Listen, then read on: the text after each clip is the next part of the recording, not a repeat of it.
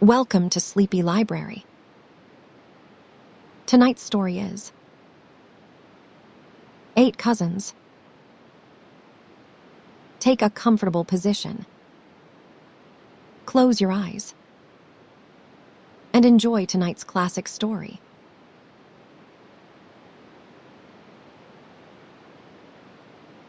Chapter 1. 2 girls. Rose sat all alone in the big best parlor, with her little handkerchief laid ready to catch the first tear, for she was thinking of her troubles, and a shower was expected. She had retired to this room as a good place in which to be miserable, for it was dark and still, full of ancient furniture, sombre curtains, and hung all around with portraits of solemn old gentlemen in wigs, severe-nosed ladies in top-heavy caps, and staring children in little bob-tailed coats or short-waisted frocks. It was an excellent place for woe, and the fitful spring rain that pattered on the window pane seemed to sob, "Cry away, I am with you." Rose really did have some cause to be sad, for she had no mother, and had lately lost her father also, which left her no home but this with her gray tants. She had been with them only a week, and though the dear old ladies had tried their best to make her happy, they had not succeeded very well, for she was unlike any child they had ever seen, and they felt very much as if they had the care of a low-spirited butterfly. They had given her the freedom of the house, and for a day or two she had amused herself roaming all over it, for it was a capital old mansion, and was full of all manner of odd nooks, charming rooms, and mysterious passages. Windows broke out in unexpected places, little balconies overhung the garden most romantically, and there was a long upper hall full of curiosities from all parts of the world, for the Campbells had been sea captains for generations. Aunt Plenty had even allowed Rose to rummage in her great china closet, a spicy retreat, rich in all the goodies that children love. But Rose seemed to care little for these toothsome temptations, and when that hope failed, Aunt Plenty gave up in despair. Gentle Aunt Peace had tried all sorts of pretty needlework, and planned a doll's wardrobe that would have won the heart of even an older child. But Rose took little interest in pink satin hats and tiny hose, though she sewed dutifully till her aunt caught her wiping tears away with the train of a wedding dress, and that discovery put an end to the sewing society. Then both old ladies put their heads together and picked out the model child of the neighborhood to come and play with their niece. But Ariadne Blish was the worst failure of all, for Rose could not bear the sight of her, and said she was so like a wax doll she longed to give her a pinch and see if she would squeak. So prim little Ariadne was sent home, and the exhausted aunties left Rose to her own devices for a day or two. Bad weather and a cold kept her indoors, and she spent most of her time in the library where her father's books were stored. Here she read a great deal, cried a little, and dreamed many of the innocent, bright dreams in which imaginative children find such comfort and delight. This suited her better than anything else, but it was not good for her, and she grew pale, heavy-eyed, and listless, though Aunt Plenty gave her iron enough to make a cooking stove, and Aunt Peace petted her like a poodle. Seeing this, the poor aunties racked their brains for a new amusement and determined to venture a bold stroke, though not very hopeful of its success. They said nothing to Rose about their plan for this Saturday afternoon, but let her alone till the time came for the grand surprise, little dreaming that the odd child would find pleasure for herself in a most unexpected quarter. Before she had time to squeeze out a single tear, a sound broke the stillness, making her prick up her ears. It was only the soft twitter of a bird, but it seemed to be a peculiarly gifted bird, for while she listened, the soft twitter changed to a lively whistle, then a trill, a coo, a chirp, and ended in a musical mixture of all the notes, as if the bird burst out laughing. Rose laughed also, and forgetting her woes, jumped up, saying eagerly, "It is a mockingbird." Where is it? Running down the long hall, she peeped out at both doors, but saw nothing feathered except a draggle-tailed chicken under a burdock leaf.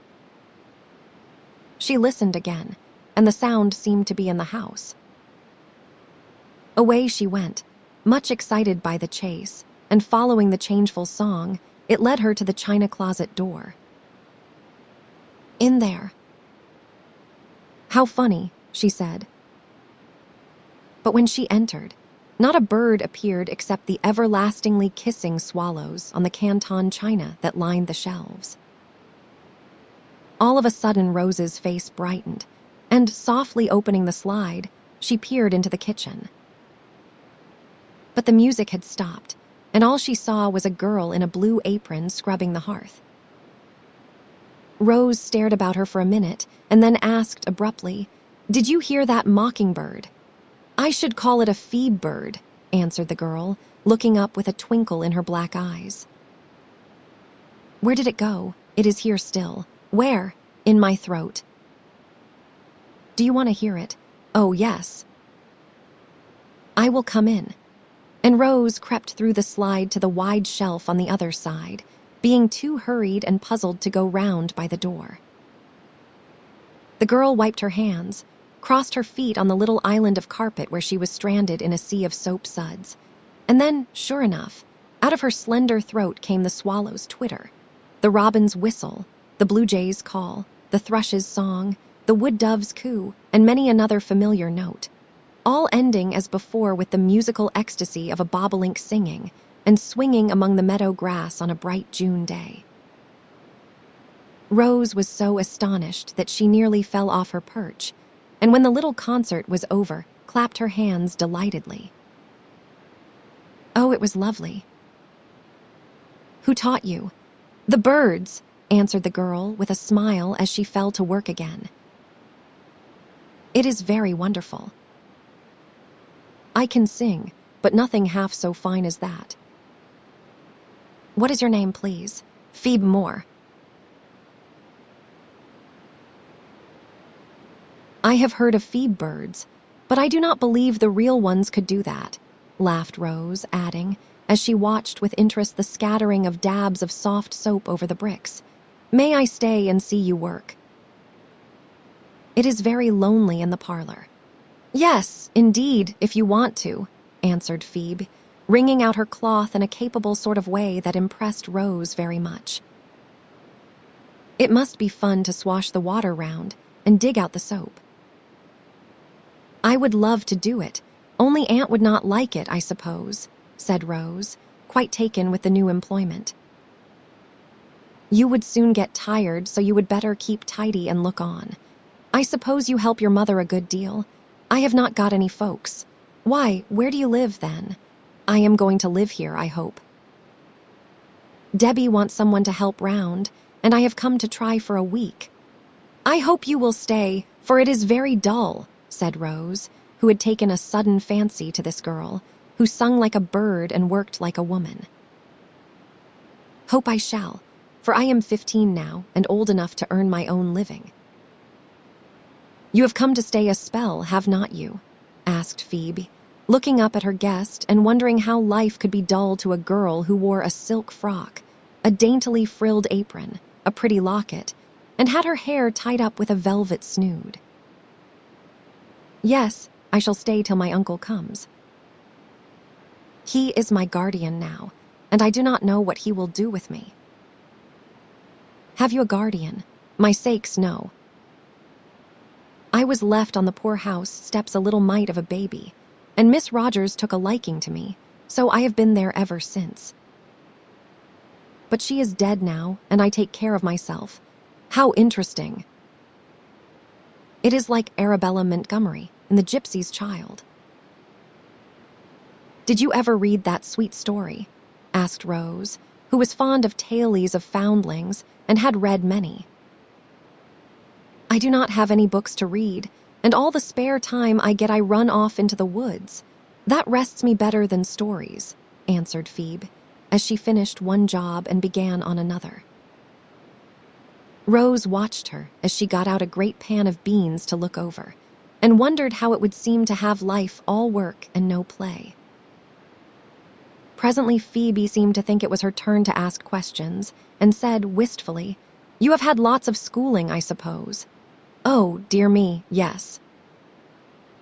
I have been at boarding school nearly a year, and I am almost dead with lessons. The more I got, the more Miss Power gave me, and I was so miserable that I most cried my eyes out. Papa never gave me hard things to do, and he always taught me so pleasantly I loved to study. Oh, we were so happy and so fond of one another. But now he is gone, and I am left all alone." The tear that would not come when Rose sat waiting for it came now of its own accord, two of them, in fact, and rolled down her cheeks, telling the tale of love and sorrow better than any words could do it. For a minute there was no sound in the kitchen, but the little daughter's sobbing and the sympathetic patter of the rain. Phoebe stopped rattling her beans from one pan to another, and her eyes were full of pity as they rested on the curly head bent down on Rose's knee. For she saw that the heart under the pretty locket ached with its loss, and the dainty apron was used to dry sadder tears than any she had ever shed. Somehow she felt more contented with her brown calico gown and blue-checked pinafore. Envy changed to compassion, and if she had dared, she would have gone and hugged her afflicted guest. Fearing that might not be considered proper, she said, in her cheery voice, "I am sure you ain't all alone with such a lot of folks belonging to you, and all so rich and clever. You will be petted to pieces, Debbie says, because you are the only girl in the family." Phoebe's last words made Rose smile in spite of her tears, and she looked out from behind her apron with an April face, saying in a tone of comic distress, "That is one of my troubles. I have got 6 aunts, and they all want me, and I do not know any of them very well. Papa named this place the Anthill, and now I see why." Phoebe laughed with her as she said encouragingly, "Everyone calls it so, and it is a real good name, for all the Mrs. Campbells live handy by and keep coming up to see the old ladies. I could stand the aunts, but there are dozens of cousins, dreadful boys all of them, and I detest boys. Some of them came to see me last Wednesday, but I was lying down, and when Auntie came to call me, I went under the quilt and pretended to be asleep. I shall have to see them sometime, but I do dread it so." And Rose gave a shudder, for, having lived alone with her invalid father, she knew nothing of boys, and considered them a species of wild animal. "Oh, I guess you will like 'em. I have seen 'em flying round when they come over from the point, sometimes in their boats and sometimes on horseback. If you like boats and horses, you will enjoy yourself first-rate, but I do not. I am afraid of horses, and boats make me ill, and I hate boys." And poor Rose wrung her hands at the awful prospect before her. One of these horrors alone she could have borne, but all together were too much for her, and she began to think of a speedy return to the detested school. Phoebe laughed at her woe till the beans danced in the pan, but tried to comfort her by suggesting a means of relief.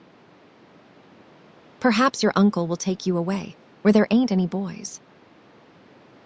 Debbie says he is a real kind man, and always bring heaps of nice things when he comes." "Yes, but you see that is another trouble, for I do not know Uncle Alec at all. He hardly ever came to see us, though he sent me pretty things very often. Now I belong to him, and shall have to mind him till I am 18. I may not like him a bit, and I fret about it all the time. Well, I would not borrow trouble, but have a real good time. I am sure I should think I was in clover if I had folks and money, and nothing to do but enjoy myself." Began Phoebe, but got no further, for a sudden rush and tumble outside made them both jump. "It is thunder," said Phoebe. "It is a circus," cried Rose, who from her elevated perch had caught glimpses of a gay cart of some sort and several ponies with flying monets and tails. The sound died away, and the girls were about to continue their confidences when old Debbie appeared, looking rather cross and sleepy after her nap. "You are wanted in the parlor, Miss Rose. Has anybody come? Little girls should not ask questions, but do as they are bid," was all Debbie would answer. "I do hope it is not Aunt Myra. She always scares me out of my wits asking how my cough is, and groaning over me as if I was going to die," said Rose, preparing to retire the way she came, for the slide, being cut for the admission of bouncing Christmas turkeys and puddings, was plenty large enough for a slender girl. "Guess you will wish it was Aunt Myra when you see who has come. Do not never let me catch you coming into my kitchen that way again, or I will shut you up in the big Beeiler," growled Debbie, who thought it her duty to snub children on all occasions. Chapter 2. Clan Rose scrambled into the china closet as rapidly as possible, and there refreshed herself by making faces at Debbie, while she settled her plumage and screwed up her courage.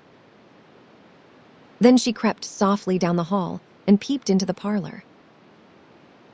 No one appeared, and all was so still she felt sure the company was upstairs.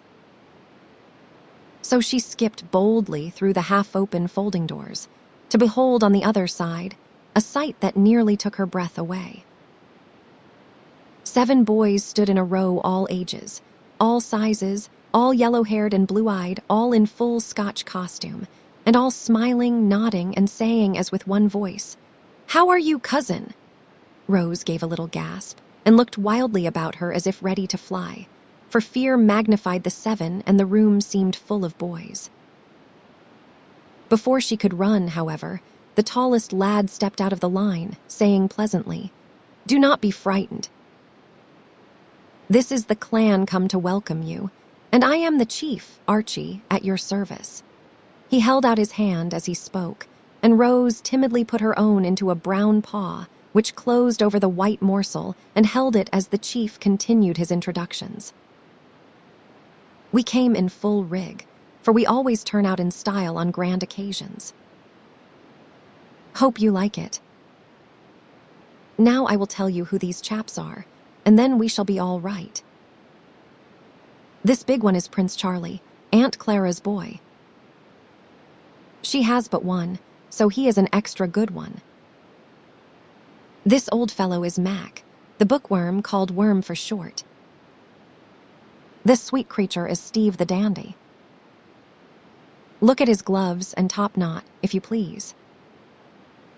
They are Aunt Jane's lads, and a precious pair you would better believe. These are the brats, my brothers Geordie and Will and Jamie the baby.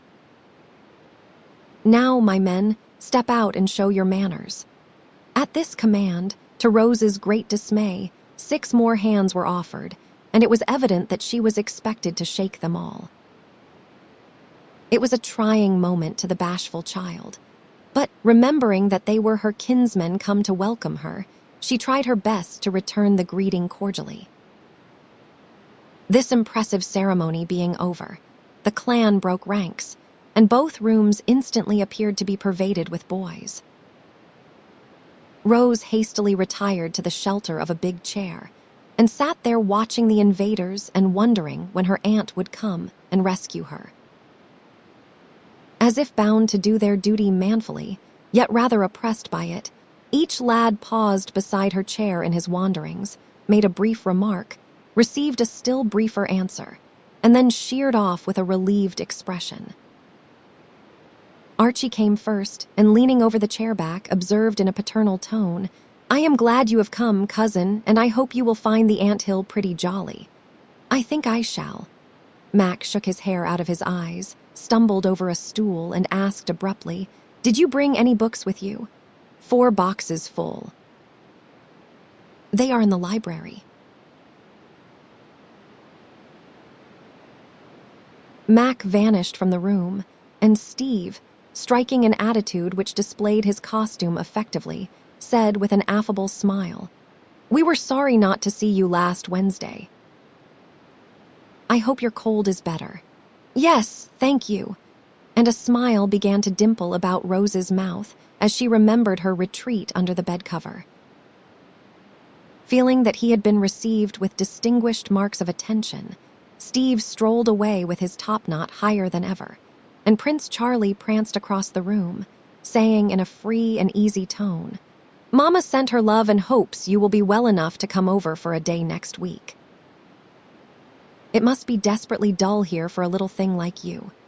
"I am 13 and a half, though I do look small," cried Rose, forgetting her shyness in indignation at this insult to her newly acquired teens. "Beg pardon, ma'am, never should have guessed it." And Charlie went off with a laugh, glad to have struck a spark out of his meek cousin. Geordie and Will came together, two sturdy 11 and 12-year-olders, and fixing their round blue eyes on Rose, fired off a question apiece, as if it was a shooting match and she the target. "Did you bring your monkey?" "No, he is dead."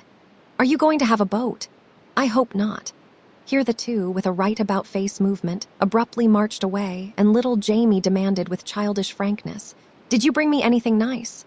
"Yes, lots of candy," answered Rose, whereupon Jamie ascended into her lap with a sounding kiss and the announcement that he liked her very much.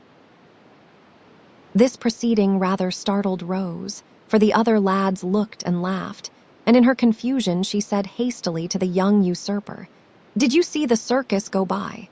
"When?" "Where?"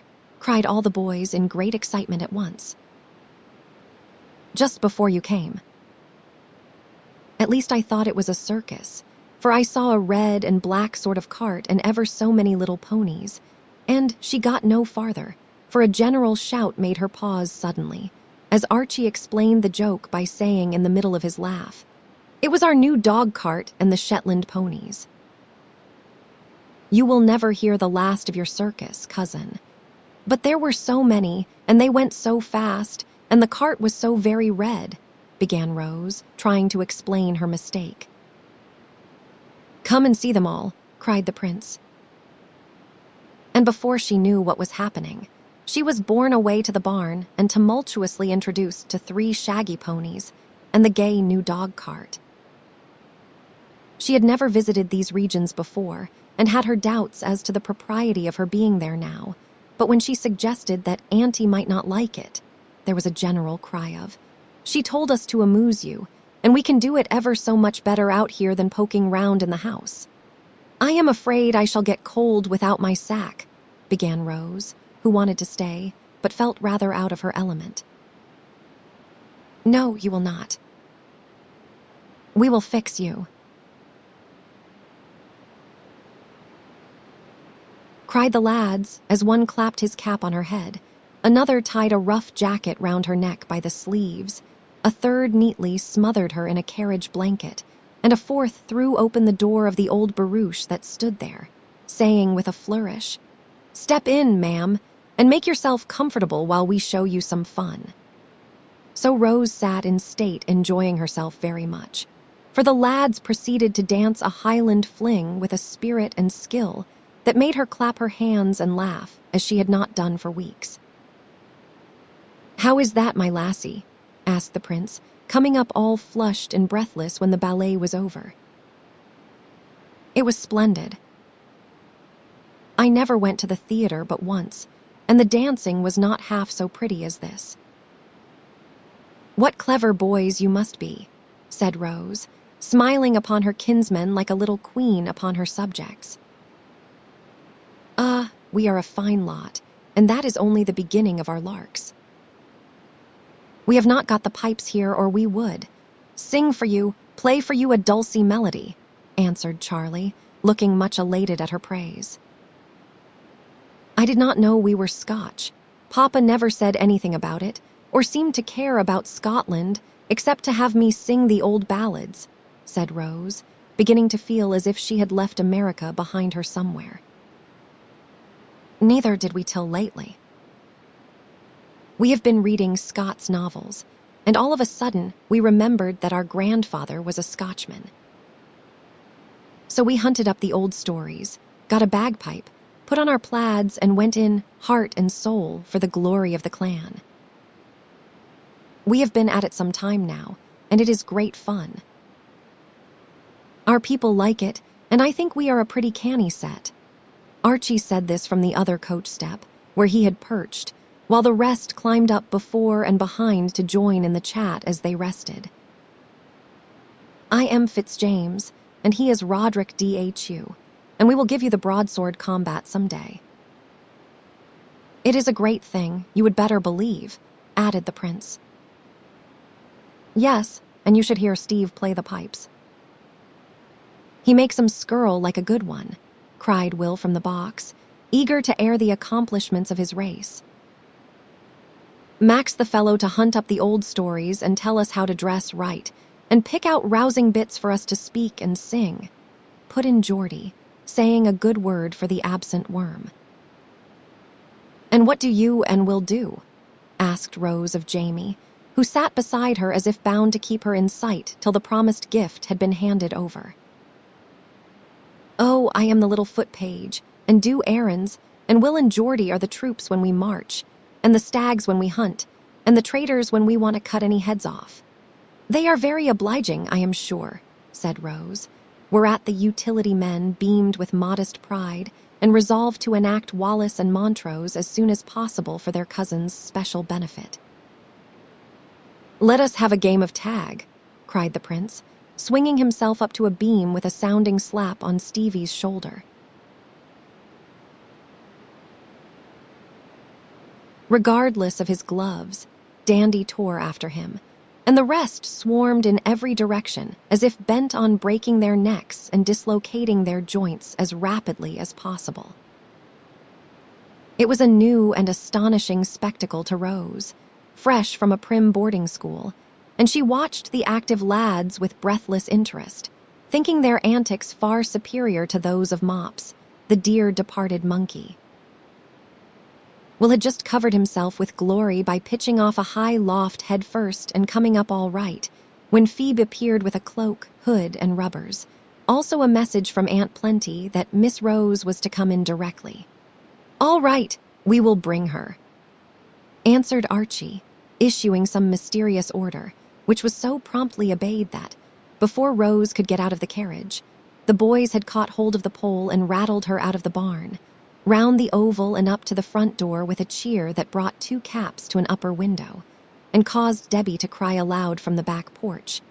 Them harum-scarum boys will certainly be the death of that delicate little cretur. But the delicate little cretur seemed all the better for her trip, and ran up the steps looking rosy, gay, and disheveled, to be received with lamentation by Aunt Plenty, who begged her to go and lie down at once. Oh, please do not. We have come to tea with our cousin, and we will be as good as gold if you will let us stay, Auntie, clamored the boys, who not only approved of our cousin, but had no mind to lose their tea, for Aunt Plenty's name but feebly expressed her bountiful nature.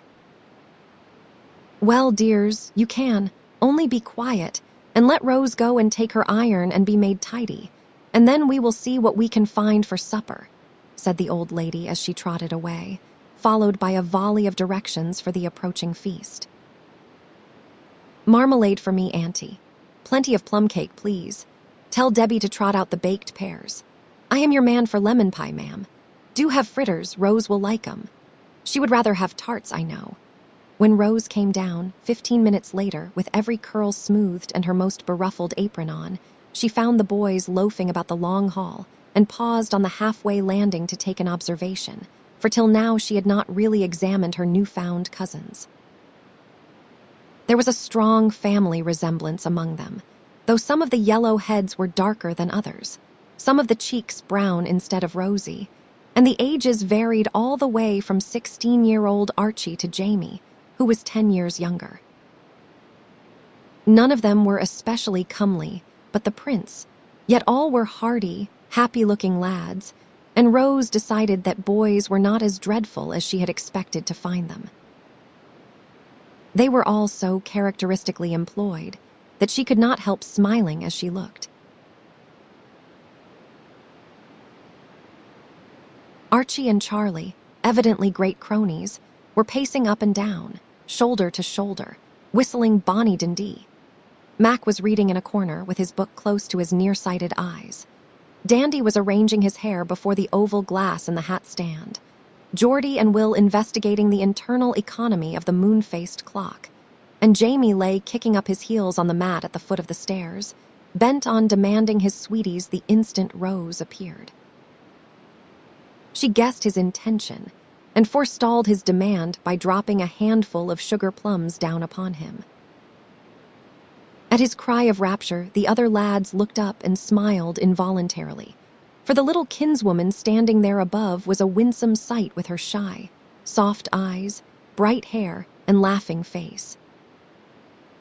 The black frock reminded them of her loss and filled the boyish hearts with a kindly desire to be good to our cousin, who had no longer any home but this. "There she is, as fine as you please," cried Steve, kissing his hand to her. "Come on, Missy, tea is ready," added the prince encouragingly. "I shall take her in," and Archie offered his arm with great dignity, an honor that made Rose turn as red as a cherry and long to run upstairs again. It was a merry supper, and the two elder boys added much to the fun by tormenting the rest with dark hints of some interesting event which was about to occur. Something uncommonly fine, they declared it was, but enveloped in the deepest mystery for the present. "Did I ever see it?" asked Jamie. "Not to remember it, but Mac and Steve have, and liked it immensely," answered Archie, thereby causing the two mentioned to neglect Debbie's delectable fritters for several minutes, while they cudgeled their brains. "Who will have it first?"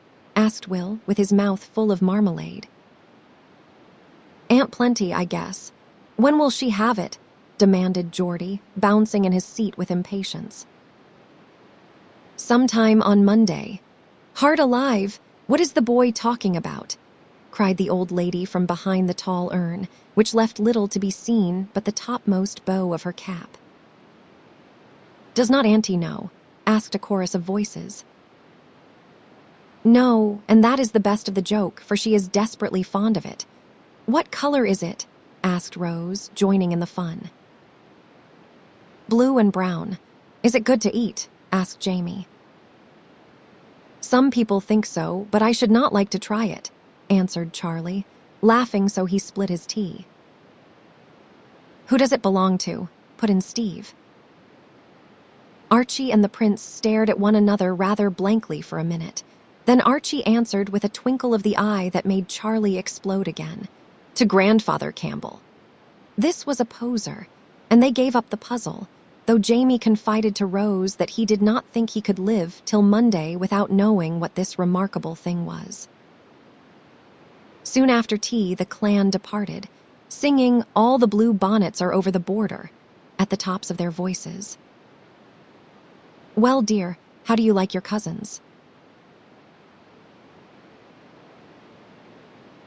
asked Aunt Plenty, as the last pony frisked round the corner and the din died away.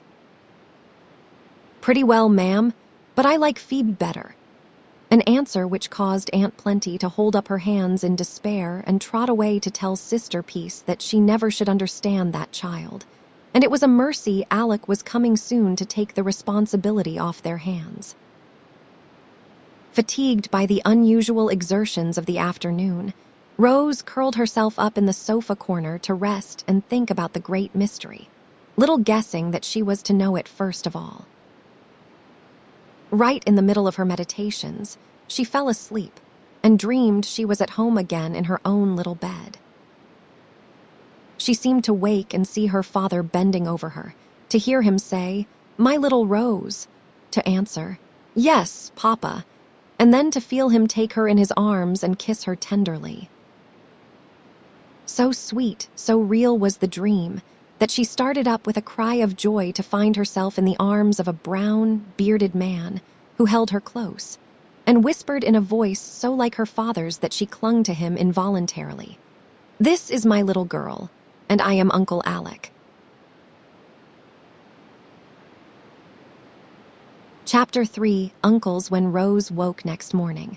She was not sure whether she had dreamed what occurred the night before, or it had actually happened. So she hopped up and dressed, although it was an hour earlier than she usually rose, for she could not sleep anymore, being possessed with a strong desire to slip down and see if the big portmanteau and packing cases were really in the hall. She seemed to remember tumbling over them when she went to bed, for the aunts had sent her off very punctually because they wanted their pet nephew all to themselves. The sun was shining, and Rose opened her window to let in the soft May air fresh from the sea. As she leaned over her little balcony, watching an early bird get the worm, and wondering how she should like Uncle Alec, she saw a man leap the garden wall and come whistling up the path. At first, she thought it was some trespasser, but a second look showed her that it was her uncle returning from an early dip into the sea. She had hardly dared to look at him the night before, because whenever she tried to do so, she always found a pair of keen blue eyes looking at her. Now she could take a good stare at him as he lingered along, looking about him as if glad to see the old place again. A brown, breezy man in a blue jacket with no hat on the curly head, which he shook now and then like a water dog, broad-shouldered, alert in his motions, and with a general air of strength and stability about him which pleased Rose, though she could not explain the feeling of comfort it gave her. She had just said to herself, with a sense of relief, "I guess I shall like him, though he looks as if he made people mind," when he lifted his eyes to examine the budding horse chestnut overhead and saw the eager face peering down at him. He waved his hand to her, nodded, and called out in a bluff, cheery voice, "You are on deck early, little niece. I got up to see if you had really come, Uncle. Did you?" "Well, come down here and make sure of it. I am not allowed to go out before breakfast, sir." "Oh, indeed," with a shrug. "Then I will come aboard and salute," he added, and to Rose's great amazement, Uncle Alec went up one of the pillars of the back piazza hand over hand, stepped across the roof, and swung himself into her balcony, saying, as he landed on the wide balustrade, "Have you any doubts about me now, ma'am?" Rose was so taken aback, she could only answer with a smile as she went to meet him. "How does my girl do this morning?" he asked, taking the little cold hand she gave him in both his big warm ones. "Pretty well, thank you, sir. Ah, but it should be very well."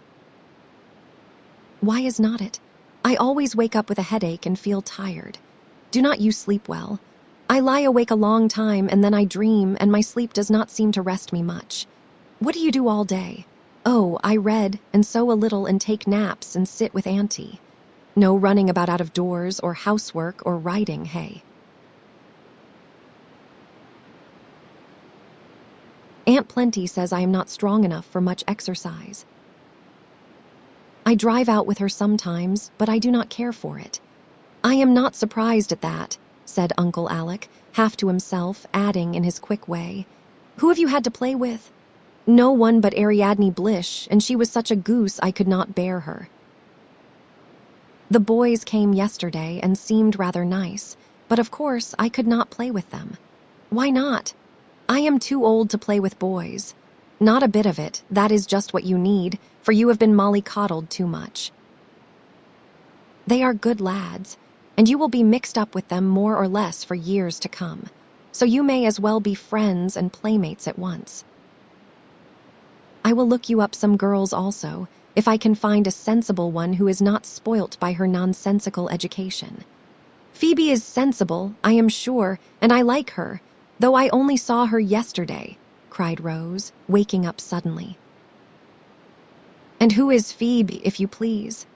Rose eagerly told all she knew, and Uncle Alec listened, with an odd smile lurking about his mouth, though his eyes were quite sober as he watched the face before him.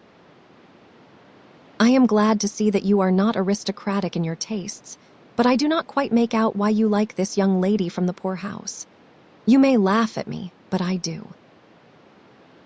I cannot tell why, only she seems so happy and busy, and sings so beautifully, and is strong enough to scrub and sweep, and has not any troubles to plague her," said Rose, making a funny jumble of reasons in her efforts to explain. "How do you know that?" "Oh, I was telling her about mine, and asked if she had any, and she said, 'No, only I would like to go to school, and I mean to someday.' So she does not call desertion, poverty, and hard work troubles. She is a brave little girl, and I shall be proud to know her." And Uncle Alec gave an approving nod that made Rose wish she had been the one to earn it. "But what are these troubles of yours, child?" he asked, after a minute of silence. "Please do not ask me, Uncle. Cannot you tell them to me as well as to Phoebe?" Something in his tone made Rose feel that it would be better to speak out and be done with it, so she answered with sudden color and averted eyes. "The greatest one was losing dear Papa." As she said that, Uncle Alec's arm came gently round her, and he drew her to him, saying in the voice so like Papa's, "That is a trouble which I cannot cure, my child, but I shall try to make you feel it less." "What else, dear?" "I am so tired and poorly all the time. I cannot do anything I want to, and it makes me cross," sighed Rose, rubbing the aching head like a fretful child. "That we can cure, and we will," said her uncle, with a decided nod that made the curls bob on his head. To that Rose saw the gray ones underneath the brown. "Aunt Myra says I have no constitution, and never shall be strong," observed Rose, in a pensive tone, as if it was rather a nice thing to be an invalid. "Aunt Myra is a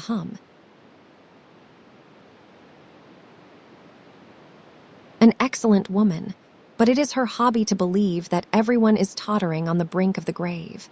And upon my life, I believe she is offended if people do not fall into it. We will show her how to make constitutions and turn pale-faced little ghosts into rosy, hardy girls. That is my business, you know," he added more quietly, for his sudden outburst had rather startled Rose. "I had forgotten you were a doctor." "I am glad of it, for I do want to be well, only I hope you will not give me much medicine, for I have taken quarts already, and it does me no good." As she spoke, Rose pointed to a little table just inside the window, on which appeared a regiment of bottles. "Uh-huh. Now we will see what mischief these blessed women have been at." And making a long arm, Dr. Alec set the bottles on the wide railing before him, examined each carefully, smiled over some, frowned over others, and said, as he put down the last, "Now I will show you the best way to take these messes." And as quick as a flash, he sent one after another smashing down into the posy beds below. "But Aunt Plenty will not like it, and Aunt Myra will be angry, for she sent most of them," cried Rose, half frightened and half pleased at such energetic measures. "You are my patient now, and I will take the responsibility. My way of giving physic is evidently the best, for you look better already," he said, laughing so infectiously that Rose followed suit, saying saucily, "If I do not like your medicines any better than those, I shall throw them into the garden, and then what will you do? When I prescribe such rubbish, I will give you leave to pitch it overboard as soon as you like." "Now what is the next trouble? I hoped you would forget to ask, but how can I help you if I do not know them?" "Come, let us have number 3. It is very wrong, I suppose, but I do sometimes wish I had not quite so many aunts. They are all very good to me, and I want to please them, but they are so different, I feel sort of pulled to pieces among them," said Rose, trying to express the emotions of a stray chicken with 6 hens all clucking over it at once. Uncle Alec threw back his head and laughed like a boy, for he could entirely understand how the good ladies had each put in her oar and tried to paddle her own way, to the great disturbance of the waters and the entire bewilderment of poor Rose.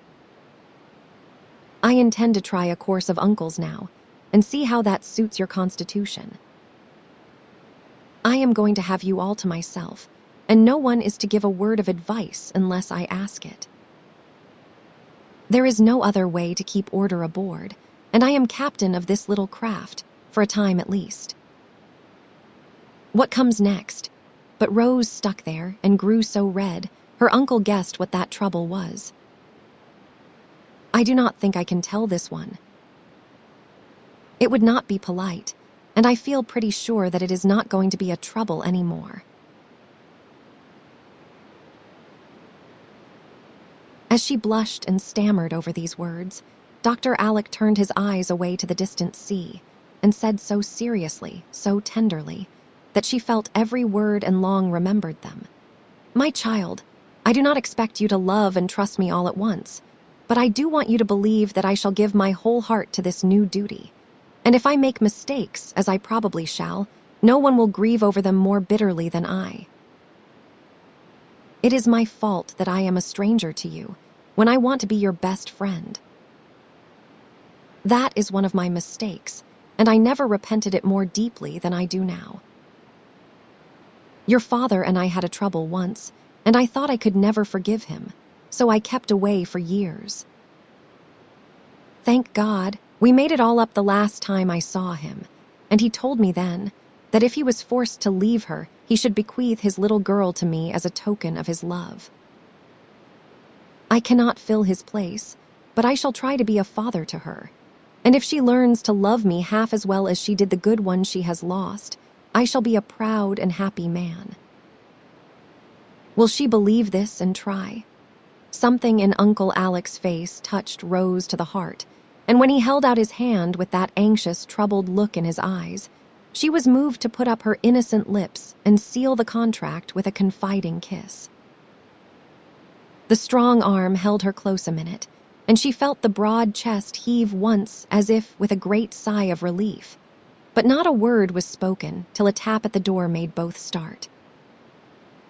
Rose popped her head through the window to say, "Come in," while Dr. Alec hastily rubbed the sleeve of his jacket across his eyes and began to whistle again. Phoebe appeared with a cup of coffee. "Debbie told me to bring this and help you get up," she said, opening her black eyes wide, as if she wondered how on earth the sailor man got there. "I am all dressed, so I do not need any help." "I hope that is good and strong," added Rose, eyeing the steaming cup with an eager look.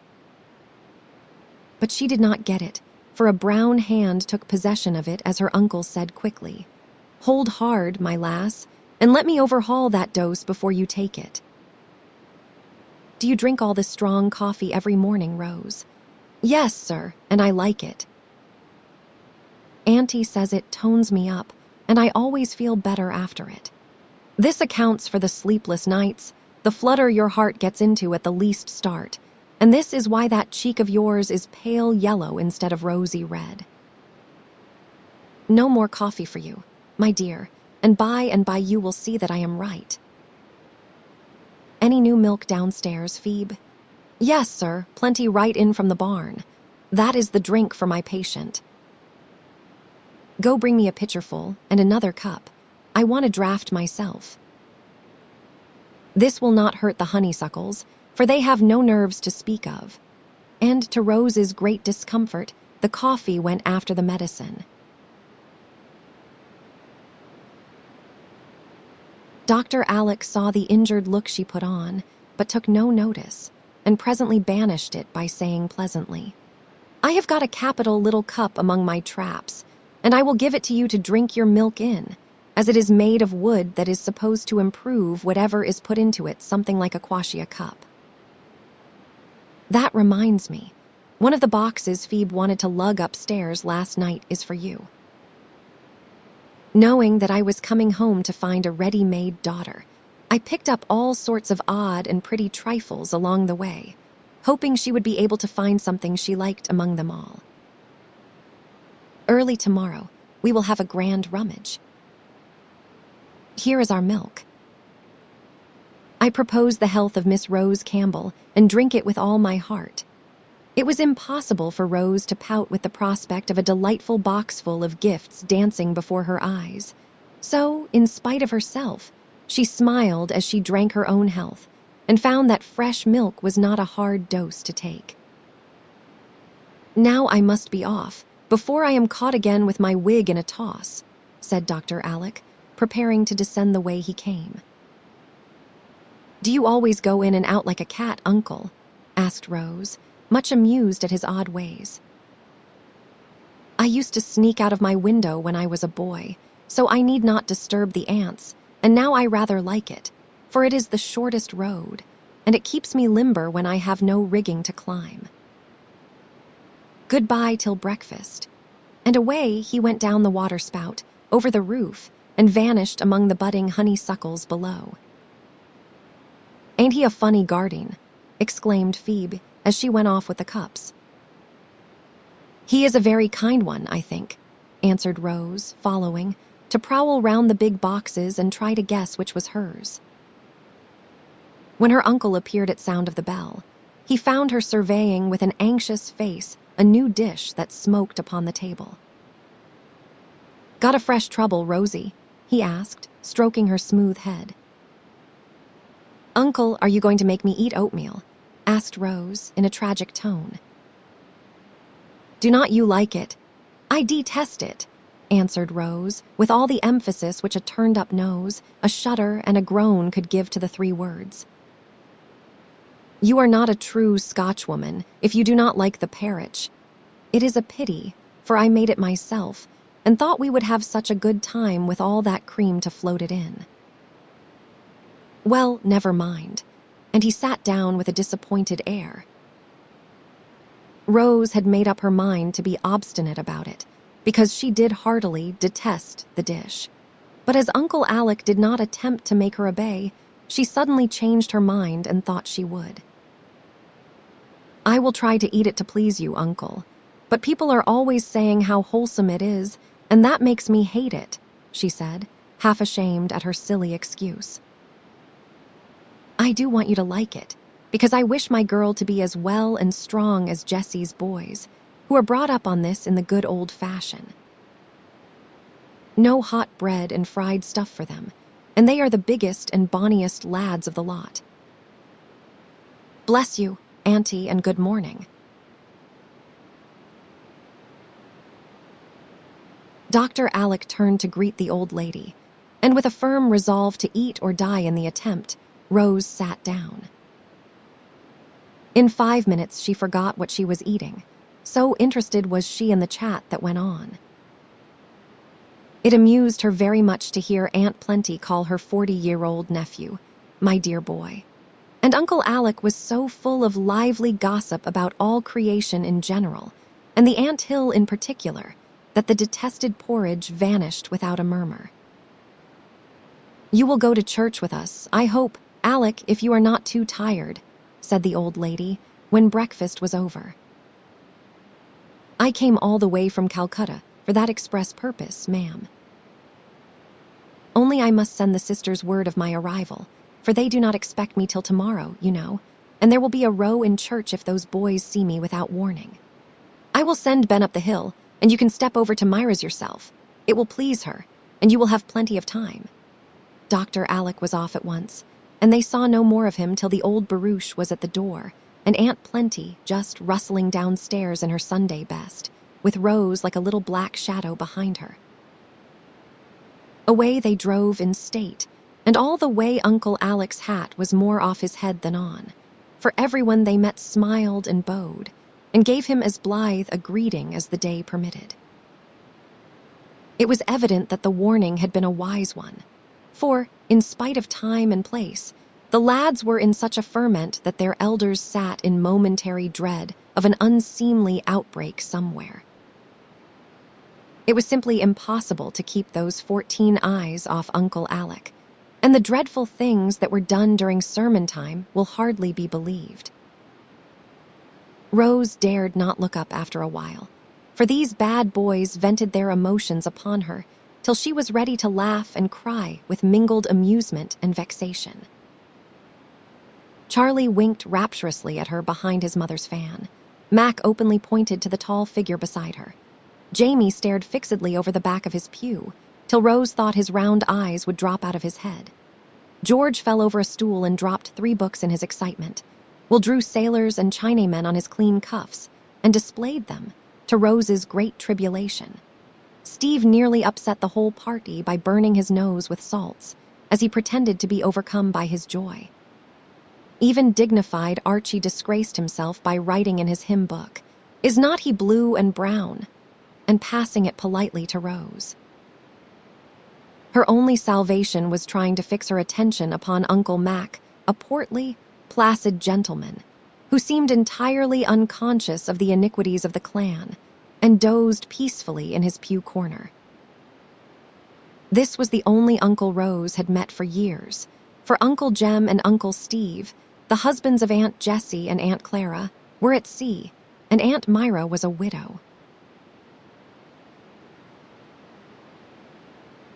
Uncle Mac was a merchant, very rich and busy, and as quiet as a mouse at home, for he was in such a minority among the women folk he dared not open his lips and let his wife rule undisturbed. Rose liked the big, kindly, silent man who came to her when Papa died, was always sending her splendid boxes of goodies at school, and often invited her into his great warehouse, full of teas and spices, wines and all sorts of foreign fruits, there to eat and carry away whatever she liked. She had secretly regretted that he was not to be her guardian, but since she had seen Uncle Alec, she felt better about it, for she did not particularly admire Aunt Jane. When church was over, Dr. Alec got into the porch as quickly as possible, and there the young bears had a hug all round, while the sisters shook hands and welcomed him with bright faces and glad hearts. Rose was nearly crushed flat behind a door in that dangerous passage from pew to porch, but Uncle Mac rescued her and put her into the carriage for safe keeping. "Now, girls, I want you to come and dine with Alec, Mac also, of course. But I cannot ask the boys, for we did not expect this dear fellow till tomorrow, so I made no preparations. Send the lads home and let them wait till Monday, for really I was shocked at their behavior in church," said Aunt Plenty as she followed Rose. In any other place, the defrauded boys would have set up a howl. As it was, they growled and protested till Dr. Alec settled the matter by saying, "Never mind, old chaps, I will make it up to you tomorrow if you sheer off quietly. If you do not a blessed thing shall you have out of my big boxes." Chapter 4, Aunt's all-dinner time. Rose felt that she was going to be talked about, and afterward she was sure of it, for Aunt Plenty whispered to her as they went into the parlor, "Run up and sit a while with Sister Peace, my dear. She likes to have you read while she rests, and we are going to be busy." Rose obeyed, and the quiet rooms above were so like a church that she soon composed her ruffled feelings, and was unconsciously a little minister of happiness to the sweet old lady, who for years had sat there patiently waiting to be set free from pain.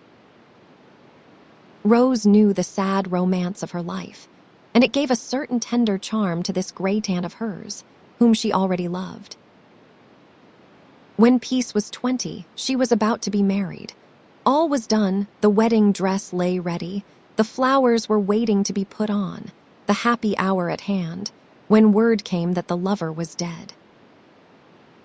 They thought that gentle Peace would die, too, but she bore it bravely, put away her bridal gear, took up her life afresh, and lived on a beautiful, meek woman, with hair as white as snow and cheeks that never bloomed again. She wore no black, but soft, pale colors, as if always ready for the marriage that had never come. For 30 years she had lived on, fading slowly, but cheerful, busy, and full of interest in all that went on in the family, especially the joys and sorrows of the young girls growing up about her, and to them she was advisor, confidant, and friend in all their tender trials and delights. A truly beautiful old maiden, with her silvery hair, tranquil face, and an atmosphere of repose about her that soothed whoever came to her. Aunt Plenty was utterly dissimilar, being a stout, brisk old lady, with a sharp eye, a lively tongue, and a face like a winter apple. Always trotting, chatting, and bustling, she was a regular Martha, cumbered with the cares of this world and quite happy in them. Rose was right, and while she softly read psalms to Aunt Peace, the other ladies were talking about her little self in the frankest manner. "Well, Alec, how do you like your ward?" began Aunt Jane, as they all settled down, and Uncle Mac deposited himself in a corner to finish his doze. "I should like her better if I could have begun at the beginning, and so got a fair start. Poor George led such a solitary life that the child has suffered in many ways, and since he died, she has been going on worse than ever, judging from the state I find her in. My dear boy, we did what we thought best while waiting for you to wind up your affairs and get home. I always told George he was wrong to bring her up as he did, but he never took my advice, and now here we are with this poor dear child upon our hands. I, for one, freely confess that I do not know what to do with her any more than if she was one of those strange, outlandish birds you used to bring home from foreign parts." And Aunt Plenty gave a perplexed shake of the head, which caused great commotion among the stiff loops of purple ribbon that bristled all over the cap like crocus buds. If my advice had been taken, she would have remained at the excellent school where I placed her. But our aunt thought best to remove her because she complained, and she has been dawdling about ever since she came. A most ruinous state of things for a morbid, spoilt girl like Rose, said Mrs. Jane, severely. She had never forgiven the old ladies for yielding to Rose's pathetic petition that she might wait her guardian's arrival before beginning another term at the school, which was a regular Blimber hotbed, and turned out many a feminine toots. I never thought it the proper school for a child in good circumstances and heiress, in fact, as Rose is. It is all very well for girls who are to get their own living by teaching, and that sort of thing, but all she needs is a year or two at a fashionable finishing school, so that at 18 she can come out with éclat, put in Aunt Clara, who had been a beauty and a belle, and was still a handsome woman. Dear, dear, how short-sighted you all are to be discussing education and plans for the future, when this unhappy child is so plainly marked for the tomb, sighed Aunt Myra, with a lugubrious sniff and a solemn wag of the funereal bonnet, which she refused to remove, being afflicted with a chronic catarrh. Now, it is my opinion that the dear thing only wants freedom, rest, and care. There is look in her eyes that goes to my heart, for it shows that she feels the need of what none of us can give her, a mother, said Aunt Jessie, with tears in her own bright eyes at the thought of her boys being left, as Rose was, to the care of others. Uncle Alec, who had listened silently as each spoke, turned quickly towards the last sister, and said, with a decided nod of approval, "You have got it, Jessie, and with you to help me, I hope to make the child feel that she is not quite fatherless and motherless. I will do my best, Alec, and I think you will need me, for wise as you are, you cannot understand a tender, timid little creature like Rose as a woman can," said Mrs. Jessie, smiling back at him with a heart full of motherly goodwill. "I cannot help feeling that I, who have had a daughter of my own, can best bring up a girl, and I am very much surprised that George did not entrust her to me," observed Aunt Myra, with an air of melancholy importance, for she was the only one who had given a daughter to the family, and she felt that she had distinguished herself, though ill-natured people said that she had dosed her darling to death.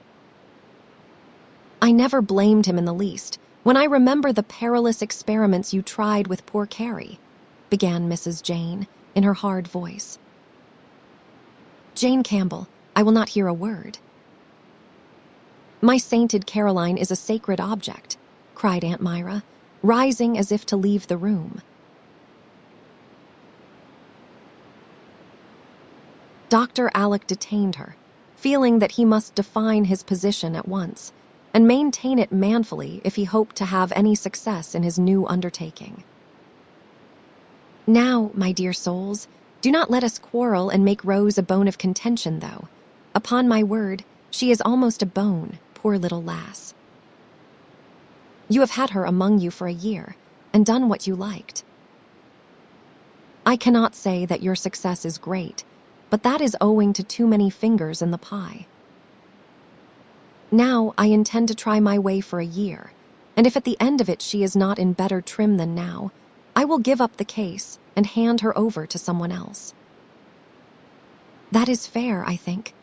She will not be here a year hence, poor darling, so no one need dread future responsibility, said Aunt Myra, folding her black gloves as if all ready for the funeral. By Jupiter. Myra, you are enough to damp the ardor of a saint, cried Dr. Alec, with a sudden spark in his eyes. Your croaking will worry that child out of her wits, for she is an imaginative puss, and will fret and fancy untold horrors. You have put it into her head that she has no constitution, and she rather likes the idea. If she had not had a pretty good one, she would have been marked for the tomb by this time, at the rate you have been going on with her. I will not have any interference, please understand that, so just wash your hands of her and let me manage till I want help, then I will ask for it. Here, here, came from the corner where Uncle Mac was apparently wrapped in slumber. You were appointed guardian, so we can do nothing. But I predict that the girl will be spoilt, utterly spoilt, answered Mrs. Jane grimly. Thank you, sister. I have an idea that if a woman can bring up two boys as perfectly as you do yours, a man, if he devotes his whole mind to it, may at least attempt as much with one girl, replied Dr. Alec, with a humorous look that tickled the others immensely, for it was a well-known fact in the family that Jane's boys were more indulged than all the other lads put together. I am quite easy, for I really do think that Alec will improve the child's health, and by the time his year is out, it will be quite soon enough for her to go to Madame Roquebella's and be finished off, said Aunt Clara, settling her rings, and thinking, with languid satisfaction, of the time when she could bring out a pretty and accomplished niece.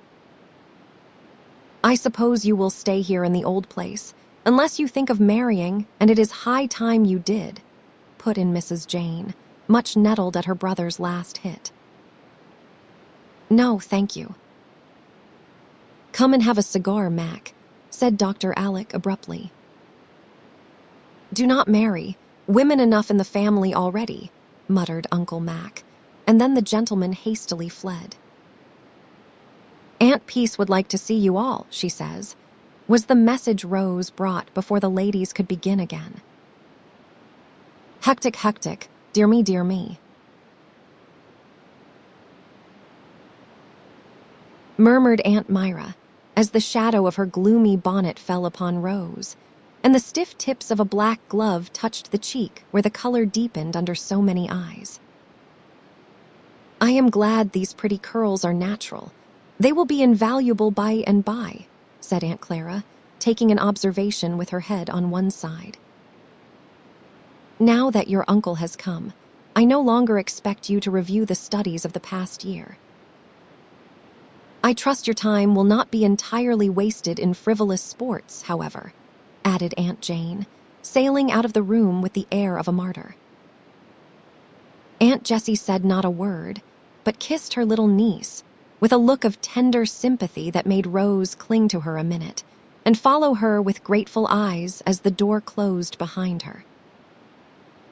After everybody had gone home, Dr. Alec paced up and down the lower hall in the twilight for an hour, thinking so intently that sometimes he frowned, sometimes he smiled, and more than once he stood still in a brown study.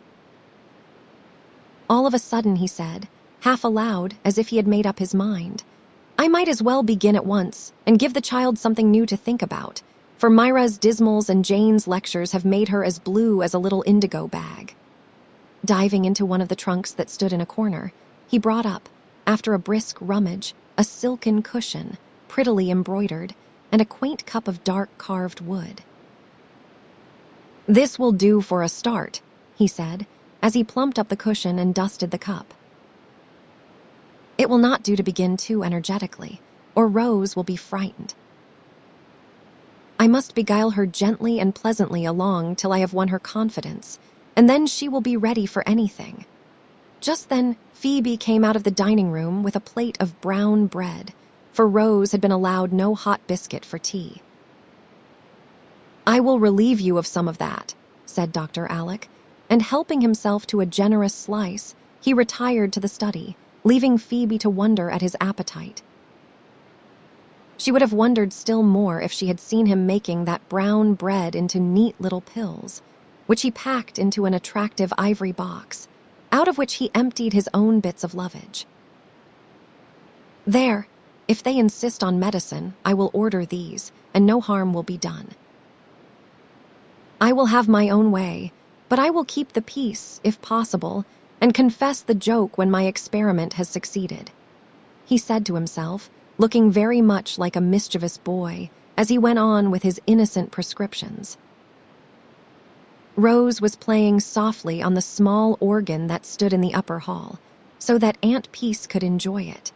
And all the while he talked with the old ladies, Uncle Alec was listening to the fitful music of the child and thinking of another Rose who used to play for him.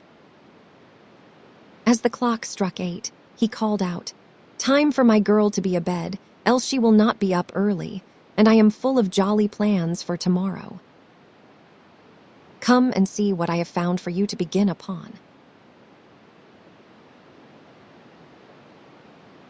Rose ran in and listened with bright, attentive face, while Dr. Alec said impressively, "In my wanderings over the face of the earth, I have picked up some excellent remedies, and as they are rather agreeable ones, I think you and I will try them.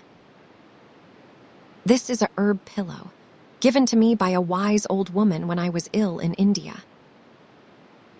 It is filled with saffron, poppies, and other soothing plants, so lay your little head on it tonight, sleep sweetly without a dream, and wake tomorrow without a pain." "Shall I really?" "How nice it smells." And Rose willingly received the pretty pillow and stood enjoying its faint, sweet odor as she listened to the doctor's next remedy. "This is the cup I told you of. Its virtue depends, they say, on the drinker filling it himself, so you must learn to milk. I will teach you." "I am afraid I never can," said Rose, but she surveyed the cup with favor, for a funny little imp danced on the handle, as if all ready to take a header into the white sea below.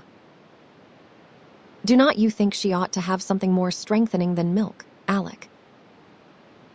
I really shall feel anxious if she does not have a tonic of some sort," said Aunt Plenty, eyeing the new remedies suspiciously, for she had more faith in her old-fashioned doses than all the magic cups and poppy pillows of the East. "Well, ma'am, I am willing to give her a pill if you think best. It is a very simple one, and very large quantities may be taken without harm. You know hashish is the extract of hemp. Well, this is a preparation of corn and rye, much used in old times, and I hope it will be again." "Dear me, how singular," said Aunt Plenty, bringing her spectacles to bear upon the pills, with a face so full of respectful interest that it was almost too much for Dr. Alec's gravity. "Take one in the morning, and a good night to you, my dear," he said, dismissing his patient with a hearty kiss. Then, as she vanished, he put both hands into his hair, exclaiming, with a comical mixture of anxiety and amusement, "When I think what I have undertaken, I declare to you, Aunt, I feel like running away and not coming back till Rose is 18. Chapter 5, A Belt, and a box when Rose came out of her chamber, cup in hand next morning. The first person she saw was Uncle Alec standing on the threshold of the room opposite, which he appeared to be examining with care. When he heard her step, he turned about and began to sing, "Where are you going, my pretty maid?" "I am going a-milking, sir," she said, answered Rose, waving the cup, and then they finished the verse together in fine style. Before either spoke, a head, in a nightcap so large and beruffled that it looked like a cabbage, popped out of a room farther down the hall, and an astonished voice exclaimed, "What in the world are you doing about so early?" "Clearing our pipes for the day, ma'am." "Look here, Auntie, can I have this room?" said Dr. Alec, making her a sailor's bow. "Any room you like except Sister's. Thanks. And may I go rummaging round in the garrets and glory holes to furnish it as I like. My dear boy, you may turn the house upside down if you will only stay in it. That is a handsome offer, I am sure." "I will stay, ma'am. Here is my little anchor, so you will get more than you want of me this time." "That is impossible." "Put on your jacket, Rose. Do not tire her out with antics, Alec." "Yes, sister, I am coming," and the cabbage vanished suddenly. The first milking lesson was a droll one, but after several scares and many vain attempts, Rose at last managed to fill her cup, while Ben held Clover's tail so that it could not flap, and Dr. Alec kept her from turning to stare at the new milkmaid, who objected to both these proceedings very much. "You look chilly in spite of all this laughing." "Take a smart run round the garden and get up a glow," said the doctor, as they left the barn. "I am too old for running, Uncle. Miss Power said it was not ladylike for girls in their teens," answered Rose, primly. "I take the liberty of differing from Madame Prunes and Prisms, and, as your physician, I order you to run." "Off with you," said Uncle Alec, with a look and a gesture that made Rose scurry away as fast as she could go. Anxious to please him, she raced round the beds till she came back to the porch where he stood, and dropping down upon the steps, she sat panting, with cheeks as rosy as the rigolette on her shoulders. "Very well done, child. I see you have not lost the use of your limbs, though you are in your teens. That belt is too tight. Unfasten it, then you can take a long breath without panting so." "It is not tight, sir. I can breathe perfectly well," began Rose, trying to compose herself. Her uncle's only answer was to lift her up and unhook the new belt of which she was so proud. The moment the clasp was open, the belt flew apart several inches, for it was impossible to restrain the involuntary sigh of relief that flatly contradicted her words. "Why, I did not know it was tight. It did not feel so a bit. Of course it would open if I puff like this, but I never do, because I hardly ever run."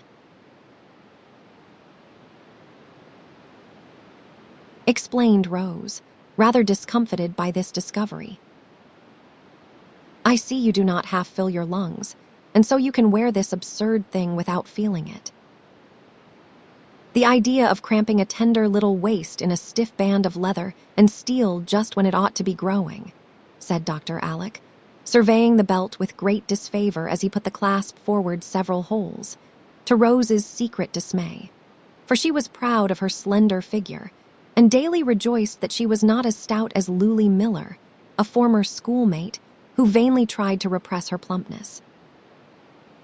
"It will fall off if it is so loose," she said anxiously, as she stood watching him pull her precious belt about. "Not if you keep taking long breaths to hold it on." "That is what I want you to do, and when you have filled this out, we will go on enlarging it till your waist is more like that of Hebe, goddess of health, and less like that of a fashion plate, the ugliest thing imaginable. How it does look!" And Rose gave a glance of scorn at the loose belt hanging round her trim little waist. "It will be lost, and then I shall feel badly, for it cost ever so much, and is real steel and Russia leather. Just smell how nice. If it is lost, I will give you a better one. A soft silken sash is much fitter for a pretty child like you than a plaited harness like this, and I have got no end of Italian scarfs and Turkish sashes among my traps." "Ah, Ah, that makes you feel better, does not it? And he pinched the cheek that had suddenly dimpled with a smile.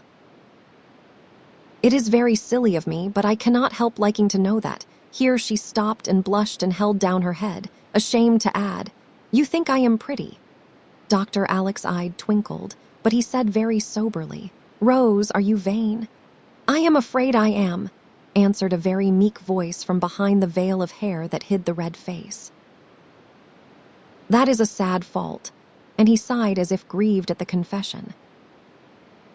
"I know it is, and I try not to be, but people praise me, and I cannot help liking it, for I really do not think I am repulsive." The last word and the funny tone in which it was uttered were too much for Dr. Alec, and he laughed in spite of himself, to Rose's great relief. "I quite agree with you, and in order that you may be still less repulsive, I want you to grow as fine a girl as Phoebe." "Phoebe!" And Rose looked so amazed that her uncle nearly went off again. "Yes, Phoebe, for she has what you need, health. If you dear little girls would only learn what real beauty is, and not pinch and starve and bleach yourselves out so, you would save an immense deal of time and money and pain. A happy soul in a healthy body makes the best sort of beauty for man or woman. Do you understand that, my dear?" "Yes, sir," answered Rose, much taken down by this comparison with the girl from the poor house. It nettled her sadly, and she showed that it did by saying quickly, "I suppose you would like to have me sweep and scrub and wear an old brown dress and go round with my sleeves rolled up, as Phoebe does. I should very much, if you could work as well as she does, and show as strong a pair of arms as she can. I have not seen a prettier picture for some time than she made of herself this morning, up to the elbows in suds, singing like a blackbird whilst she scrubbed on the back stoop. Well, I do think you are the queerest man that ever lived," was all Rose could find to say after this display of bad taste. "I have not begun to show you my oddities yet, so you must make up your mind to worse shocks than this," he said, with such a whimsical look that she was glad the sound of a bell prevented her showing more plainly what a blow her little vanities had already received. "You will find your box all open up in Auntie's parlor, and there you can amuse her and yourself by rummaging to your heart's content.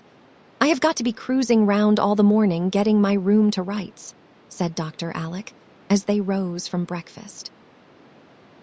"Cannot I help you, Uncle?" asked Rose, quite burning to be useful. "No, thank you. I am going to borrow Phoebe for a while if Aunt Plenty can spare her. Anybody anything, Alec." "You will want me, I know, so I will give orders about dinner and be all ready to lend a hand." And the old lady bustled away full of interest and goodwill. "Uncle will find that I can do some things that Phoebe cannot, so now," thought Rose, with a toss of the head as she flew to Aunt Peace and the long-desired box. Every little girl can easily imagine what an extra good time she had diving into a sea of treasures and fishing up one pretty thing after another, till the air was full of the mingled odors of musk and sandalwood, the room gay with bright colors, and Rose in a rapture of delight. She began to forgive Dr. Alec for the oatmeal diet when she saw a lovely ivory workbox, became resigned to the state of her belt when she found a pile of rainbow-colored sashes, and when she came to some distractingly pretty bottles of attar of rose, she felt that they almost atoned for the great sin of thinking Phoebe the finer girl of the two. Dr. Alec, meanwhile, had apparently taken Aunt Plenty at her word and was turning the house upside down. A general revolution was evidently going on in the green room, for the dark damask curtains were seen bundling away in Phoebe's arms, the airtight stove retiring to the cellar on Ben's shoulder, and the great bedstead going up garret in a fragmentary state, escorted by 3 bearers. Aunt Plenty was constantly on the trot among her storerooms, camphor chests, and linen closets, looking as if the new order of things both amazed and amused her. Half the peculiar performances of Dr. Alec cannot be revealed. But as Rose glanced up from her box now, and then she caught glimpses of him striding by, bearing a bamboo chair, a pair of ancient andirons, a queer Japanese screen, a rug or two, and finally a large bathing pan upon his head. "What a curious room it will be," she said, as she sat resting and refreshing herself with lumps of delight, all the way from Cairo. "I fancy you will like it, dearie," answered Aunt Peace, looking up with a smile from some pretty trifle she was making with blue silk and white muslin.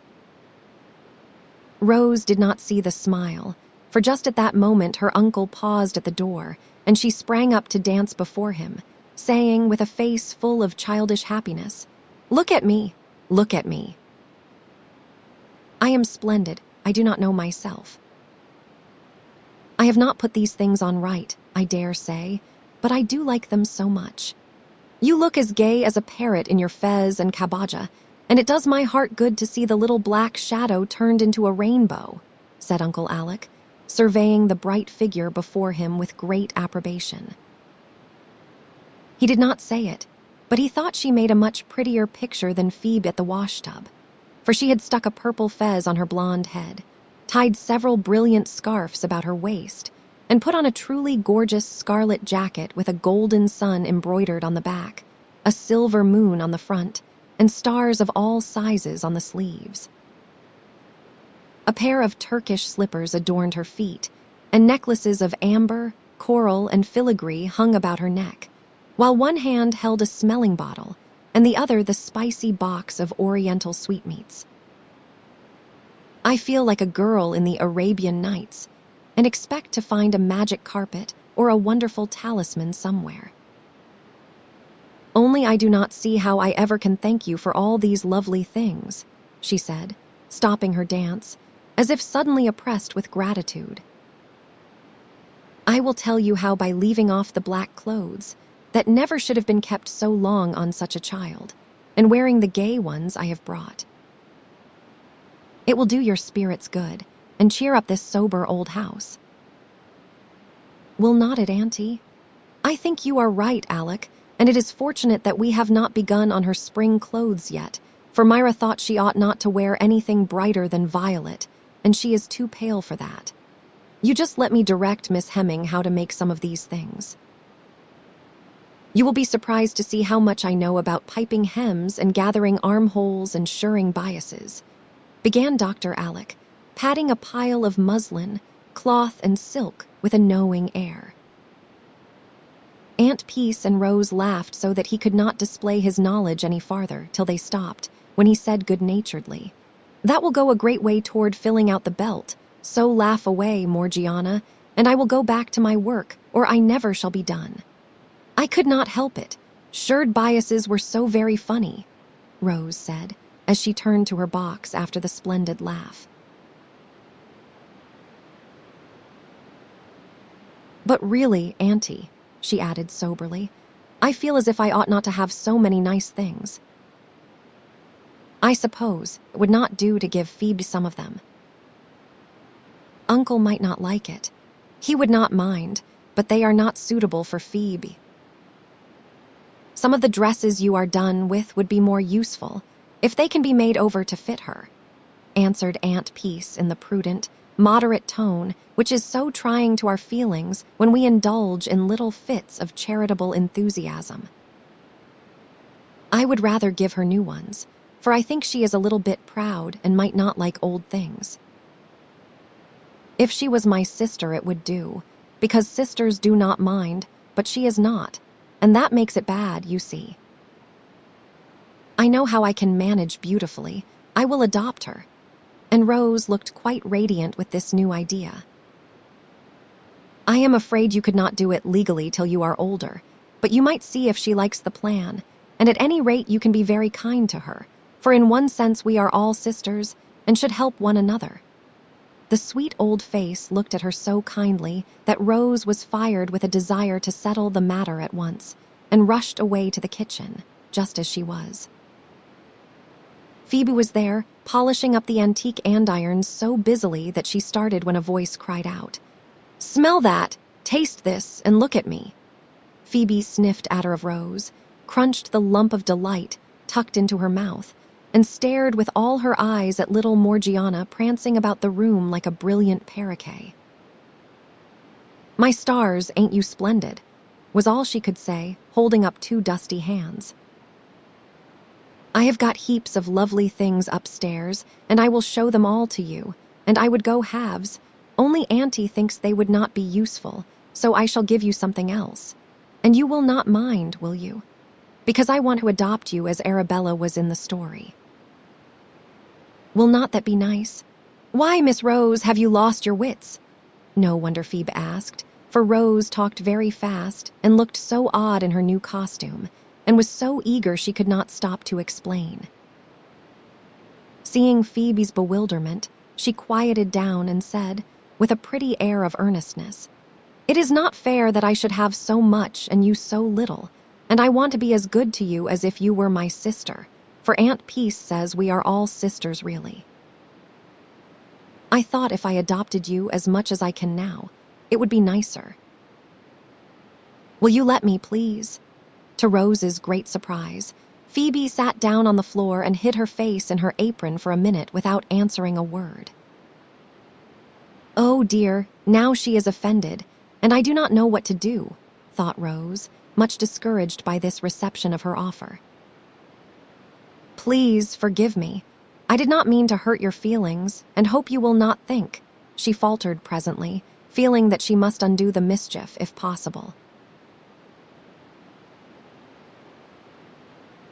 But Phoebe gave her another surprise by dropping the apron and showing a face all smiles, in spite of tears in the eyes, as she put both arms round Rose and said, with a laugh and sob, "I think you are the dearest girl in the world, and I will let you do anything you like with me." "Then you do like the plan." "You did not cry, because I seemed to be kind of patronizing." "I truly did not mean to be," cried Rose, delighted. "I guess I do like it, and cried because no one was ever so good to me before, and I could not help it. As for patronizing, you may walk on me if you want to, and I will not mind," said Phoebe, in a burst of gratitude for the words. "We are sisters" went straight to her lonely heart and nestled there. "Well, now, we can play I am a good sprite out of the box, or, what is better, a fairy godmother come down the chimney, and you are Cinderella and must say what you want," said Rose, trying to put the question delicately. Phoebe understood that, for she had a good deal of natural refinement, though she did come from the poor house. "I do not feel as if I wanted anything now, Miss Rose, but to find some way of thanking you for all you have done," she said, rubbing off a tear that went rolling down the bridge of her nose in the most unromantic way. "Why, I have not done anything but given you a bit of candy. Here, have some more and eat 'em while you work, and think what I can do. I must go and clear up, so good. Bye, and do not forget I have adopted you. You have given me sweeter things than candy, and I am not likely to forget it." And carefully wiping off the brick dust, Phoebe pressed the little hand Rose offered warmly in both her hard ones, while the black eyes followed the departing visitor with a grateful look that made them very soft and bright. Chapter 6. Uncle Alec's room soon after dinner, and before she had got acquainted with half her new possessions, Dr. Alec proposed a drive to carry round the first installment of gifts to the aunts and cousins. Rose was quite ready to go, being anxious to try a certain soft burnous from the box, which not only possessed a most engaging little hood, but had funny tassels bobbing in all directions. The big carriage was full of parcels, and even Ben's seat was loaded with Indian war clubs, a Chinese kite of immense size, and a pair of polished ox horns from Africa. Uncle Alec, very blue as to his clothes, and very brown as to his face, sat bolt upright, surveying well-known places with interest, while Rose, feeling unusually elegant and comfortable, leaned back folded in her soft mantle, and played she was an Eastern princess making a royal progress among her subjects. At 3 of the places, their calls were brief, for Aunt Myra's catarrh was unusually bad. Aunt Clara had a room full of company, and Aunt Jane showed such a tendency to discuss the population, productions, and politics of Europe, Asia, and Africa that even Dr. Alec was dismayed and got away as soon as possible. Now we will have a good time.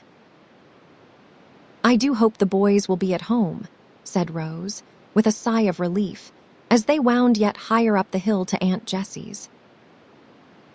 I left this for the last call, so that we might find the lads just in from school. Yes, there is Jamie on the gate watching for us. Now you will see the clan gather. They are always swarming about together. The instant Jamie saw the approaching guests, he gave a shrill whistle, which was answered by echoes from meadow, house, and barn, as the cousins came running from all directions, shouting, "Hooray for Uncle Alec!"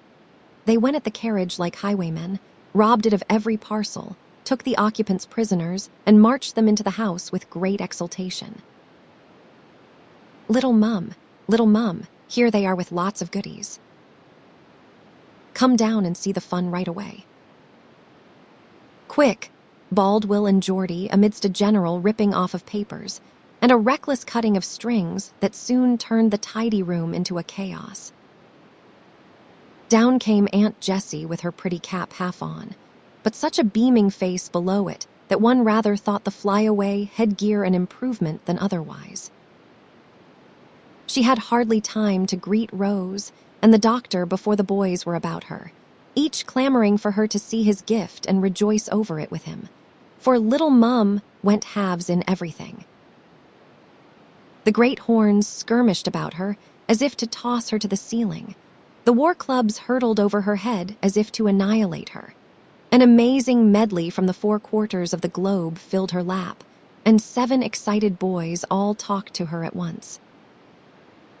But she liked it, oh dear, yes, and sat smiling, admiring, and explaining, quite untroubled by the din, which made Rose cover up her ears and Dr. Alec threaten instant flight if the riot was not quelled. That threat produced a lull, and while the uncle received thanks in one corner, the aunt had some little confidences made to her in the other. Well, dear, and how are things going with you now? Better, I hope, than they were a week ago. Aunt Jessie, I think I am going to be very happy now Uncle has come. He does the queerest things, but he is so good to me I cannot help loving him. And, nestling closer to little Mum, Rose told all that had happened, ending with a rapturous account of the splendid box. I am very glad, dear. But Rose, I must warn you of one thing. Do not let Uncle spoil you. But I like to be spoilt, Auntie. I do not doubt it, but if you turn out badly when the year is over, he will be blamed and his experiment prove a failure. That would be a pity, would not it, when he wants to do so much for you, and can do it if his kind heart does not get in the way of his good judgment. I never thought of that, and I will try not to be spoilt. But how can I help it? Asked Rose anxiously. By not complaining of the wholesome things he wants you to do, by giving him cheerful obedience as well as love, and even making some small sacrifices for his sake. I will, I truly will, and when I get in a worry about things, may I come to you. Uncle told me to, and I feel as if I should not be afraid. You may, darling. This is the place where little troubles are best cured, and this is what mothers are for, I fancy. And Aunt Jessie drew the curly head to her shoulder with a tender look that proved how well she knew what medicine the child most needed. It was so sweet and comfortable that Rose sat still enjoying it till a little voice said, "Mama, do not you think Pokey would like some of my shells?" Rose gave Phoebe some of her nice things, and it was very good of her. Can I? Who is Pokey? Asked Rose, popping up her head, attracted by the odd name. My dolly. Do you want to see her?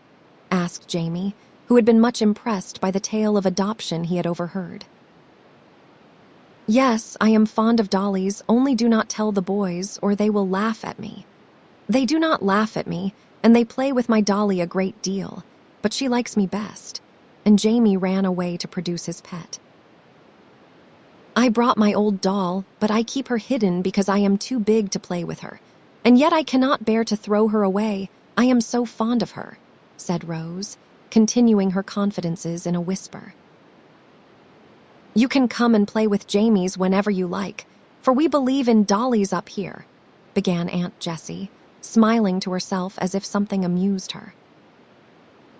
Just then Jamie came back, and Rose understood the smile, for his dolly proved to be a pretty 4-year-old little girl, who trotted in as fast as her fat legs would carry her, and making straight for the shells, scrambled up an armful, saying, with a laugh that showed her little white teeth, "All for Dimmy and me, for Dimmy and me.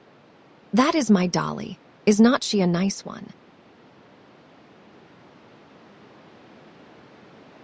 Asked Jamie, proudly surveying his pet with his hands behind him, and his short legs, rather far apart, a manly attitude copied from his brother's. "She is a dear dolly." "But why call her Pokey?" asked Rose, charmed with the new plaything. "She is such an inquisitive little body. She is always poking that mite of a nose into everything." And as Paul Pry did not suit, the boys fell to calling her Pokey. Not a pretty name, but very expressive. It certainly was, for, having examined the shells, the busy tot laid hold of everything she could find, and continued her researches till Archie caught her sucking his carved ivory chessmen to see if they were not barley sugar. Rice paper pictures were also discovered crumpled up in her tiny pocket, and she nearly smashed Will's ostrich egg by trying to sit upon it. "Here, Jim, take her away. She is worse than the puppies, and we cannot have her round," commanded the elder brother, picking her up and handing her over to the little fellow, who received her with open arms and the warning remark, "You would better mind what you do, for I am going to 'dopt Pokey like Rose did Phoebe, and then you will have to be very good to her, you big fellows. 'Dopt away, baby, and I will give you a cage to keep her in, or you will not have her long, for she is getting worse than a monkey." And Archie went back to his mates, while Aunt Jessie, foreseeing a crisis, proposed that Jamie should take his dolly home, as she was borrowed, and it was time her visit ended. "My dolly is better than yours, is not she?"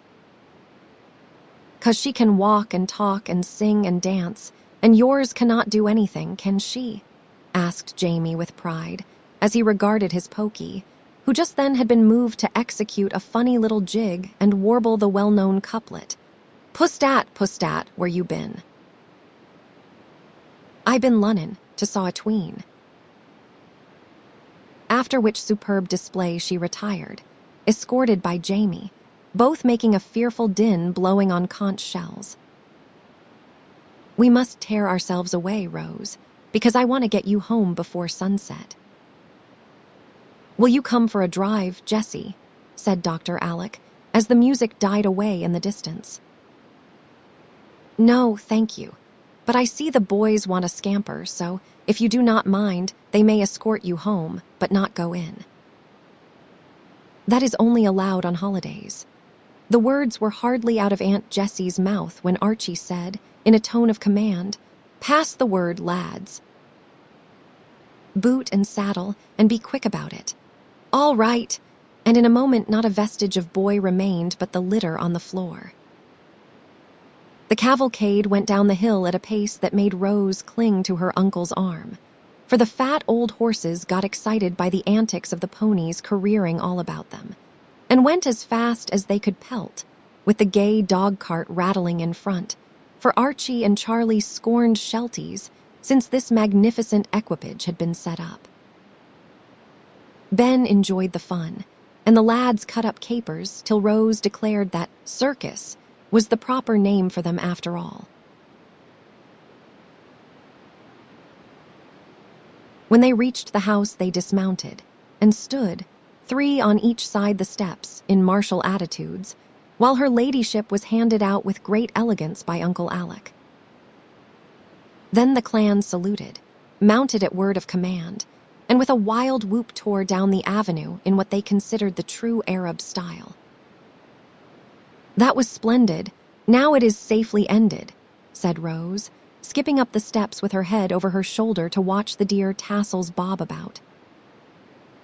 "I shall get you a pony as soon as you are a little stronger," said Dr. Alec, watching her with a smile.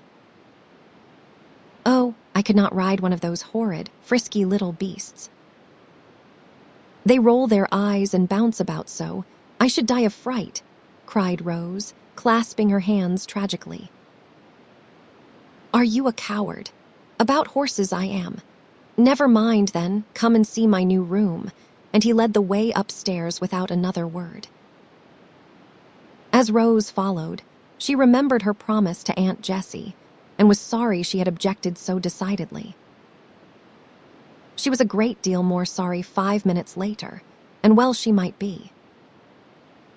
"Now take a good look and tell me what you think of it," said Dr. Alec, opening the door and letting her enter before him, while Phoebe was seen whisking down the back stairs with a dustpan. Rose walked to the middle of the room, stood still, and gazed about her with eyes that brightened as they looked, for all was changed. This chamber had been built out over the library to suit some fancy, and had been unused for years, except at Christmas times, when the old house overflowed.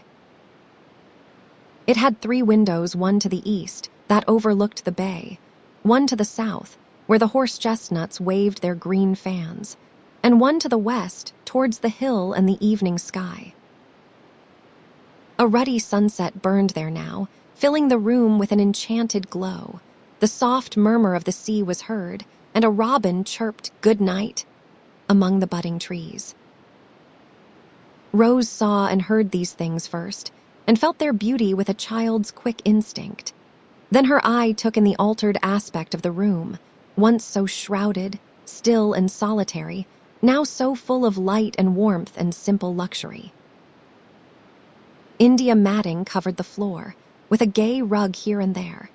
The antique andirons shone on the wide hearth, where a cheery blaze dispelled the dampness of the long-closed room. Bamboo lounges and chairs stood about, and quaint little tables in cozy corners, one bearing a pretty basket, one a desk, and on a third lay several familiar-looking books. In a recess stood a narrow white bed, with a lovely Madonna hanging over it. The Japanese screen, half-folded back, showed a delicate toilet service of blue and white set forth on a marble slab, and nearby was the great bath pan, with Turkish towels and a sponge as big as Rose's head. "Uncle must love cold water like a duck," she thought with a shiver. Then her eye went on to the tall cabinet, where a half-open door revealed a tempting array of the drawers, shelves, and cubby-holes, which so delight the hearts of children. "What a grand place for my new things," she thought, wondering what her uncle kept in that cedar retreat. "Oh me, what a sweet toilet table," was her next mental exclamation as she approached this inviting spot. A round, old-fashioned mirror hung over it, with a gilt eagle atop, holding in his beak the knot of blue ribbon that tied up a curtain of muslin falling on either side of the table, where appeared little ivory-handled brushes, 2 slender silver candlesticks, a porcelain matchbox, several pretty trays for small matters, and most imposing of all, a plump blue silk cushion, coquettishly trimmed with lace, and pink rosebuds at the corners. That cushion rather astonished Rose. In fact, the whole table did, and she was just thinking with a sly smile, "Uncle is a dandy, but I never should have guessed it," when he opened the door of a large closet, saying with a careless wave of the hand, "Men like plenty of room for their rattle-traps. Do not you think that ought to satisfy me?" Rose peeped in and gave a start, though all she saw was what one usually finds in closets: clothes and boots, boxes and bags. "Ah, but you see these clothes were small black and white frocks, The row of little boots that stood below had never been on Dr. Alec's feet. The green bandbox had a gray veil straying out of it. And yes, the bag hanging on the door was certainly her own piece bag, with a hole in one corner. She gave a quick look round the room and understood now why it had seemed too dainty for a man, why her testament and prayer book were on the table by the bed, and what those rosebuds meant on the blue cushion.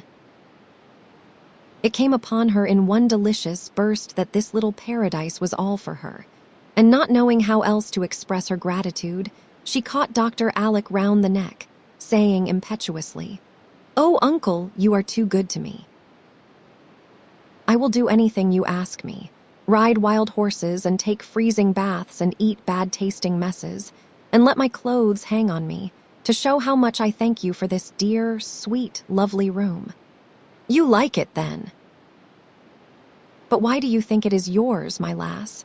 asked Dr. Alec, as he sat down looking well pleased, and drew his excited little niece to his knee. "I do not think, I know it is for me.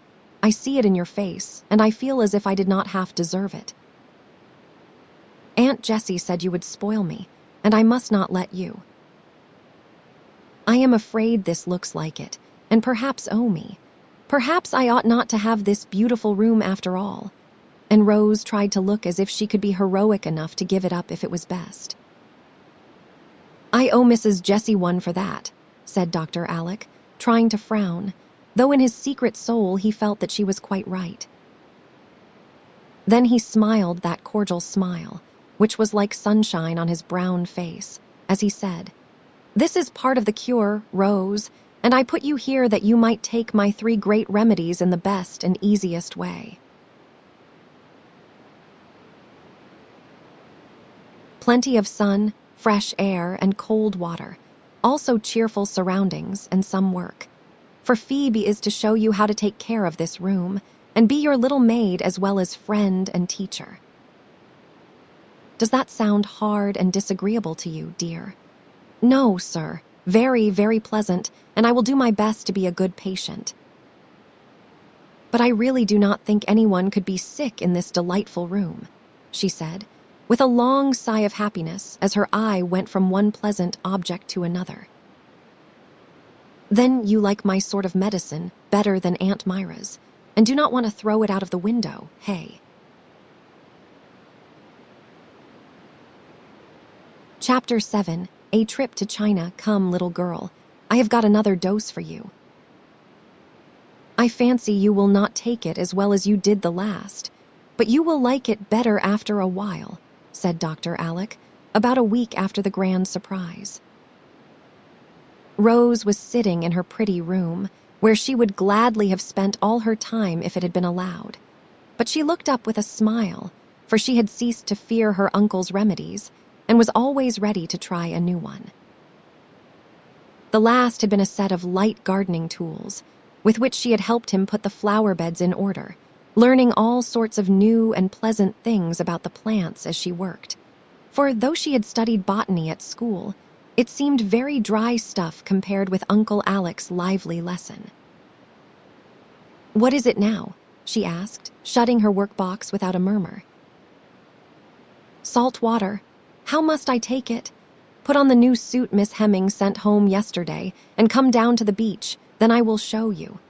"Yes, sir," answered Rose obediently, adding to herself with a shiver as he went off, "It is too early for bathing, so I know it is something to do with a dreadful boat." Putting on the new suit of blue flannel, prettily trimmed with white, and the little sailor hat with long streamers diverted her mind from the approaching trial, till a shrill whistle reminded her that her uncle was waiting. Away she ran through the garden, down the sandy path, out upon the strip of beach that belonged to the house, and here she found Dr. Alec busy with a slender red and white boat that lay rocking on the rising tide. "That is a dear little boat, and Bonnie Belle is a pretty name," she said, trying not to show how nervous she felt. "It is for you, so sit in the stern and learn to steer till you are ready to learn to row. Do all boats wiggle about in that way?" she asked, lingering as if to tie her hat more firmly. "Oh, yes, pitch about like nutshells when the sea is a bit rough," answered her sailor uncle, never guessing her secret woe. "Is it rough today?" "Not very. It looks a trifle squally to the eastward, but we are all right till the wind changes." "Come, can you swim, uncle?" asked Rose, clutching at his arm as he took her hand. "Like a fish." "Now then. Oh, please hold me very tight till I get there." "Why do you have the stern so far away?" And, stifling several squeaks of alarm in her passage, Rose crept to the distant seat and sat there holding on with both hands and looking as if she expected every wave to bring a sudden shipwreck. Uncle Alec took no notice of her fear, but patiently instructed her in the art of steering, till she was so absorbed in remembering which was starboard and which larboard that she forgot to say "ow" every time a big wave slapped against the boat. "Now where shall we go?" she asked, as the wind blew freshly in her face, and a few long, swift strokes sent them half across the little bay. "Suppose we go to China. Is not that rather a long voyage?" "Not as I go. Steer round the point into the harbor, and I will give you a glimpse of China in 20 minutes or so." "I should like that," and Rose sat wondering what he meant, while she enjoyed the new sights all about her. Behind them, the green anthills sloped gently upward to the grove at the top, and all along the seaward side stood familiar houses, stately, cozy, or picturesque. As they rounded the point, the great bay opened before them full of shipping, and the city lay beyond, its spires rising above the tall masts with their gay streamers. "Are we going there?" she asked, for she had never seen this aspect of the rich and busy old city before. "Yes. Uncle Mac has a ship just in from Hong Kong, and I thought you would like to go and see it." "Oh, I should. I love dearly to go poking about in the warehouses with Uncle Mac. Everything is so curious and new to me, and I am specially interested in China because you have been there. I will show you 2 genuine Chinamen who have just arrived. You will like to welcome Wang Lo and Fun Si, I am sure. Do not ask me to speak to them, uncle. I shall be sure to laugh at the odd names and the pigtails and the slanting eyes. Please let me just trot round after you. I like that best." "Very well. Now steer toward the wharf where the big ship with the queer flag is." "That is the Raja, and we will go aboard if we can." In among the ships they went, by the wharves where the water was green and still, and queer barnacles grew on the slippery piles. Odd smells saluted her nose, and odd sights met her eyes, but Rose liked it all, and played she was really landing in Hong Kong when they glided up to the steps in the shadow of the tall Raja. Boxes and bales were rising out of the hold, and being carried into the warehouse by stout porters, who tugged and bawled and clattered about with small trucks, or worked cranes with iron claws that came down and clutched heavy weights, whisking them aloft to where wide doors like mouths swallowed them up. Dr. Alec took her aboard the ship, and she had the satisfaction of poking her inquisitive little nose into every available corner, at the risk of being crushed, lost, or drowned. "Well, child, how would you like to take a voyage round the world with me in a jolly old craft like this?" asked her uncle, as they rested a minute in the captain's cabin. "I should like to see the world, but not in such a small, untidy, smelly place as this.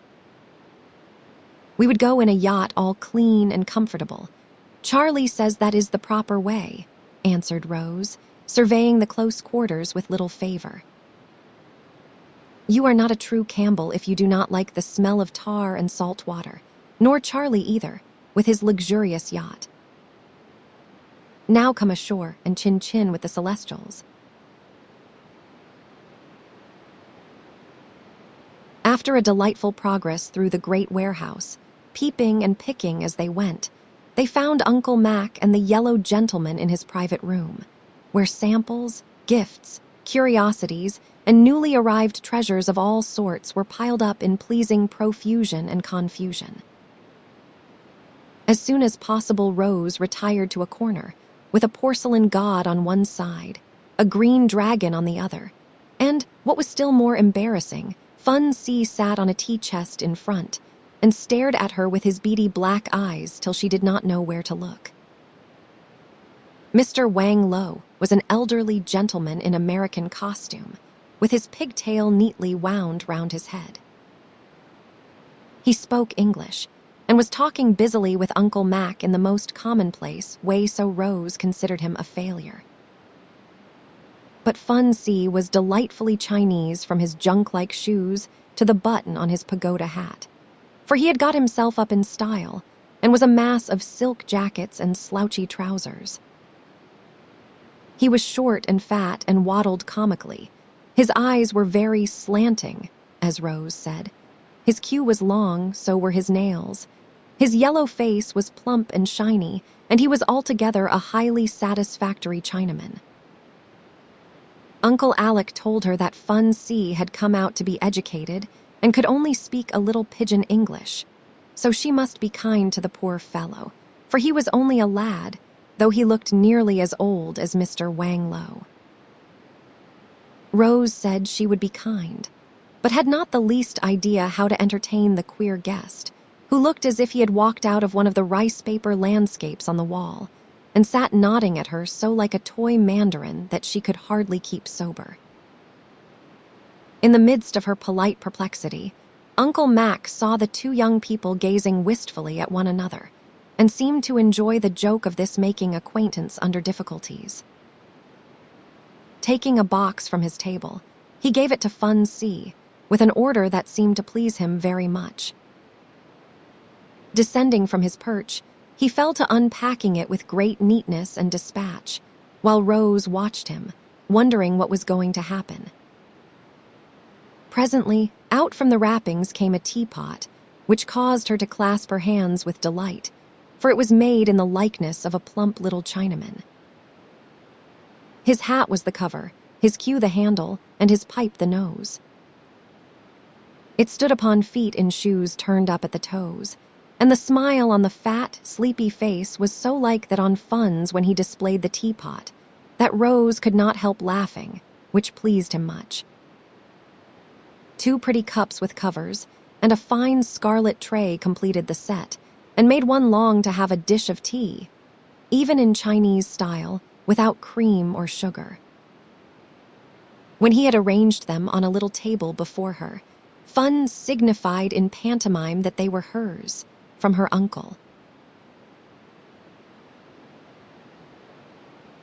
She returned her thanks in the same way, whereupon he returned to his tea chest, and having no other means of communication, they sat smiling and nodding at one another in an absurd sort of way till a new idea seemed to strike Fun. Tumbling off his seat, he waddled away as fast as his petticoats permitted, leaving Rose hoping that he had not gone to get a roasted rat, a stewed puppy, or any other foreign mess which civility would oblige her to eat. While she waited for her funny new friend, she improved her mind in a way that would have charmed Aunt Jane. The gentlemen were talking over all sorts of things, and she listened attentively, storing up much of what she heard, for she had an excellent memory, and longed to distinguish herself by being able to produce some useful information when reproached with her ignorance. She was just trying to impress upon her mind that Amoy was 280 miles from Hong Kong, when Fun came scuffling back, bearing what she thought was a small sword, till he unfurled an immense fan, and presented it with a string of Chinese compliments, the meaning of which would have amused her even more than the sound, if she could have understood it. She had never seen such an astonishing fan, and at once became absorbed in examining it. Of course, there was no perspective whatever, which only gave it a peculiar charm to Rose, for in one place a lovely lady, with blue knitting needles in her hair, sat directly upon the spire of a stately pagoda. In another charming view, a brook appeared to flow in at the front door of a stout gentleman's house, and out at his chimney. In a third, a zigzag wall went up into the sky like a flash of lightning, and a bird with two tails was apparently brooding over a fisherman whose boat was just going aground upon the moon. It was altogether a fascinating thing, and she would have sat wafting it to and fro all the afternoon, to Fun's great satisfaction, if Dr. Alec's attention had not suddenly been called to her by a breeze from the big fan that blew his hair into his eyes and reminded him that they must go. So the pretty china was repacked, Rose furled her fan, and with several parcels of choice teas for the old ladies stowed away in Dr. Alec's pockets, they took their leave, after Fun had saluted them with the 3 bendings and the 9 knockings, as they salute the Emperor, or Son of Heaven, at home. "I feel as if I had really been to China, and I am sure I look so," said Rose, as they glided out of the shadow of the Raja. She certainly did, for Mr. Wang Lo had given her a Chinese umbrella. Uncle Alec had got some lanterns to light up her balcony, the great fan lay in her lap, and the tea set reposed at her feet. "This is not a bad way to study geography, is it?" asked her uncle, who had observed her attention to the talk.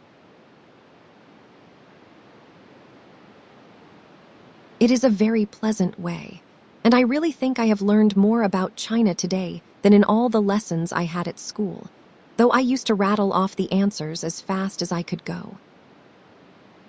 No one explained anything to us, so all I remember is that tea and silk come from there, and the women have little bits of feet."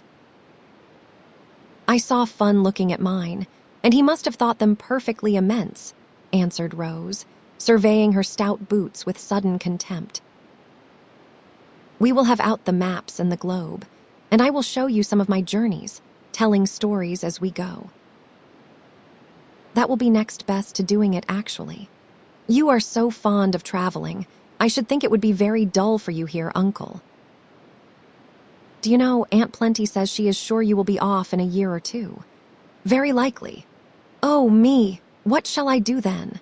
sighed Rose, in a tone of despair that made Uncle Alec's face brighten with a look of genuine pleasure as he said significantly, "Next time I go, I shall take my little anchor with me." "How will that suit? Really, Uncle? Really, niece?" Rose gave a little bounce of rapture which caused the boat to wiggle in a way that speedily quieted her down. But she sat beaming joyfully and trying to think which of some 100 questions she would ask first, when Dr. Alec said, pointing to a boat that was coming up behind them in great style, "How well those fellows row! Look at them and take notes for your own use by and by." The Stormy Petrel was manned by half a dozen jaunty-looking sailors, who made a fine display of blue shirts and shiny hats, with stars and anchors in every direction. "How beautifully they go, and they are only boys." "Why, I do believe they are our boys." "Yes, I see Charlie laughing over his shoulder." "Row, Uncle, row."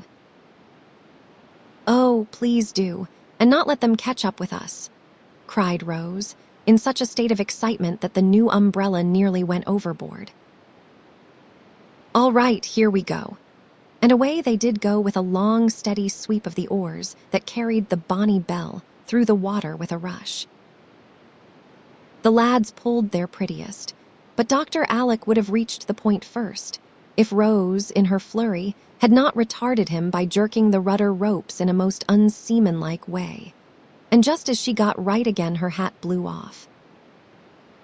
That put an end to the race, and while they were still fishing for the hat, the other boat came alongside, with all the oars in the air, and the jolly young tars ready for a frolic. "Did you catch a crab, Uncle?" "No, a blue fish," he answered, as the dripping hat was landed on a seat to dry. "What have you been doing? Seeing Fun. Good for you, Rose." "I know what you mean. We are going to have him up to show us how to fly the big kite, for we cannot get the hang of it." "Is not he great fun, though?" "No, little Fun. Come, stop joking and show us what you have got. You would better hoist that fan for a sail. Lend Dandy your umbrella. He hates to burn his pretty nose. I say, Uncle, are you going to have a feast of lanterns? No, I am going to have a feast of bread and butter, for it is tea time. If that black cloud does not lie, we shall have a gust before long, so you had better get home as soon as you can, or your mother will be anxious, Archie. Aye, aye, Skipper. Good night, Rose. Come out often, and we will teach you all there is to know about rowing, was Charlie's modest invitation. Then the boats parted company, and across the water from the Petrel's crew came a verse from one of the nonsense songs in which the boys delighted. Oh, Timbaloo, how happy we are, we live in a sieve and a crockery jar. And all night long, in the starlight pale, we sail away, with a pea-green sail, and whistle and warble a moony song to the echoing sound of a coppery gong. Far and few are the lands where the Jumblies live. Their heads are green, and their hands are blue, and they went to sea in a sieve. Chapter 8. What came of it, Uncle? Could you lend me a ninepence?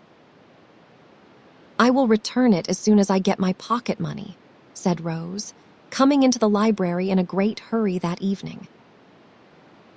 I think I could, and I will not charge any interest for it, so you need not be in any hurry to repay me.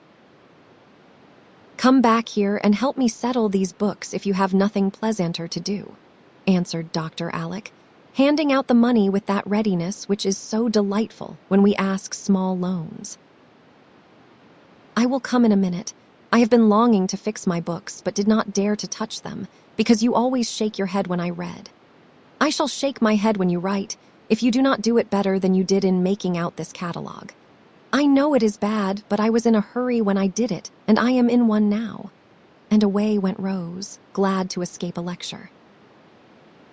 But she got it when she came back, for Uncle Alec was still knitting his brows over the list of books, and sternly demanded, pointing to a tipsy-looking title staggering down the page, "Is that meant for pulverized bones, ma'am?" "No, sir. It is Paradise Lost."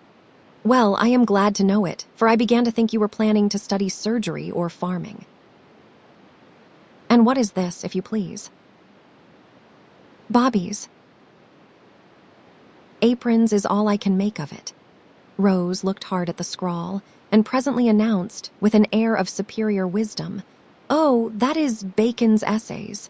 Miss Power did not teach anything so old-fashioned as writing, I see. Now look at this memorandum Aunt Plenty gave me, and see what a handsome plain hand that is. She went to a dame's school and learnt a few useful things well. That is better than a smattering of half a dozen so-called higher branches, I take the liberty of thinking. Well, I am sure I was considered a bright girl at school, and learned everything I was taught. Lulie and me were the first in all our classes, and specially praised for our French and music and those sort of things, said Rose, rather offended at Uncle Alec's criticism. I dare say, but if your French grammar was no better than your English, I think the praise was not deserved, my dear.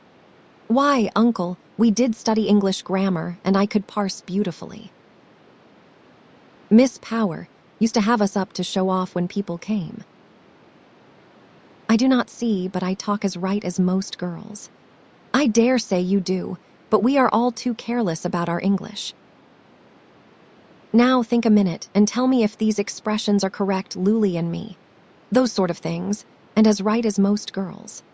Rose pulled her pet curl and put up her lip, but had to own that she was wrong, and said meekly, after a pause which threatened to be sulky, I suppose I should have said Lulie and I, in that case, and that sort of things, and rightly, though correctly would have been a better word, I guess. Thank you, and if you will kindly drop, I guess, I shall like my little Yankee all the better. Now, see here, Rosie, I do not pretend to set myself up for a model in anything, and you may come down on my grammar, manners, or morals as often as you think I am wrong, and I will thank you. I have been knocking about the world for years and have got careless, but I want my girl to be what I call well-educated, even if she studies nothing but the 3 RS for a year to come. Let us be thorough, no matter how slowly we go." He spoke so earnestly and looked so sorry to have ruffled her that Rose went and sat on the arm of his chair, saying, with a pretty air of penitence, "I am sorry I was cross, Uncle, when I ought to thank you for taking so much interest in me." "I guess no, I think you are right about being thorough, for I used to understand a great deal better when Papa taught me a few lessons than when Miss Power hurried me through so many.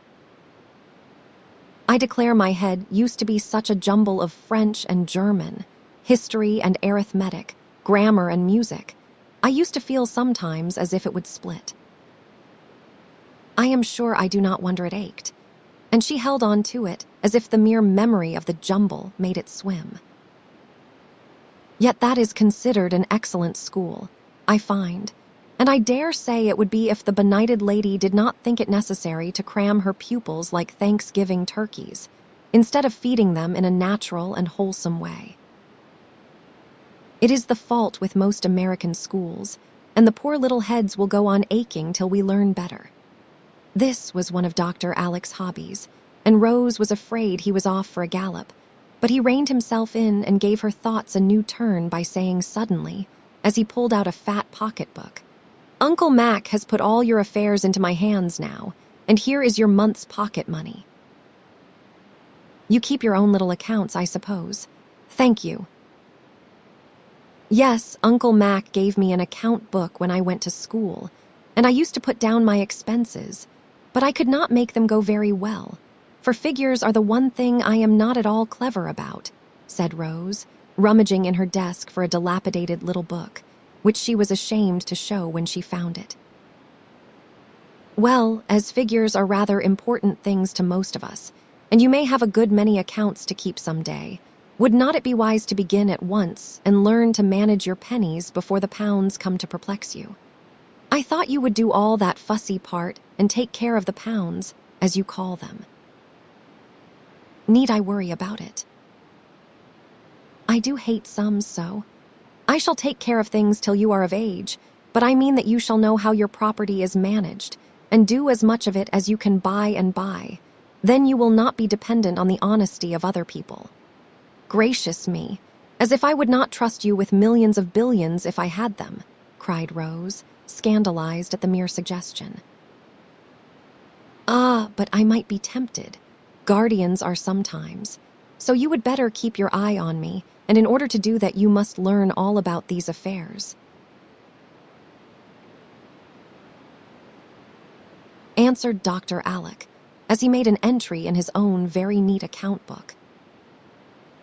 Rose peeped over his shoulder at it, and then turned to the arithmetical puzzle in her hand with a sigh of despair. "Uncle, when you add up your expenses, do you ever find you have got more money than you had in the beginning?" "No, I usually find that I have a good deal less than I had in the beginning." "Are you troubled in the peculiar way you mention?"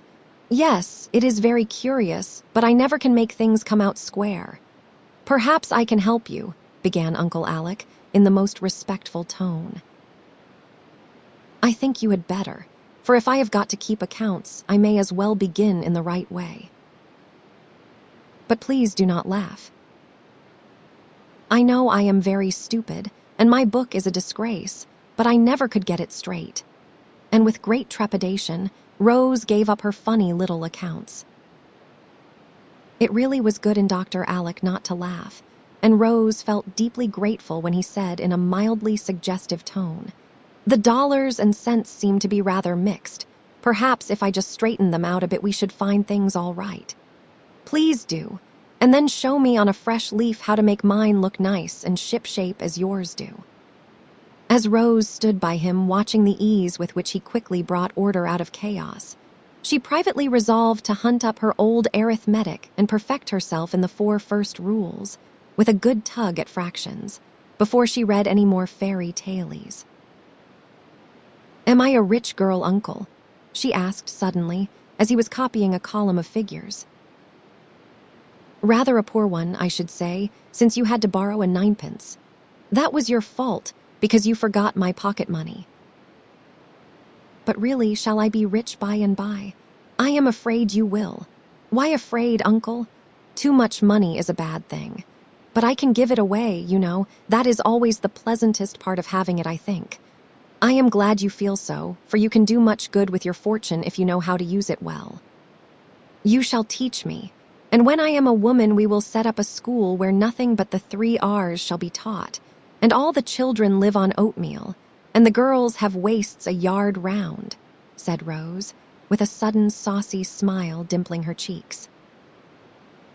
You are an impertinent little baggage, to turn on me in that way right in the midst of my first attempt at teaching. Never mind, I will have an extra bitter dose for you next time, miss. I knew you wanted to laugh, so I gave you a chance. Now I will be good, master, and do my lesson nicely. So Dr. Alec had his laugh, and then Rose sat down and took a lesson in accounts which she never forgot. Now come and read aloud to me. My eyes are tired, and it is pleasant to sit here by the fire while the rain pours outside and Aunt Jane lectures upstairs, said Uncle Alec, when last month's accounts had been put in good order and a fresh page neatly begun.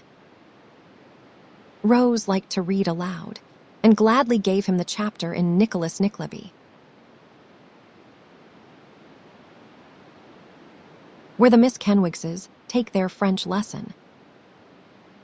She did her very best, feeling that she was being criticized, and hoping that she might not be found wanting in this as in other things. Shall I go on, sir? She asked very meekly when the chapter ended. If you are not tired, dear. It is a pleasure to hear you, for you read remarkably well, was the answer that filled her heart with pride and pleasure. Do you really think so, uncle? I am so glad. Papa taught me, and I read for hours to him, but I thought perhaps he liked it because he was fond of me. So am I, but you really do read unusually well, and I am very glad of it, for it is a rare accomplishment, and one I value highly. Come here in this cozy, low chair. The light is better, and I can pull these curls if you go too fast. I see you are going to be a great comfort as well as a great credit to your old uncle, Rosie. And Dr. Alec drew her close beside him with such a fatherly look and tone that she felt it would be very easy to love and obey him, since he knew how to mix praise and blame so pleasantly together.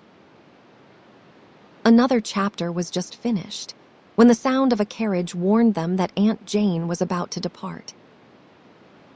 Before they could go to meet her, however, she appeared in the doorway looking like an unusually tall mummy in her waterproof, with her glasses shining like cat's eyes from the depths of the hood. Just as I thought, petting that child to death and letting her sit up late reading trash. I do hope you feel the weight of the responsibility you have taken upon yourself, Alec, she said, with a certain grim sort of satisfaction at seeing things go wrong. I think I have a very realizing sense of it, Sister Jane, answered Dr. Alec, with a comical shrug of the shoulders and a glance at Rose's bright face. It is sad to see a great girl wasting these precious hours so.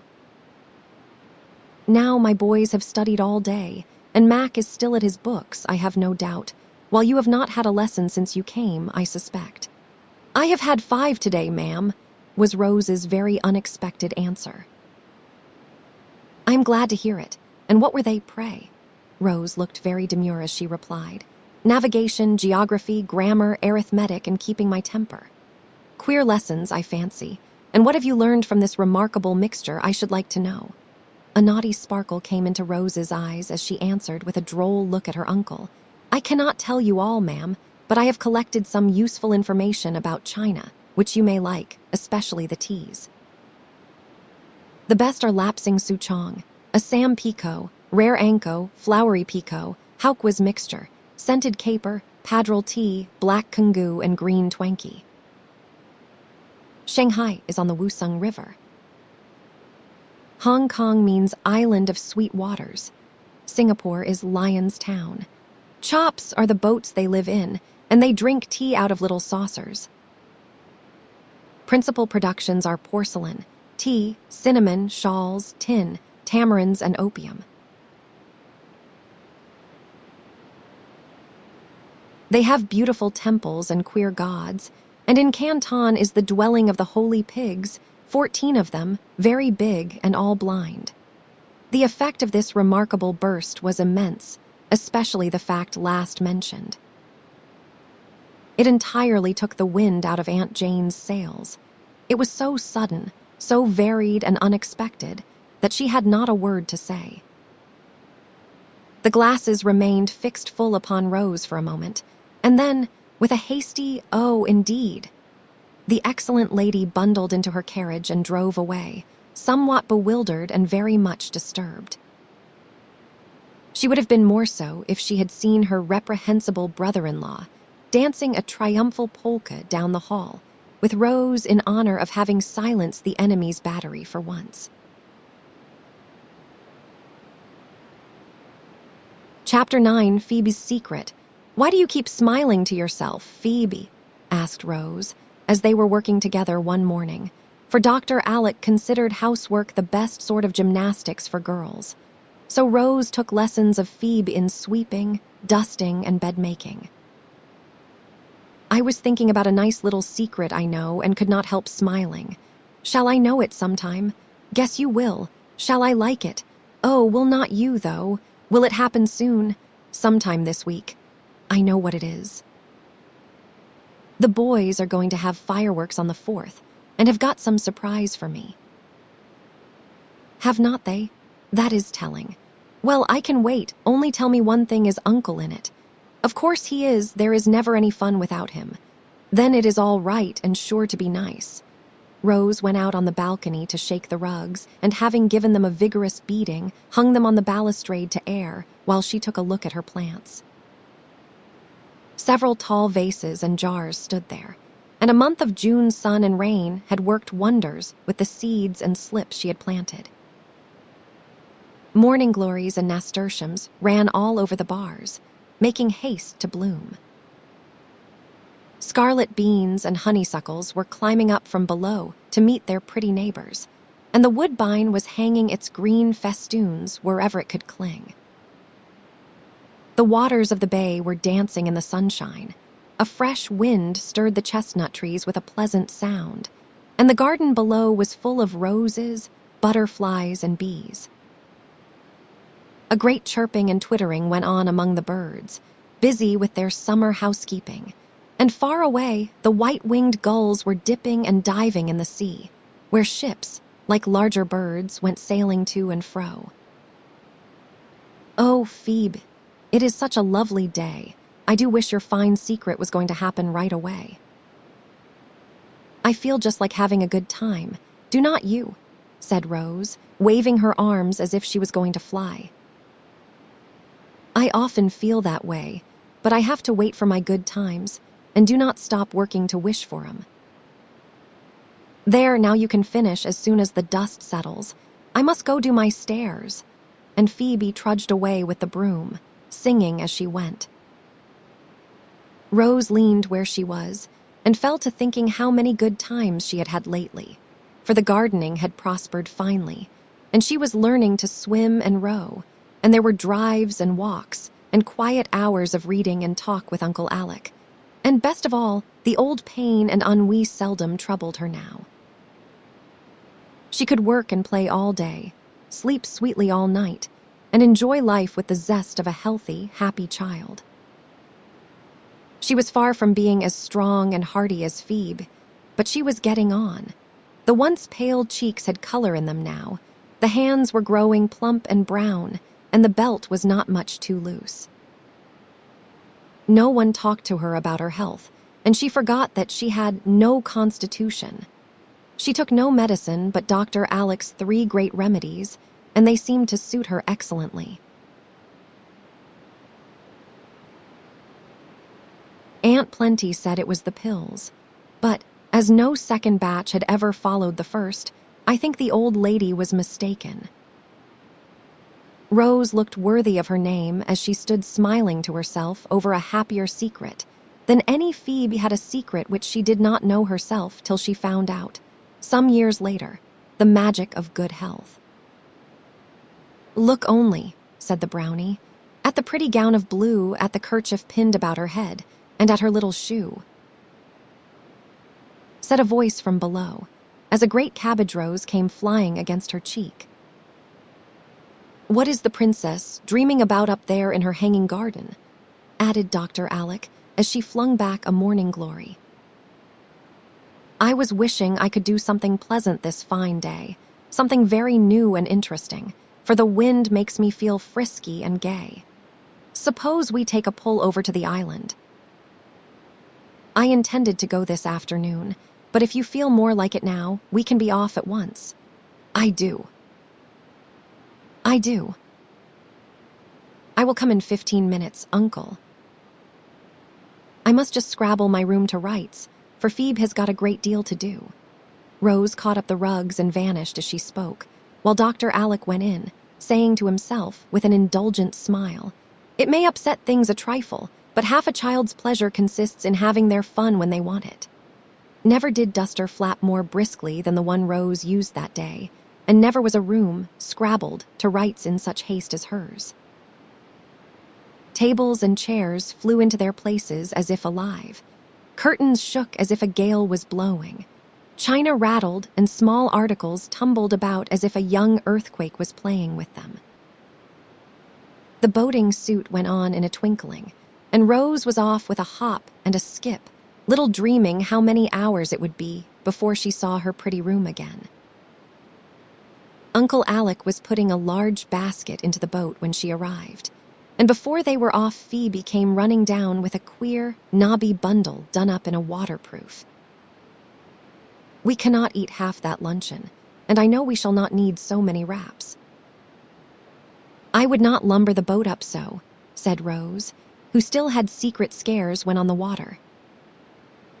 "Could not you make a smaller parcel, Phoebe?" asked Dr. Alec, eyeing the bundle suspiciously. "No, sir, not in such a hurry," and Phoebe laughed as she gave a particularly large knob a good poke. "Well, it will do for ballast. Do not forget the note to Mrs. Jessie, I beg of you." "No, sir." "I will send it right off," and Phoebe ran up the bank as if she had wings to her feet. "We will take a look at the lighthouse first, for you have not been there yet, and it is worth seeing. By the time we have done that, it will be pretty warm, and we will have lunch under the trees on the island." Rose was ready for anything, and enjoyed her visit to the lighthouse on the point very much, especially climbing up the narrow stairs and going inside the great lantern. They made a long stay, for Dr. Alec seemed in no hurry to go, and kept looking through his spyglass as if he expected to discover something remarkable on sea or land. It was past 12 before they reached the island, and Rose was ready for her lunch long before she got it. "Now this is lovely. I do wish the boys were here. Will not it be nice to have them with us all their vacation? Why, it begins today, does not it? Oh, I wish I would remembered it sooner, and perhaps they would have come with us," she said, as they lay luxuriously eating sandwiches under the old apple tree. "So we might. Next time, we will not be in such a hurry. I expect the lads will take our heads off when they find us out," answered Dr. Alec, placidly drinking cold tea. "Uncle, I smell a frying sort of a smell," Rose said, pausing suddenly as she was putting away the remains of the lunch half an hour later. "So do I. It is fish, I think." For a moment they both sat with their noses in the air, sniffing like hounds. Then Dr. Alec sprang up, saying with great decision, "Now this will not do. No one is permitted on this island without asking leave. I must see who dares to fry fish on my private property." Taking the basket on one arm and the bundle on the other, he strode away towards the traitorous smell, looking as fierce as a lion, while Rose marched behind under her umbrella. "We are Robinson Crusoe and his man Friday going to see if the savages have come," she said presently, for her fancy was full of the dear old stories that all children love so well. "And there they are. 2 tents and 2 boats, as I live. These rascals mean to enjoy themselves, that is evident. There ought to be more boats and no tents. I wonder where the prisoners are.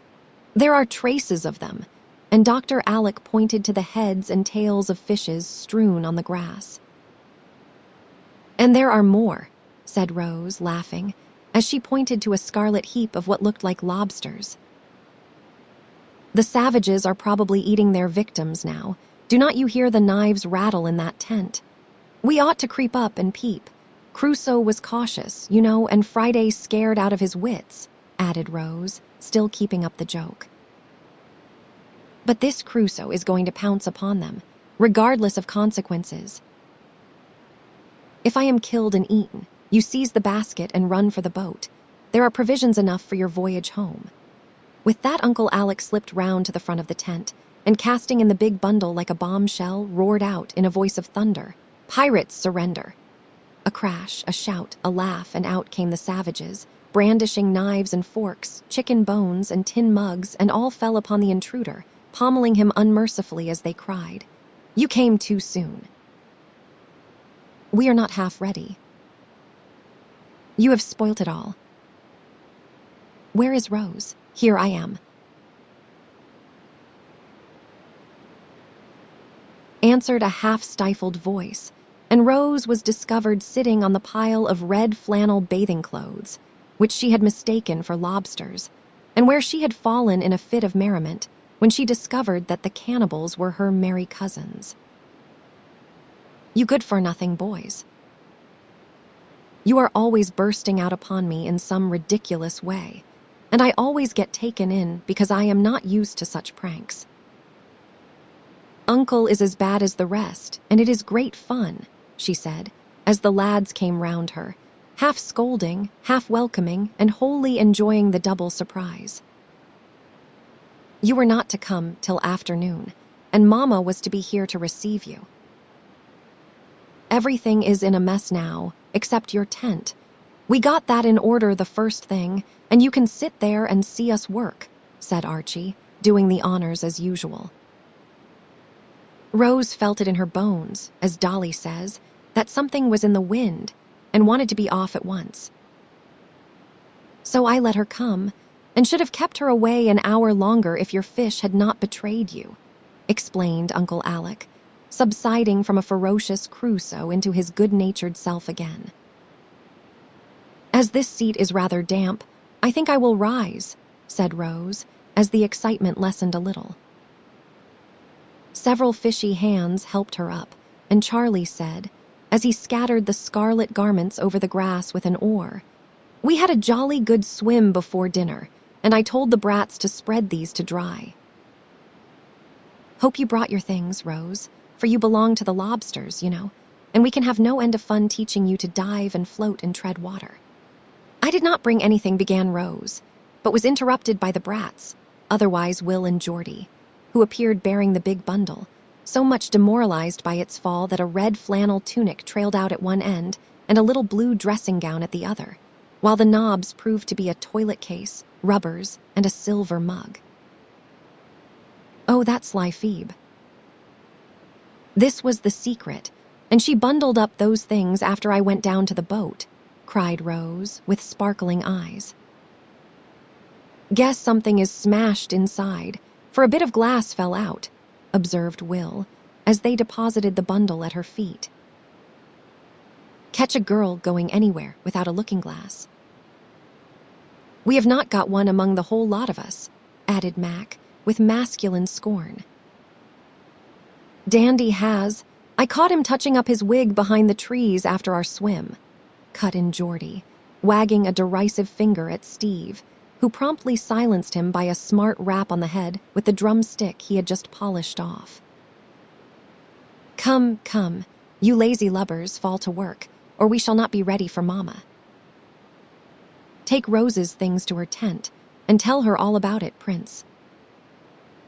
Mac and Steve, you cut away and bring up the rest of the straw, and you small chaps, clear off the table if you have stuffed all you can. Please, Uncle, I would like your advice about the boundary lines and the best place for the kitchen. Everyone obeyed the chief, and Rose was escorted to her tent by Charlie, who devoted himself to her service. She was charmed with her quarters, and still more so with the program which he unfolded before her as they worked. We always camp out somewhere in vacation, and this year we thought we would try the island. It is handy, and our fireworks will show off well from here. Shall we stay over the 4th? 3 whole days. Oh me, what a frolic it will be. Bless your heart, we often camp for a week, we big fellows, but this year the small chaps wanted to come, so we let them. We have great larks, as you will see, for we have a cave and play Captain Kidd, and have shipwrecks and races and all sorts of games. Arch and I are rather past that kind of thing now, but we do it to please the children, added Charlie, with a sudden recollection of his 16 years. I had no idea boys had such good times. Their plays never seemed a bit interesting before.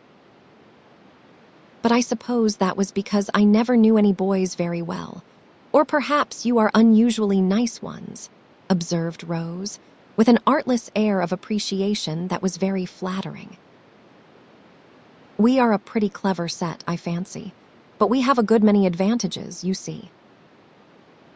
There are a tribe of us, to begin with. Then our family has been here for ages, and we have plenty of spondulics, so we can rather lord it over the other fellows and do as we like. There, ma'am, you can hang your smashed glass on that nail and do up your back hair as fine as you please. You can have a blue blanket or a red one, and a straw pillow or an air cushion for your head, whichever you like. You can trim up to any extent and be as free and easy as squaws in a wigwam, for this corner is set apart for you ladies, and we never cross the line Uncle is drawing until we ask leave. Anything more I can do for you, cousin? No, thank you. I think I will leave the rest till Auntie comes and go and help you somewhere else, if I may. Yes, indeed, come on and see to the kitchen. Can you cook? Asked Charlie, as he led the way to the rocky nook where Archie was putting up a sailcloth awning. I can make tea and toast bread. Well, we will show you how to fry fish and make chowder. Now you just set these pots and pans round tastefully and sort of tidy up a bit, for Aunt Jessie insists on doing some of the work, and I want it to be decent here. By 4 o'clock the camp was in order, and the weary workers settled down on Lookout Rock to watch for Mrs. Jessie and Jamie, who was never far from Mama's apron string. They looked like a flock of bluebirds, all being in sailor rig, with blue ribbon enough flying from the 7 hats to have set up a milliner. Very tuneful bluebirds they were, too, for all the lads sang, and the echo of their happy voices reached Mrs. Jessie long before she saw them. The moment the boat hove in sight up went the island flag, and the blue jackets cheered lustily, as they did on every possible occasion, like true young Americans. This welcome was answered by the flapping of a handkerchief and the shrill rah. Rah. Rah of the one small tar who stood in the stern, waving his hat manfully, while a maternal hand clutched him firmly in the rear. Cleopatra, landing from her golden galley, never received a heartier greeting than little Mum, as she was borne to her tent by the young folk, for love of whom she smilingly resigned herself to 3 days of discomfort, while Jamie immediately attached himself to Rose, assuring her of his protection from the manifold perils which might assail them. Taught by long experience that boys are always hungry, Aunt Jessie soon proposed supper and proceeded to get it, enveloped in an immense apron with an old hat of Archie's stuck atop of her cap. Rose helped and tried to be as handy as Phoebe, though the peculiar style of table she had to set made it no easy task. It was accomplished at last, and a very happy party lay about under the trees, eating and drinking out of anyone's plate and cup, and quite untroubled by the frequent appearance of ants and spiders in places which these interesting insects are not expected to adorn. "I never thought I should like to wash dishes, but I do," said Rose, as she sat in a boat after supper lazily rinsing plates in the sea and rocking luxuriously as she wiped them. "Mum is mighty particular.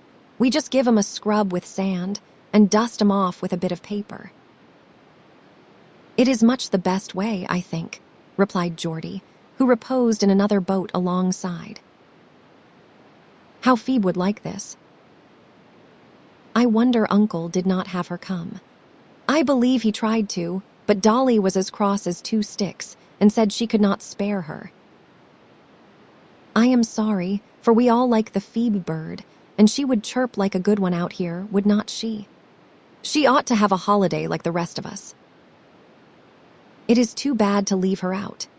This thought came back to Rose several times that evening, for Phoebe would have added much to the little concert they had in the moonlight, would have enjoyed the stories told, been quick at guessing the conundrums, and laughed with all her heart at the fun. The merry going to bed would have been the best of all, for Rose wanted someone to cuddle under the blue blanket with her, there to whisper and giggle and tell secrets, as girls delight to do. Long after the rest were asleep, Rose lay wide awake, excited by the novelty of all about her, and a thought that had come into her mind. Far away, she heard a city clock strike 12. A large star like a mild eye peeped in at the opening of the tent, and the soft plash of the waves seemed calling her to come out. Aunt Jessie lay fast asleep, with Jamie rolled up like a kitten at her feet, and neither stirred as Rose in her wrapper crept out to see how the world looked at midnight.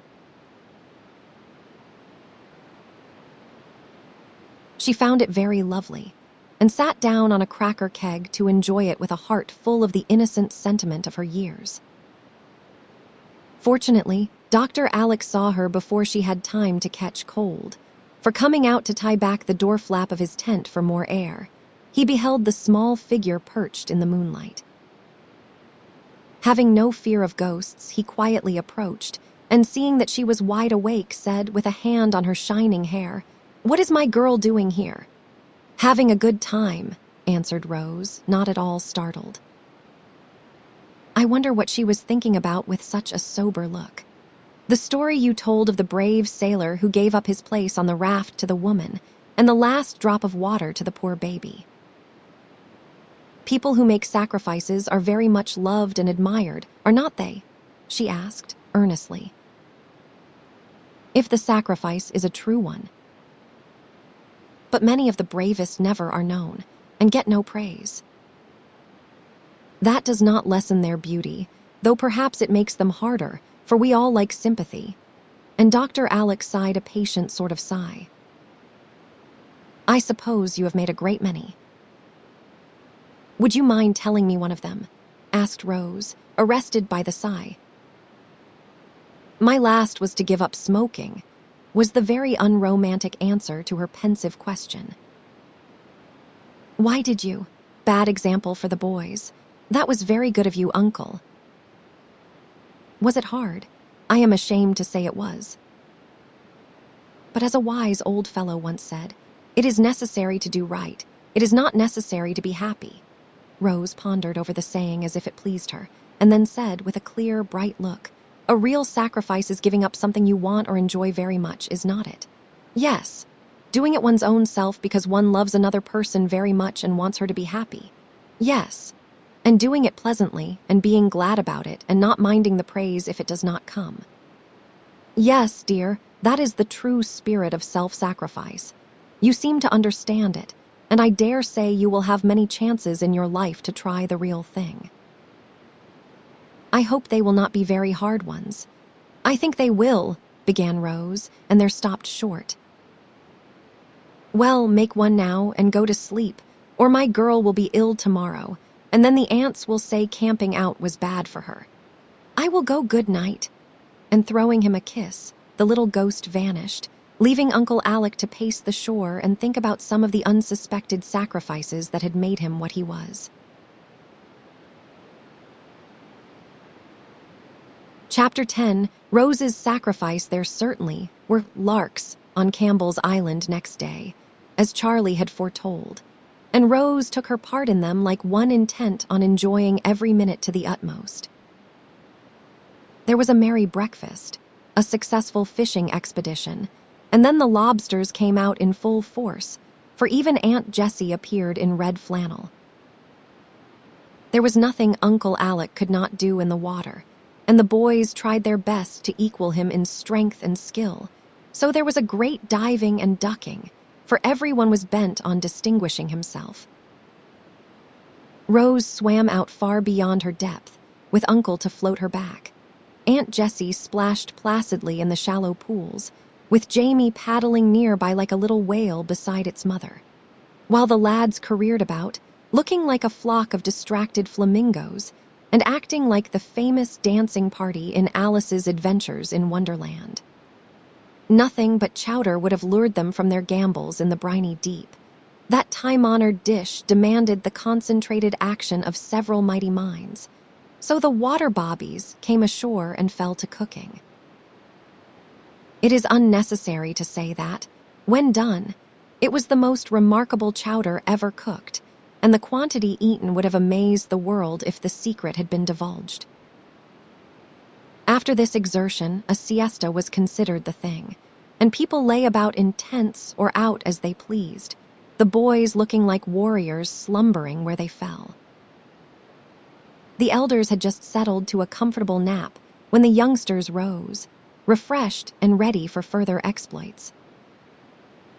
A hint sent them all off to the cave, and there were discovered bows and arrows, battle clubs, old swords, and various relics of an interesting nature. Perched upon a commanding rock, with Jamie to splain things to her, Rose beheld a series of stirring scenes enacted with great vigor and historical accuracy by her gifted relatives. Captain Cook was murdered by the natives of Ohihi in the most thrilling manner.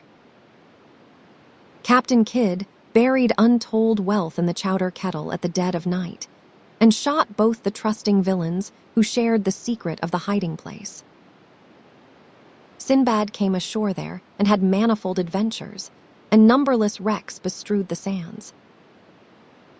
Rose considered them by far the most exciting dramas she had ever witnessed, and when the performance closed with a grand ballet of Fiji Islanders, whose barbaric yells alarmed the gulls, she had no words in which to express her gratification. Another swim at sunset, another merry evening on the rocks watching the lighted steamers pass seaward and the pleasure boats come into port, ended the second day of the camping out and sent everyone to bed early that they might be ready for the festivities of the morrow. Archie, did not I hear Uncle ask you to row home in the morning for fresh milk and things? Yes, why? Please, may I go too? I have something of great importance to arrange. You know I was carried off in a hurry.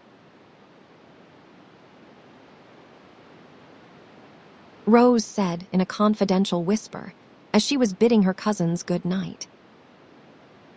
I am willing, and I guess Charlie will not mind. Thank you.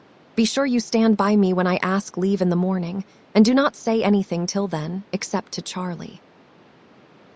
Promise, urged Rose so eagerly that Archie struck an attitude and cried dramatically, By yonder moon I swear. Hush, it is all right, go along, and Rose departed as if satisfied. She is a queer little thing, is not she, Prince? Rather a nice little thing, I think. I am quite fond of her. Rose's quick ears caught both remarks, and she retired to her tent, saying to herself with sleepy dignity Little thing, indeed. Those boys talk as if I was a baby. They will treat me with more respect after tomorrow, I guess. Archie did stand by her in the morning, and her request was readily granted as the lads were coming directly back. Off they went, and Rose waved her hand to the islanders with a somewhat pensive air, for an heroic purpose glowed within her, and the spirit of self-sacrifice was about to be illustrated in a new and touching manner. While the boys got the milk, Rose ran to Phoebe, ordered her to leave her dishes, to put on her hat, and take a note back to Uncle Alec, which would explain this somewhat mysterious performance. Phoebe obeyed, and when she went to the boat, Rose accompanied her, telling the boys she was not ready to go yet, but they could, some of them, come for her when she hung a white signal on her balcony. But why not come now? What are you about, miss? Uncle will not like it, protested Charlie, in great amazement. Just do as I tell you, little boy. Uncle will understand and explain. Obey, as Phoebe does, and ask no questions. I can have secrets as well as other people. And Rose walked off with an air of lofty independence that impressed her friends immensely. It is some plot between Uncle and herself, so we will not meddle. All right, Phoebe. Pull away, Prince. And off they went to be received with much surprise by the islanders. This was the note Phoebe bore. Dear Uncle, I am going to take Phoebe's place today and let her have all the fun she can. Please do not mind what she says, but keep her, and tell the boys to be very good to her for my sake. Do not think it is easy to do this. It is very hard to give up the best day of all, but I feel so selfish to have all the pleasure and Phoebe none, that I wish to make this sacrifice. Do let me, and do not laugh at it. I truly do not wish to be praised, and I truly want to do it. Love to all from Rose. Bless the little dear, what a generous heart she has. Shall we go after her, Jessie, or let her have her way? Said Dr. Alec, after the first mingled amusement and astonishment had subsided. Let her alone, and do not spoil her little sacrifice. She means it, I know, and the best way in which we can show our respect for her effort is to give Phoebe a pleasant day. I am sure she has earned it. And Mrs. Jessie made a sign to the boys to suppress their disappointment and exert themselves to please Rose's guest. Phoebe was with difficulty kept from going straight home, and declared that she should not enjoy herself one bit without Miss Rose. She will not hold out all day, and we shall see her paddling back before noon. I will wager anything, said Charlie, and the rest so strongly inclined to his opinion that they resigned themselves to the loss of the little queen of the revels, sure that it would be only a temporary one. But hour after hour passed, and no signal appeared on the balcony, though Phoebe watched it hopefully. No passing boat brought the truant back, though more than one pair of eyes looked out for the bright hair under the round hat, and sunset came, bringing no rose but the lovely color in the western sky. I really did not think the child had it in her. I fancied it was a bit of sentiment, but I see she was in earnest, and means that her sacrifice shall be a true one. Dear little soul, I will make it up to her 1,000 times over, and beg her pardon for thinking it might be done for effect, Dr. Alec said remorsefully, as he strained his eyes through the dusk, fancying he saw a small figure sitting in the garden as it had sat on the keg the night before, laying the generous little plot that had cost more than he could guess. Well, she cannot help seeing the fireworks, anyway, unless she is goose enough to think she must hide in a dark closet and not look, said Archie, who was rather disgusted at Rose's seeming ingratitude. She will see ours capitally, but miss the big ones on the hill, unless Papa has forgotten all about them, added Steve, cutting short the harangue Mac had begun upon the festivals of the ancients. "I am sure the sight of her will be better than the finest fireworks that ever went off," said Phoebe, meditating an elopement with one of the boats if she could get a chance. "Let things work.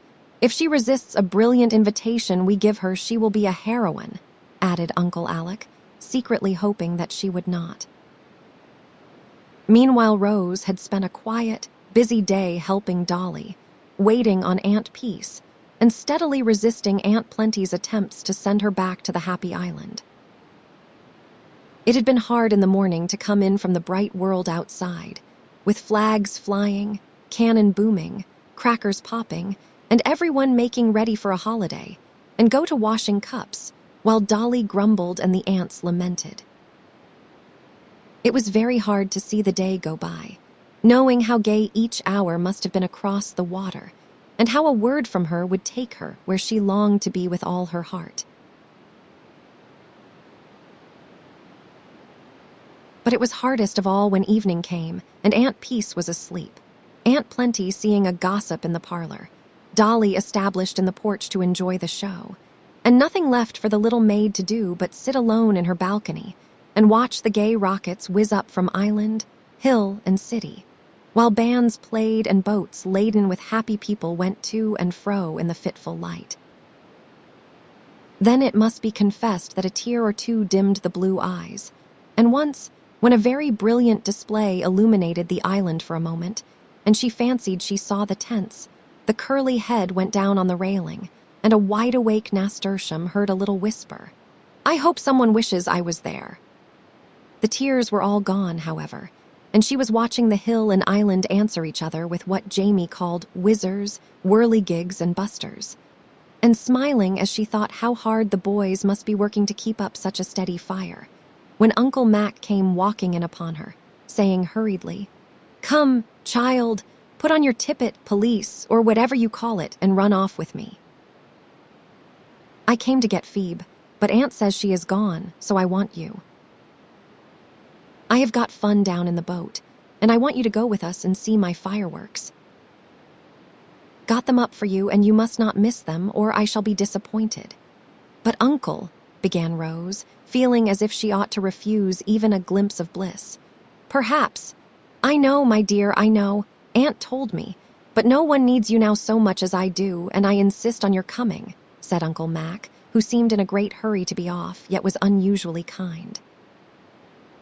So Rose went and found the little Chinaman with a funny lantern waiting to help her in, and convulse her with laughter trying to express his emotions in pidgin English.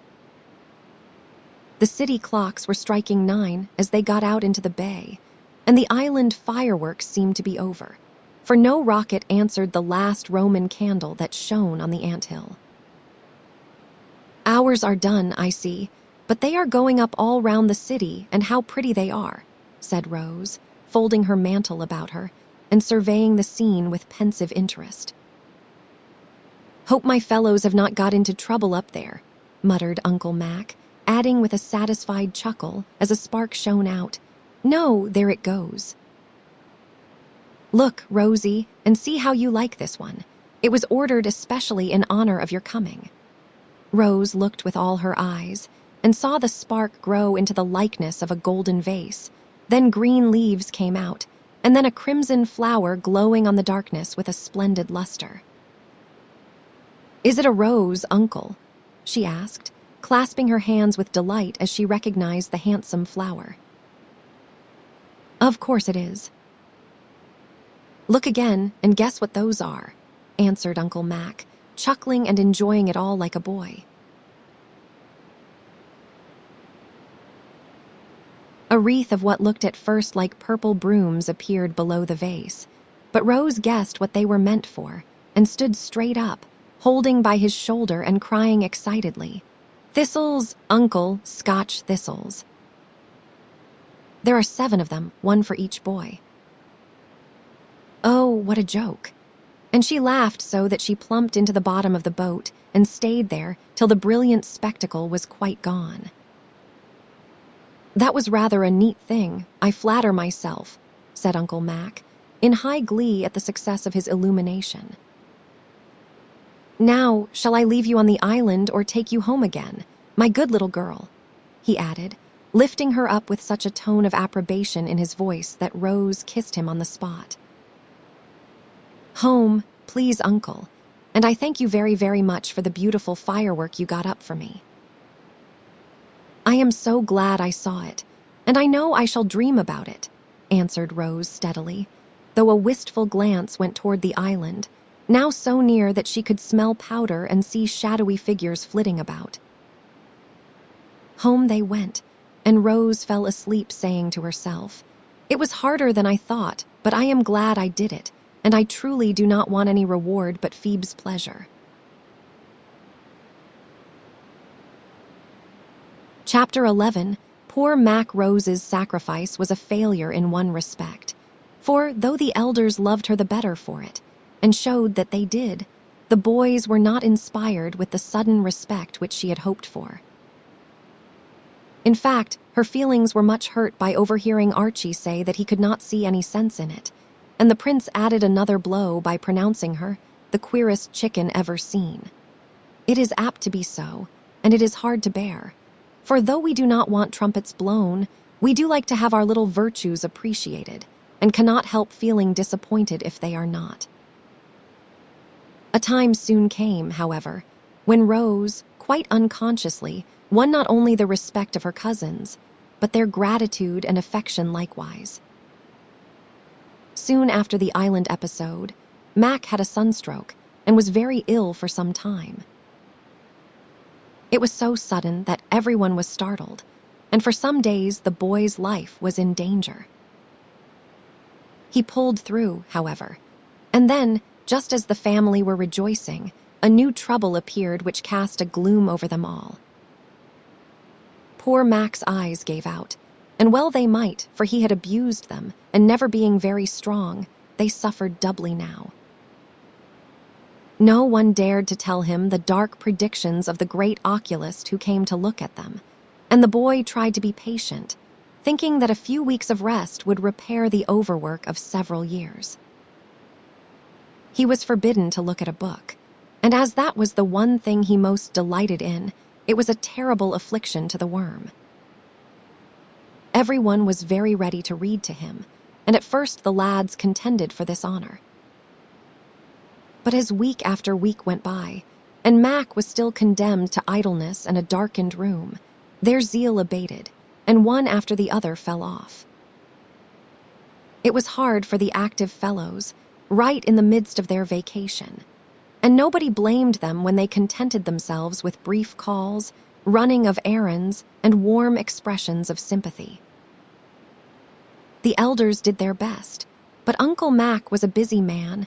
Aunt Jane's reading was of a funereal sort, impossible to listen to long, and the other aunties were all absorbed in their own cares, though they supplied the boy with every delicacy they could invent. Uncle Alec was a host in himself, but he could not give all his time to the invalid, and if it had not been for Rose, the afflicted worm would have fared ill.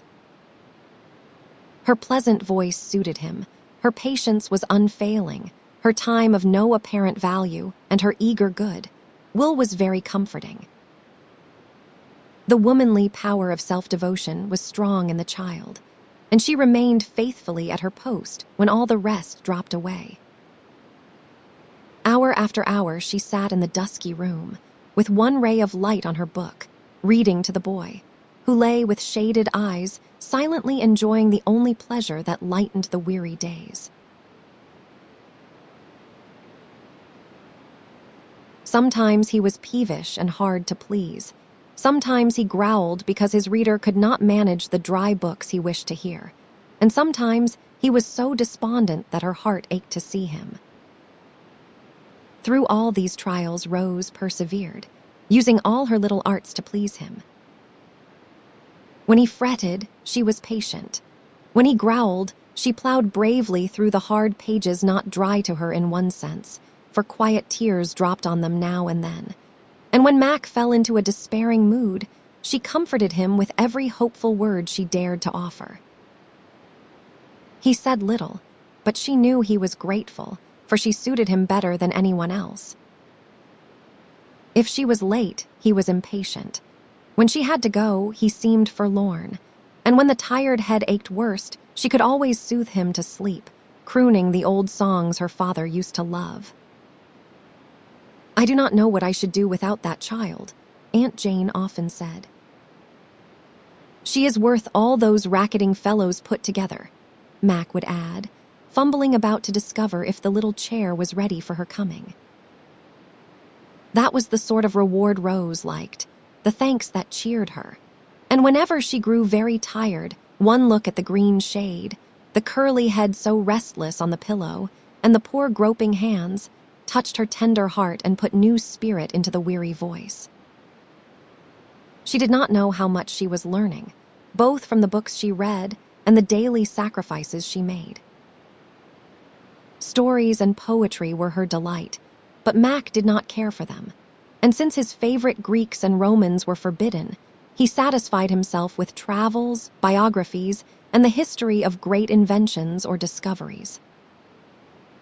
Rose despised this taste at first, but soon got interested in Livingstone's adventures, Hobson's stirring life in India, and the brave trials and triumphs of Watt and Arkwright, Fulton, and Palissy, the potter.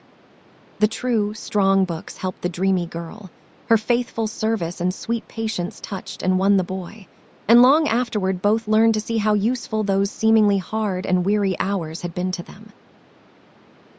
One bright morning, as Rose sat down to begin a fat volume entitled History of the French Revolution, expecting to come to great grief over the long names, Mac, who was lumbering about the room like a blind bear, stopped her by asking abruptly, "What day of the month is it?" "The 7th of August, I believe. More than half my vacation gone, and I have only had a week of it." "I call that hard," and he groaned dismally. "So it is, but there is more to come, and you may be able to enjoy that. May be able." "I will be able." "Does that old noodle think I am going to stay stived up here much longer? I guess he does, unless your eyes get on faster than they have yet. Has he said anything more lately? I have not seen him, you know." "Shall I begin? This looks rather nice." "Read away, it is all one to me." And Mac cast himself down upon the old lounge where his heavy head felt easiest. Rose began with great spirit and kept on gallantly for a couple of chapters, getting over the unpronounceable names with unexpected success. She thought, for her listener did not correct her once, and lay so still she fancied he was deeply interested. All of a sudden she was arrested in the middle of a fine paragraph by Mac, who sat bolt upright, brought both feet down with a thump, and said, in a rough, excited tone, "Stop. I do not hear a word, and you may as well save your breath to answer my question." "What is it?" asked Rose, looking uneasy, for she had something on her mind and feared that he suspected what it was. His next words proved that she was right. "Now look here, I want to know something and you have got to tell me." "Please, do not," began Rose beseechingly. "You must, or I will pull off this shade and stare at the sun as hard as ever I can stare." "Come now," and he half rose, as if ready to execute the threat. "I will. Oh, I will tell if I know." "But do not be reckless and do anything so crazy as that," cried Rose, in great distress. "Very well. Then listen, and do not dodge as everyone else does. Did not the doctor think my eyes worse the last time he came?" "Mother will not say, but you shall." "I believe he did," faltered Rose. "I thought so." "Did he say I should be able to go to school when it begins?" "No, Mac," very low. That was all, but Rose saw her cousin set his lips together and take a long breath, as if she had hit him hard. He bore the disappointment bravely, however, and asked quite steadily in a minute, "How soon does he think I can study again?" It was so hard to answer that. Yet Rose knew she must, for Aunt Jane had declared she could not do it, and Uncle Mac had begged her to break the truth to the poor lad. Not for a good many months. How many? He asked with a pathetic sort of gruffness. A year, perhaps. A whole year. Why, I expected to be ready for college by that time. And pushing up the shade, Mac stared at her with startled eyes that soon blinked and fell before the one ray of light. Plenty of time for that. You must be patient now and get them thoroughly well, or they will trouble you again when it will be harder to spare them, she said, with tears in her own eyes. I will not do it. I will study and get through somehow. It is all humbug about taking care so long. These doctors like to keep hold of a fellow if they can.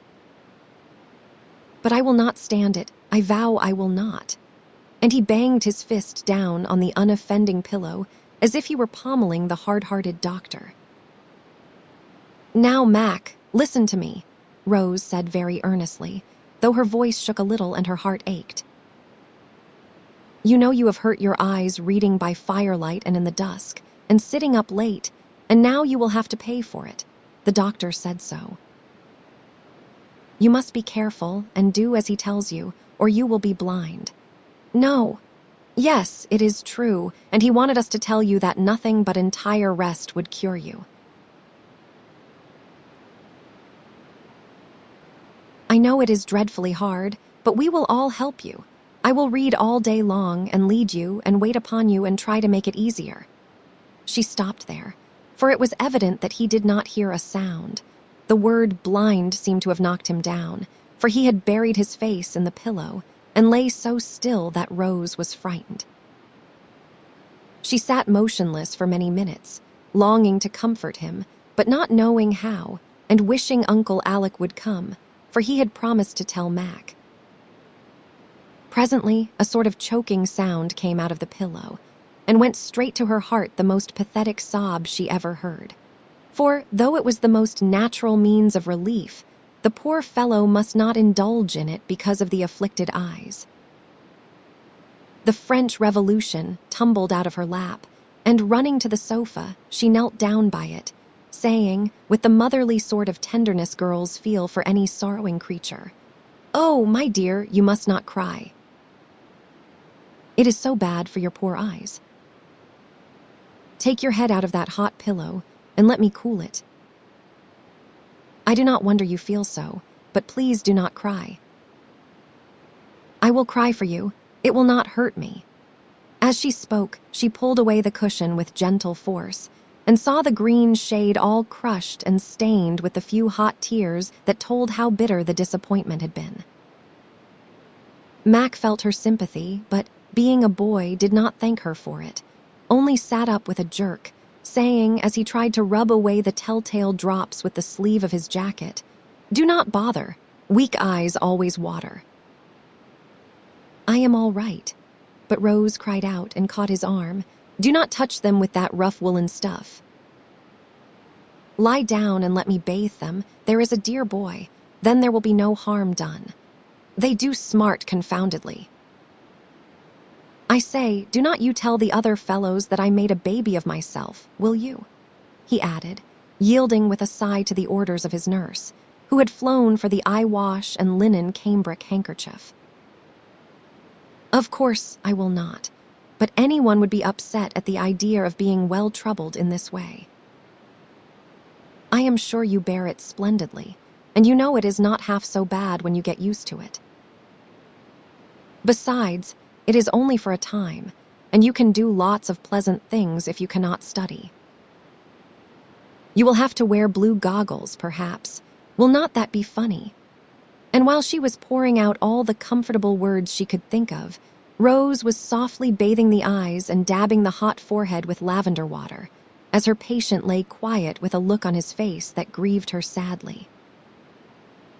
Homer was blind, and so was Milton, and they did something to be remembered by in spite of it, he said, as if to himself in a solemn tone, for even the blue goggles did not bring a smile. Papa had a picture of Milton and his daughters writing for him. It was a very sweet picture, I thought, observed Rose in a serious voice, trying to meet the sufferer on his own ground. Perhaps I could study if someone read and did the I part. Do you suppose I could, by and by? He asked, with a sudden ray of hope. I dare say, if your head is strong enough. This sunstroke, you know, is what upset you, and your brain needs rest, the doctor says. I will have a talk with the old fellow next time he comes and find out just what I may do. Then I shall know where I am. What a fool I was that day to be stewing my brains and letting the sun glare on my book till the letters danced before me. I see 'em now when I shut my eyes, black balls bobbing round, and stars and all sorts of queer things. Wonder if all blind people do. Do not think about them. I will go on reading, shall I? We shall come to the exciting part soon, and then you will forget all this, suggested Rose. No, I never shall forget. Hang the old revolution. I do not want to hear another word of it. My head aches and I am hot. Oh, would not I like to go for a pull in the stormy petrel? And poor Mac tossed about as if he did not know what to do with himself. Let me sing, and perhaps you will drop off. Then the day will seem shorter, said Rose, taking up a fan and sitting down beside him. Perhaps I shall. I did not sleep much last night, and when I did I dreamed like fun. See here, you tell the people that I know, and it is all right, and I do not want them to talk about it or howl over me. That is all. Now drone away, and I will try to sleep. Wish I could for a year and wake up cured. Oh, I wish you could. Rose said it so fervently that Mac was moved to grope for her apron and hold on to a corner of it, as if it was comfortable to feel her near him. But all he said was, You are a good little soul, Rosie. Give us the Burkes. That is a drowsy one that always sends me off. Quite contented with this small return for all her sympathy, Rose waved her fan and sang, in a dreamy tone, the pretty Scotch air, the burden of which is, Bonnie lassie, will ye gang to the Burkes of Aberfeldy? Whether the lassie went or not I cannot say, but the laddie was off to the land of Nod in about 10 minutes, quite worn out with hearing the bad tidings and the effort to bear them manfully. Chapter 12. The other fellows Rose did tell the people what had passed, and no one howled over Mac or said a word to trouble him. He had his talk with the doctor and got very little comfort out of it, for he found that just what he might do was nothing at all, though the prospect of some study by and by, if all went well, gave him courage to bear the woes of the present. Having made up his mind to this, he behaved so well that everyone was astonished, never having suspected so much manliness in the quiet worm. The boys were much impressed, both by the greatness of the affliction which hung over him and by his way of bearing it. They were very good to him, but not always particularly wise in their attempts to cheer and amuse, and Rose often found him much downcast after a visit of condolence from the clan. She still kept her place as head nurse and chief reader, though the boys did their best in an irregular sort of way. They were rather taken aback sometimes at finding Rose's services preferred to theirs, and privately confided to one another that old Mac was getting fond of being mollycoddled. But they could not help seeing how useful she was, and owning that she alone had remained faithful, a fact which caused some of them much secret compunction now and then. Rose felt that she ruled in that room, if nowhere else, for Aunt Jane left a great deal to her, finding that her experience with her invalid father fitted her for a nurse, and in a case like this, her youth was an advantage rather than a drawback. Mac soon came to think that no one could take care of him so well as Rose, and Rose soon grew fond of her patient, though at first she had considered this cousin the least attractive of the seven. He was not polite and sensible like Archie, nor gay and handsome like Prince Charlie, nor neat and obliging like Steve, nor amusing like the Brats, nor confiding and affectionate like little Jamie. He was rough, absent-minded, careless and awkward, rather priggish, and not at all agreeable to a dainty, beauty-loving girl like Rose. But when his trouble came upon him, she discovered many good things in this cousin of hers, and learned not only to pity but to respect and love the poor worm, who tried to be patient, brave, and cheerful, and found it a harder task than anyone guessed, except the little nurse, who saw him in his gloomiest moods. She soon came to think that his friends did not appreciate him, and upon one occasion was moved to free her mind in a way that made a deep impression on the boys. Vacation was almost over, and the time drawing near when Mac would be left outside the happy school world which he so much enjoyed. This made him rather low in his mind, and his cousins exerted themselves to cheer him up, especially one afternoon when a spasm of devotion seemed to seize them all. Jamie trudged down the hill with a basket of blackberries which he had picked all his own self. As his scratched fingers and stained lips plainly testified. Will and Geordie brought their puppies to beguile the weary hours, and the three elder lads called to discuss baseball, cricket, and kindred subjects, eminently fitted to remind the invalid of his privations. Rose had gone to drive with Uncle Alec, who declared she was getting as pale as a potato sprout, living so much in a dark room. But her thoughts were with her boy all the while, and she ran up to him the moment she returned, to find things in a fine state of confusion. With the best intentions in life, the lads had done more harm than good, and the spectacle that met Nurse Rose's eye was a trying one. The puppies were yelping, the small boys romping, and the big boys all talking at once. The curtains were up, the room close, berries scattered freely about, Mac's shade half off, his cheeks flushed, his temper ruffled, and his voice loudest of all as he disputed hotly with Steve about lending certain treasured books which he could no longer use. Now Rose considered this her special kingdom, and came down upon the invaders with an energy which amazed them and quelled the riot at once. They had never seen her roused before, and the effect was tremendous, also comical, for she drove the whole flock of boys out of the room like an indignant little hen defending her brood. They all went as meekly as sheep. The small lads fled from the house precipitately, but the three elder ones only retired to the next room, and remained there hoping for a chance to explain and apologize, and so appease the irate young lady, who had suddenly turned the tables and clattered them about their ears. As they waited, they observed her proceedings through the half-open door, and commented upon them briefly but expressively, feeling quite bowed down with remorse at the harm they had innocently done. She has put the room to rights in a jiffy. What jacks we were to let those dogs in and kick up such a row, observed Steve, after a prolonged peep.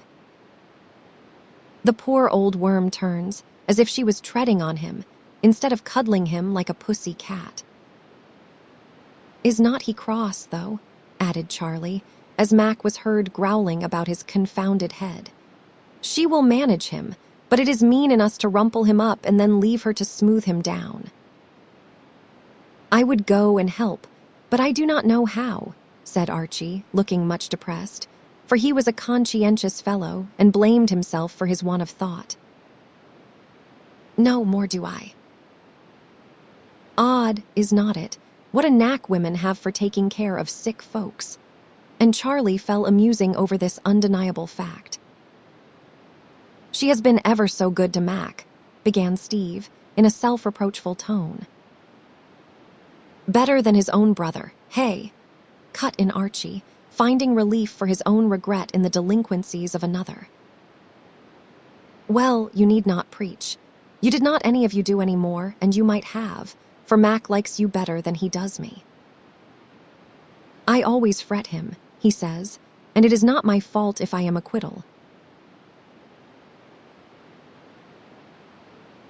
Protested Steve, in self-defense. We have all been selfish and neglected him, so we will not fight about it, but try and do better, said Archie, generously taking more than his share of blame, for he had been less inattentive than either of the others. Rose has stood by him like a good one, and it is no wonder he likes to have her round best. I should myself if I was down on my luck as he is, put in Charlie, feeling that he really had not done the little thing justice. I will tell you what it is. Boys, we have not been half good enough to Rose, and we have got to make it up to her somehow, said Archie, who had a very manly sense of honor about paying his debts, even to a girl. I am awfully sorry I made fun of her doll when Jamie lugged it out, and I called her Baby Bunting when she cried over the dead kitten. Girls are such geese sometimes. I cannot help it, said Steve, confessing his transgressions handsomely and feeling quite ready to atone for them if he only knew how. I will go down on my knees and beg her pardon for treating her as if she was a child. Do not it make her mad, though? Come to think of it, she is only 2 years or so younger than I am. But she is so small and pretty. She always seems like a dolly to me. And the prince looked down from his lofty height of 5'5" as if Rose was indeed a pygmy beside him.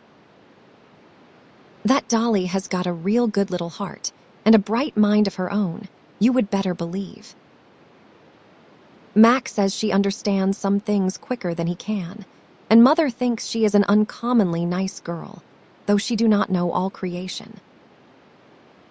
You need not put on airs, Charlie, though you are a tall one, for Rose likes Archie better than you. She said she did because he treated her respectfully. Steve looks as fierce as a gamecock, but do not you get excited, my son, for it will not do a bit of good. Of course, everybody likes the chief best. They ought to, and I will punch their heads if they do not. So calm yourself, Dandy, and mend your own manners before you come down on other people's. Thus the prince with great dignity and perfect good nature, while Archie looked modestly gratified with the flattering opinions of his kinsfolk, and Steve subsided, feeling he had done his duty as a cousin and a brother. A pause ensued, during which Aunt Jane appeared in the other room, accompanied by a tea tray sumptuously spread, and prepared to feed her big nestling, as that was a task she allowed no one to share with her.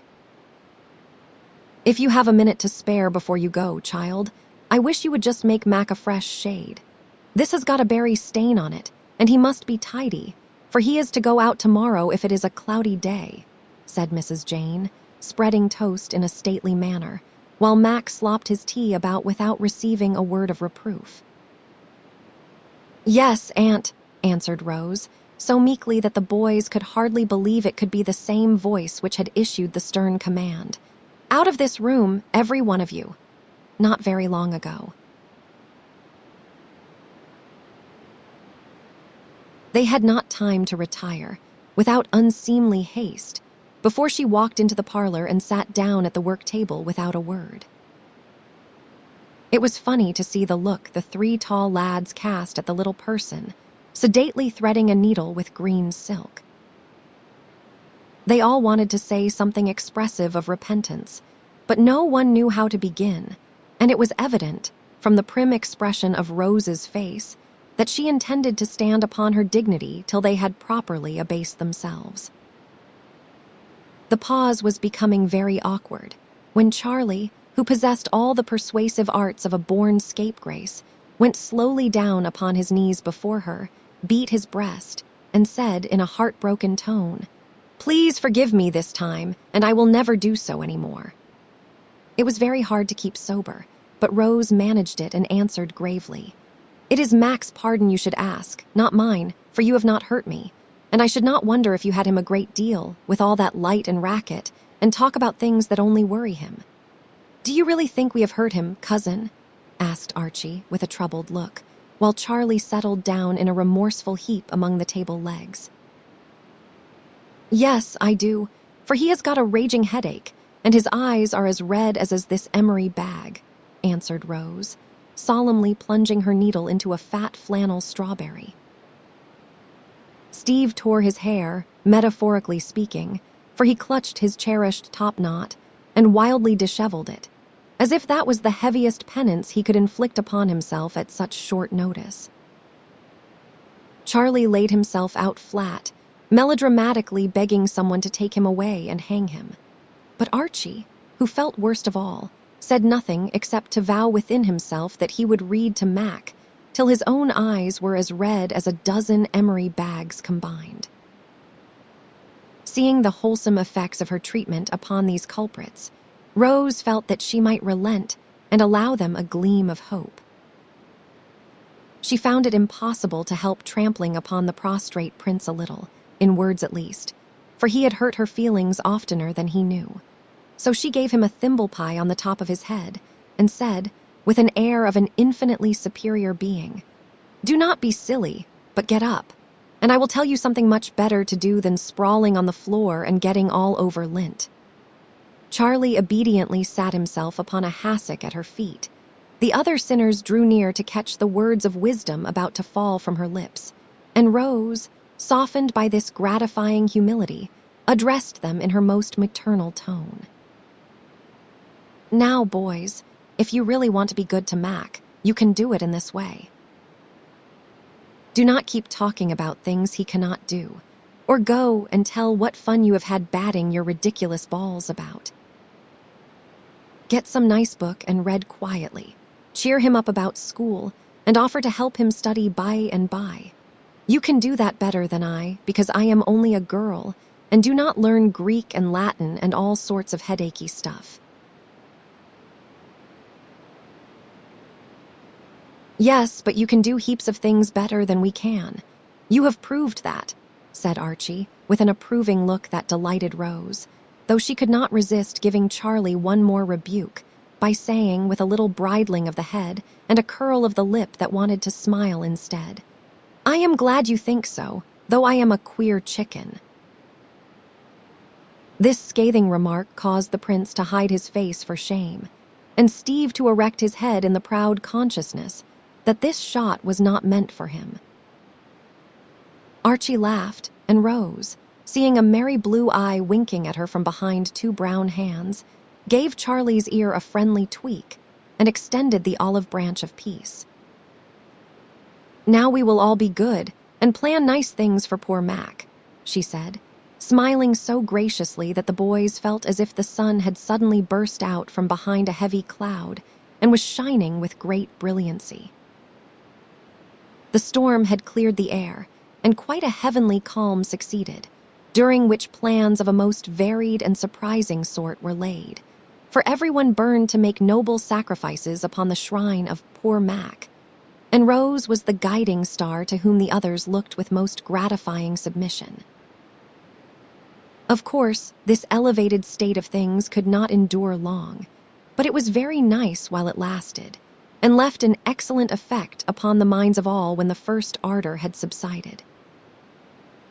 "There, that is ready for tomorrow, and I do hope it will be cloudy," said Rose, as she finished off the new shade, the progress of which the boys had watched with interest.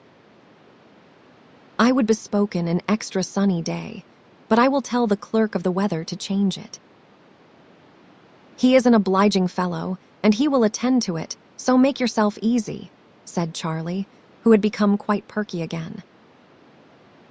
"It is very easy for you to joke, but how would you like to wear a blinder like that for weeks and weeks, sir?" And Rose quenched his rising spirits by slipping the shade over his eyes, as he still sat on the cushion at her feet. "It is horrid. Take it off, take it off. I do not wonder the poor old boy has the blues with a thing like that on." And Charlie sat looking at what seemed to him an instrument of torture, with such a sober face that Rose took it gently away and went in to bid Mac good night. "I shall go home with her, for it is getting darkish, and she is rather timid," said Archie, forgetting that he had often laughed at this very timidity. "I think I might, for she is taking care of my brother," put in Steve, asserting his rights. "Let us all go, that will please her," proposed Charlie, with a burst of gallantry which electrified his mates. "We will," they said with one voice, and they did, to Rose's great surprise and secret contentment, though Archie had all the care of her, for the other two were leaping fences, running races, and having wrestling matches all the way down. They composed themselves on reaching the door, however, shook hands cordially all round, made their best bows, and retired with great elegance and dignity, leaving Rose to say to herself, with girlish satisfaction as she went in, "Now, that is the way I like to be treated."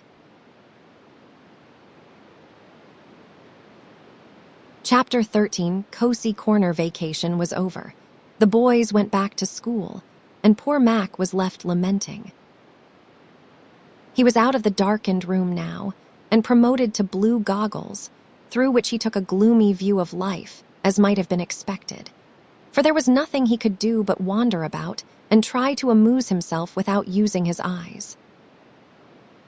Anyone who has ever been condemned to that sort of idleness knows how irksome it is, and can understand the state of mind which caused Mac to say to Rose in a desperate tone one day, "Look here, if you do not invent some new employment or amusement for me, I shall knock myself on the head as sure as you live."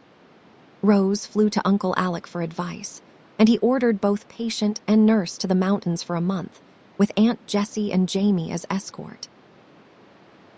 Pokey and her mother joined the party, and one bright September morning 6 very happy-looking people were aboard the express train for Portland, 2 smiling mamas, laden with luncheon baskets and wraps. A pretty young girl with a bag of books on her arm, a tall, thin lad with his hat over his eyes, and 2 small children, who sat with their short legs straight out before them, and their chubby faces beaming with the first speechless delight of truly traveling. An especially splendid sunset seemed to have been prepared to welcome them when, after a long day's journey, they drove into a wide, green dooryard, where a white colt, a red cow, 2 cats, 4 kittens, many hens, and a dozen people, old and young, were gaily disporting themselves. Everyone nodded and smiled in the friendliest manner, and a lively old lady kissed the newcomers all round, as she said heartily, "Well, now, I am proper glad to see you. Come right in and rest, and we will have tea in less than no time, for you must be tired. Lizzie, you show the folks upstairs. Kitty, you fly round and help Father in with the trunks, and Jenny and I will have the table all ready by the time you come down. Bless the dears, they want to go see the pusses, and so they shall." The 3 pretty daughters did fly round, and everyone felt at home at once. All were so hospitable and kind. Aunt Jessie had raptures over the homemade carpets, quilts, and quaint furniture. Rose could not keep away from the windows, for each framed a lovely picture, and the little folks made friends at once with the other children, who filled their arms with chickens and kittens and did the honors handsomely. The toot of a horn called all to supper, and a goodly party, including 6 children besides the camp bells, assembled in the long dining room, armed with mountain appetites and the gayest spirits. It was impossible for anyone to be shy or sober, for such gales of merriment arose they blew the starch out of the stiffest, and made the saddest jolly. Mother Atkinson, as all called their hostess, was the merriest there, and the busiest, for she kept flying up to wait on the children, to bring out some new dish, or to banish the livestock, who were of such a social turn that the colt came into the entry and demanded sugar. The cats sat about in people's laps, winking suggestively at the food, and speckled hens cleared the kitchen floor of crumbs as they joined in the chat with a cheerful clucking. Everybody turned out after tea to watch the sunset till all the lovely red was gone, and mosquitoes wound their shrill horns to sound the retreat. The music of an organ surprised the newcomers, and in the parlor they found Father Atkinson playing sweetly on the little instrument made by himself. All the children gathered about him, and led by the tuneful sisters, sang prettily till Pokey fell asleep behind the door, and Jamie gaped audibly right in the middle of his favorite. "Coo," said the little doves. "Coo," said she, all in the top of the old pine tree. The older travelers, being tired, went to buy low at the same time, and slept like tops in homespun sheets, on husk mattresses made by Mother Atkinson, who seemed to have put some soothing powder among them. So deep and sweet was the slumber that came. Next day began the wholesome out-of-door life, which works such wonders with tired minds and feeble bodies. The weather was perfect, and the mountain air made the children as frisky as young lambs, while the elders went about smiling at one another and saying, "Is not it splendid?" Even Mac, the slow coach, was seen to leap over a fence as if he really could not help it, and when Rose ran after him with his broad-brimmed hat, he made the spirited proposal to go into the woods and hunt for a catamount. Jamie and Pokey were at once enrolled in the Cosi Corner Light Infantry, a truly superb company, composed entirely of officers, all wearing cocked hats, carrying flags, waving swords, or beating drums. It was a spectacle to stir the dullest soul when this gallant band marched out of the yard in full regimentals, with Captain Dove, a solemn, big-headed boy of 11, issuing his orders with the gravity of a general, and his Falstaffian regiment obeying them with more docility than skill. The little Snow children did very well, and Lieutenant Jack Dove was fine to see. So was drummer Frank, the errand boy of the house, as he rub-a-dub-dubbed with all his heart and drumsticks.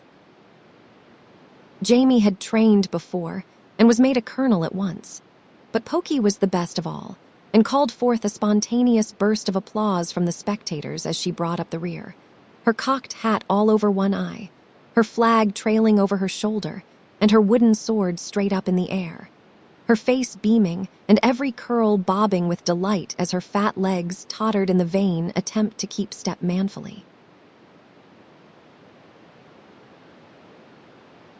Mac and Rose were picking blackberries in the bushes beside the road when the soldiers passed without seeing them, and they witnessed a sight that was both pretty and comical.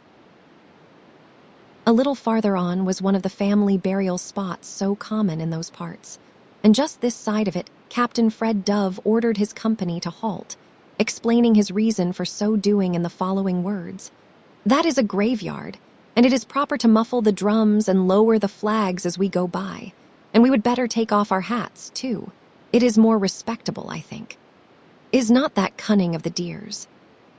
whispered Rose, as the little troop marched slowly by to the muffled roll of the drums, every flag and sword held low, all the little heads uncovered, and the childish faces very sober as the leafy shadows flickered over them. "Let us follow and see what they are after," proposed Mac, who found sitting on the wall and being fed with blackberries luxurious but tiresome. So they followed and heard the music grow lively, saw the banners wave in the breeze again when the graveyard was passed, and watched the company file into the dilapidated old church that stood at the corner of 3 woodland roads. Presently the sound of singing made the outsiders quicken their steps, and stealing up, they peeped in at one of the broken windows. Captain Dove was up in the old wooden pulpit, gazing solemnly down upon his company, who, having stacked their arms in the porch, now sat in the bare pews singing a Sunday school hymn with great vigor and relish. "Let us pray," said Captain Dove, with as much reverence as an army chaplain, and folding his hands, he repeated a prayer which he thought all would know an excellent little prayer, but not exactly appropriate to the morning, for it was, "Now I lay me down to sleep." Everyone joined in saying it, and it was a pretty sight to see the little creatures bowing their curly heads and lisping out the words they knew so well. Tears came into Rose's eyes as she looked. Mac took his hat off involuntarily, and then clapped it on again as if ashamed of showing any feeling. Now I shall preach you a short sermon, and my text is, 'Little children, love one another.' I asked Mama to give me one, and she thought that would be good, so you all sit still and I will preach it. You must not whisper, Marion, but hear me.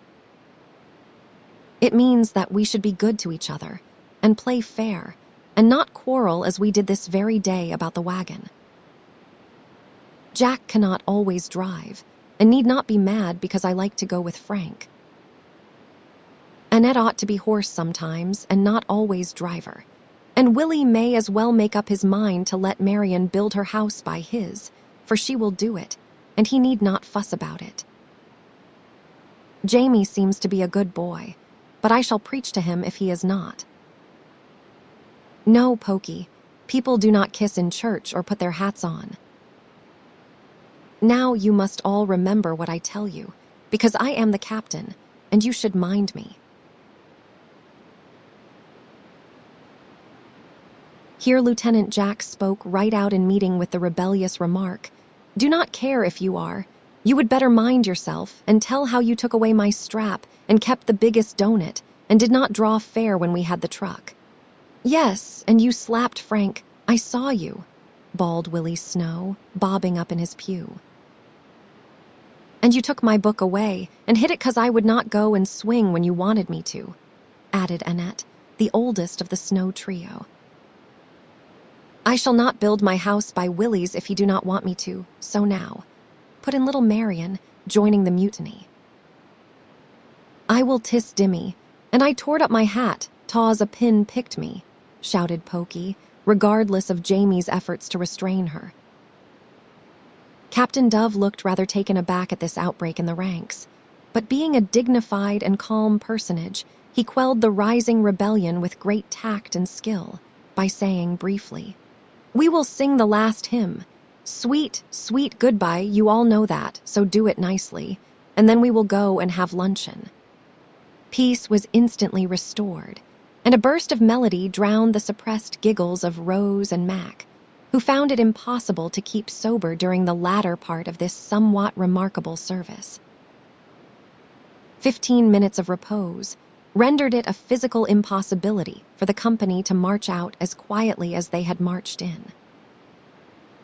I grieve to state that the entire troop raced home as hard as they could pelt, and were soon skirmishing briskly over their lunch, utterly oblivious of what Jamie, who had been much impressed by the sermon, called the captain's beautiful tech.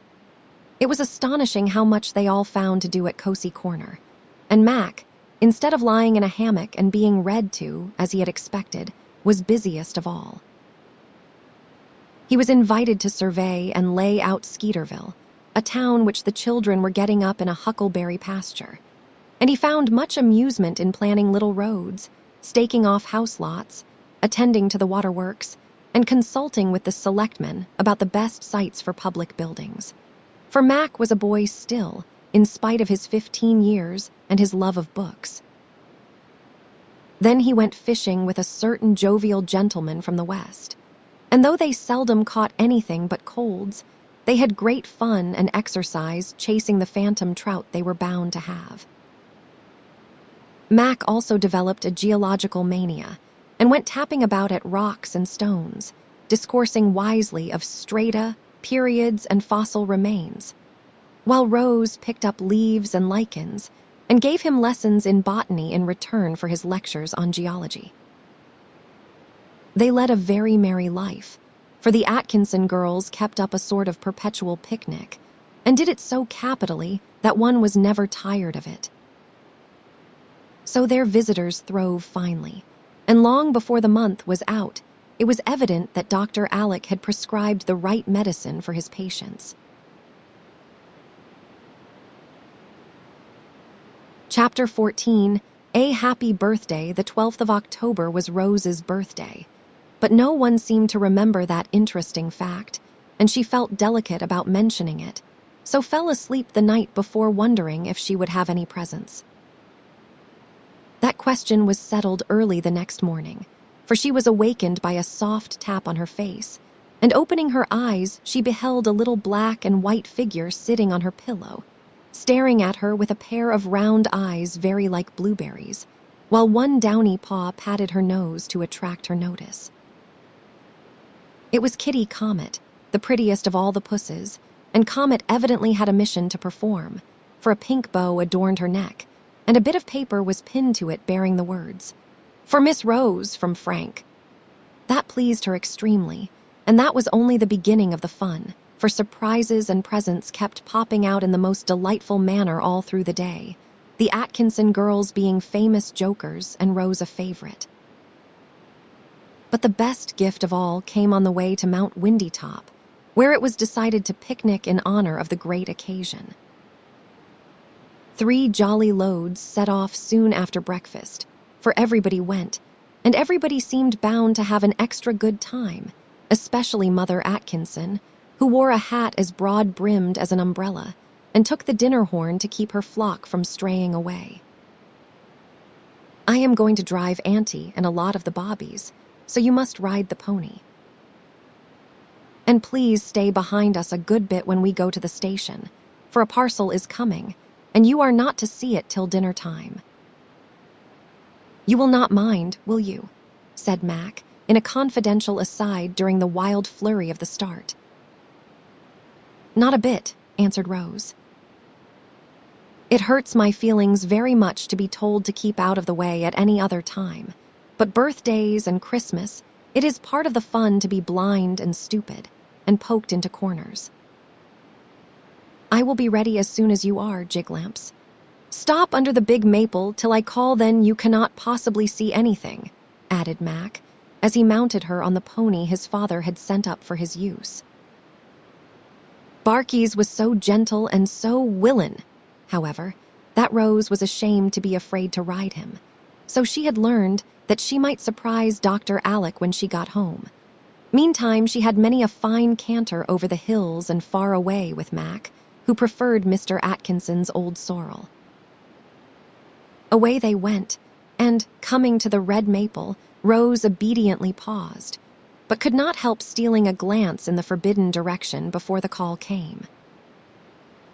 Yes, there was a hamper going under the seat, and then she caught sight of a tall man whom Mac seemed to be hustling into the carriage in a great hurry.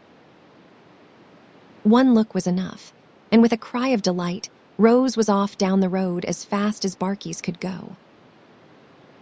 "Now I will astonish Uncle," she thought. "I will dash up in grand style and show him that I am not a coward after all."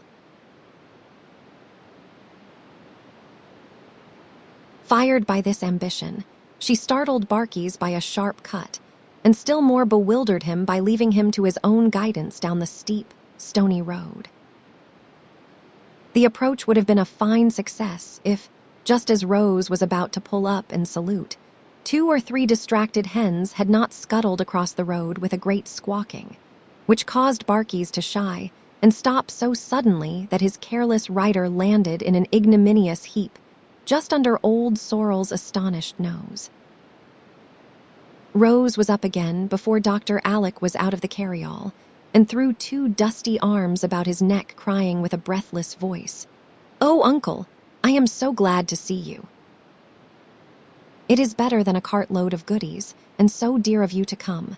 But are not you hurt, child?" "That was a rough tumble, and I am afraid you must be damaged somewhere," answered the doctor, full of fond anxiety as he surveyed his girl with pride. "My feelings are hurt, but my bones are all safe." "It is too bad. I was going to do it so nicely, and those stupid hens spoilt it all," said Rose, quite crestfallen as well as much shaken. "I could not believe my eyes when I asked, 'Where is Rose?' And Mac pointed to the little Amazon pelting down the hill at such a rate. You could not have done anything that would please me more, and I am delighted to see how well you ride. Now, will you mount again, or shall we turn Mac out and take you in?" asked Dr. Alec, as Aunt Jessie proposed a start, for the others were beckoning them to follow. "Pride goeth before a fall, better not try to show off again, ma'am," said Mac, who would have been more than mortal if he had refrained from teasing when so good a chance offered. Pride does go before a fall, but I wonder if a sprained ankle always comes after it, thought Rose, bravely concealing her pain as she answered with great dignity, I prefer to ride. Come on and see who will catch up first. She was up and away as she spoke, doing her best to efface the memory of her downfall by sitting very erect, elbows down, head well up, and taking the motion of the pony as Barky's cantered along as easily as a rocking chair. You ought to see her go over a fence and race when we ride together. She can scud, too, like a deer when we play follow the leader, and skip stones and bat balls almost as well as I can, said Mac, in reply to his uncle's praise of his pupil. I am afraid you will think her a sad tomboy, Alec, but really she seems so well and happy, I have not the heart to check her. She has broken out in the most unexpected way and frisks like a colt, for she says she feels so full of spirits she must run and shout whether it is proper or not, added Mrs. Jessie, who had been a pretty hoyden years ago herself. Good, that is the best news you could tell me, and Dr. Alec rubbed his hands heartily. Let the girl run and shout as much as she will, it is a sure sign of health, and as natural to a happy child as frisking is to any young animal full of life. Tomboys make strong women usually, and I had far rather find Rose playing football with Mac than puttering over beadwork like that affected midget, Ariadne Blish. But she cannot go on playing football very long, and we must not forget that she has a woman's work to do by and by, began Mrs. Jessie.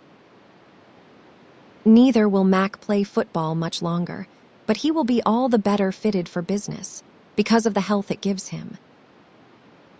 Polish is easily added, if the foundations are strong, but no amount of gilding will be of use if your timber is not sound.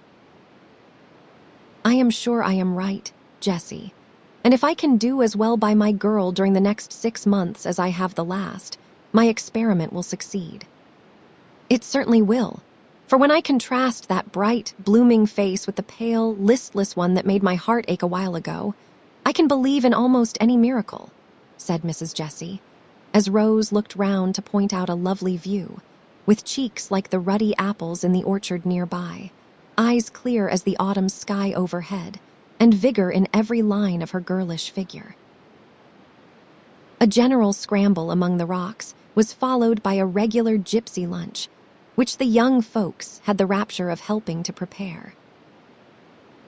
Mother Atkinson put on her apron, turned up her sleeves, and fell to work as gaily as if in her own kitchen, boiling the kettle slung on 3 sticks over a fire of cones and fir boughs, while the girls spread the mossy table with a feast of country goodies, and the children tumbled about in everyone's way till the toot of the horn made them settle down like a flock of hungry birds. As soon as the merry meal and a brief interval of repose were over, it was unanimously voted to have some charades. A smooth, green spot between 2 stately pines was chosen for the stage.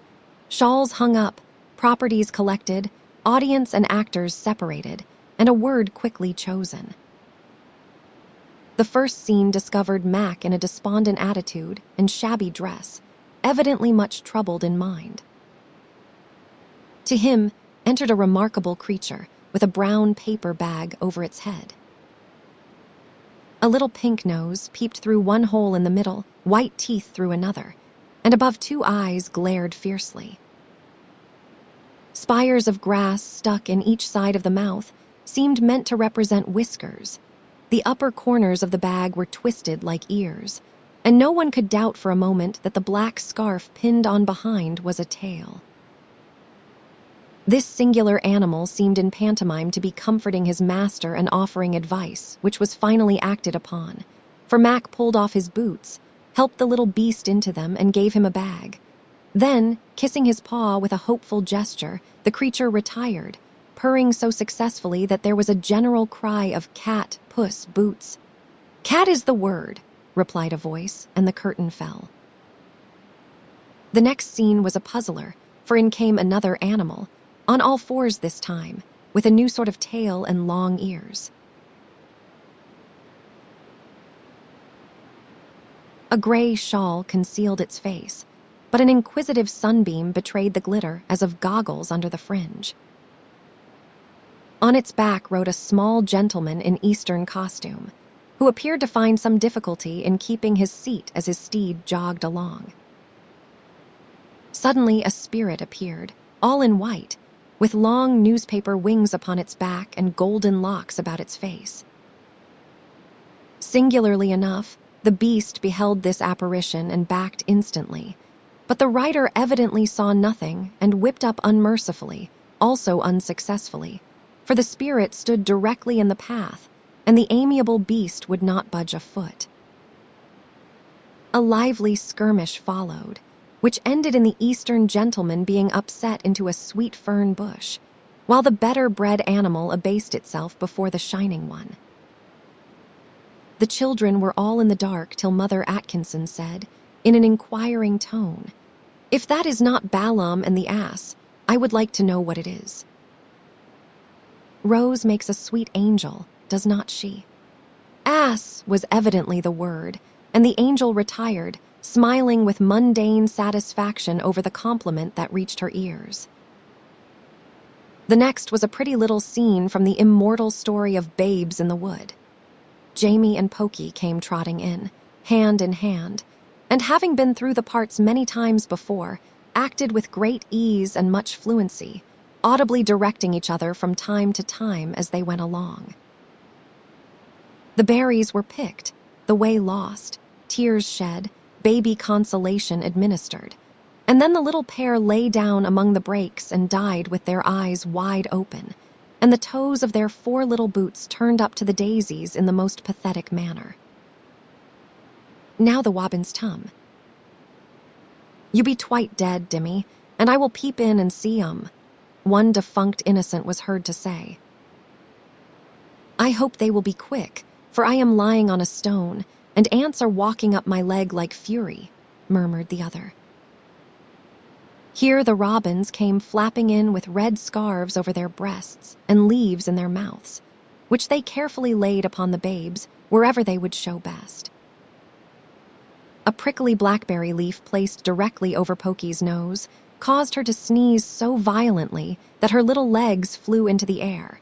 Jamie gave a startled ow, and the pitying fowls fled giggling. After some discussion, it was decided that the syllable must be strew or strow, and then they waited to see if it was a good guess. This scene discovered Annette Snow in bed, evidently very ill. Miss Jenny was her anxious mamma, and her merry conversation amused the audience till Mac came in as a physician and made great fun with his big watch, pompous manner, and absurd questions.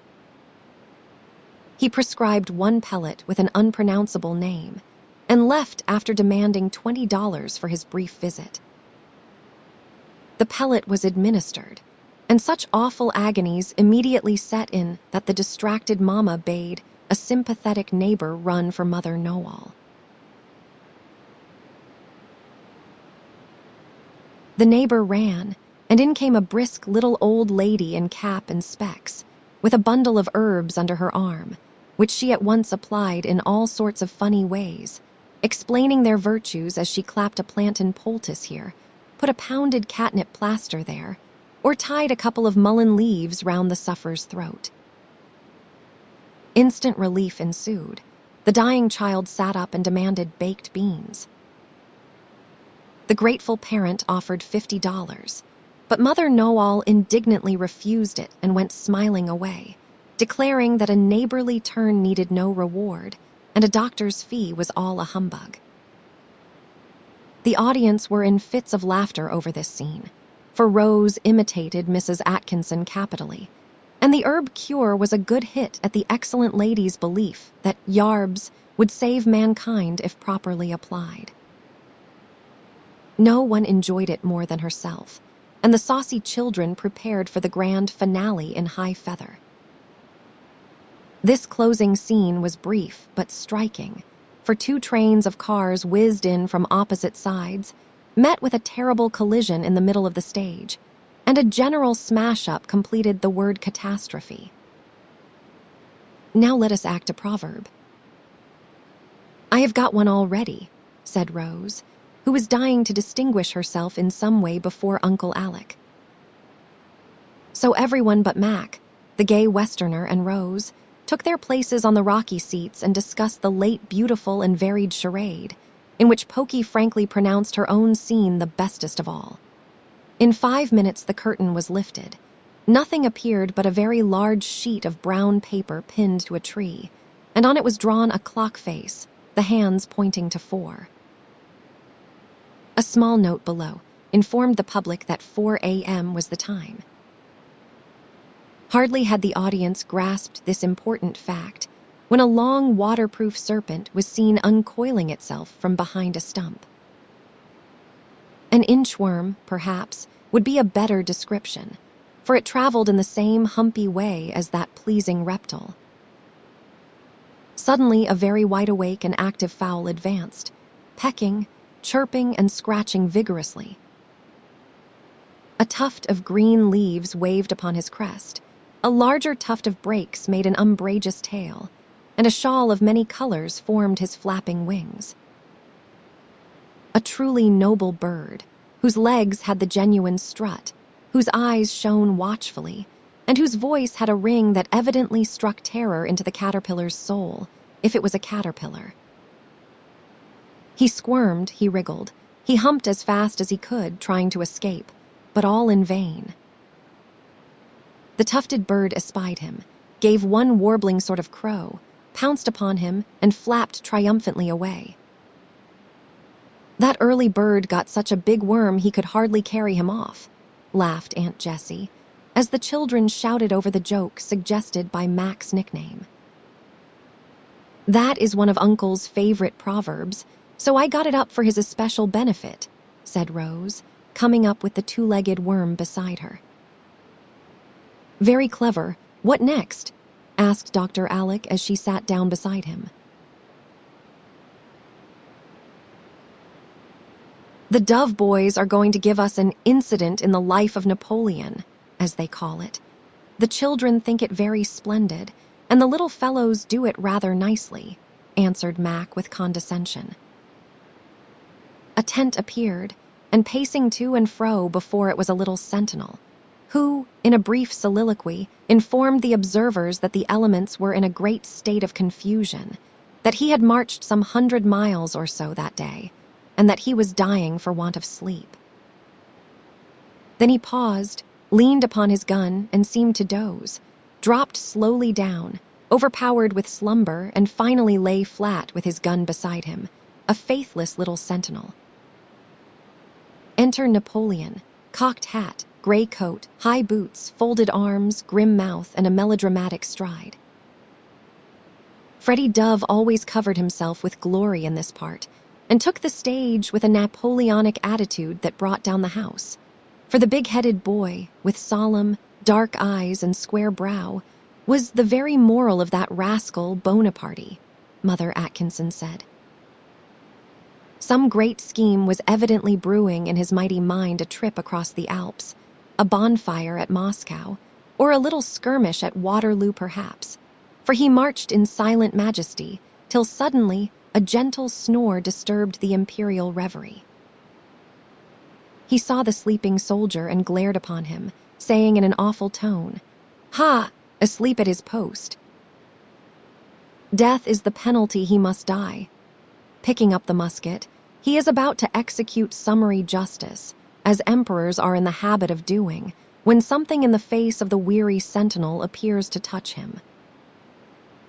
And well it might, for a most engaging little warrior was Jack as he lay with his shako half off, his childish face trying to keep sober, and a great black mustache over his rosy mouth.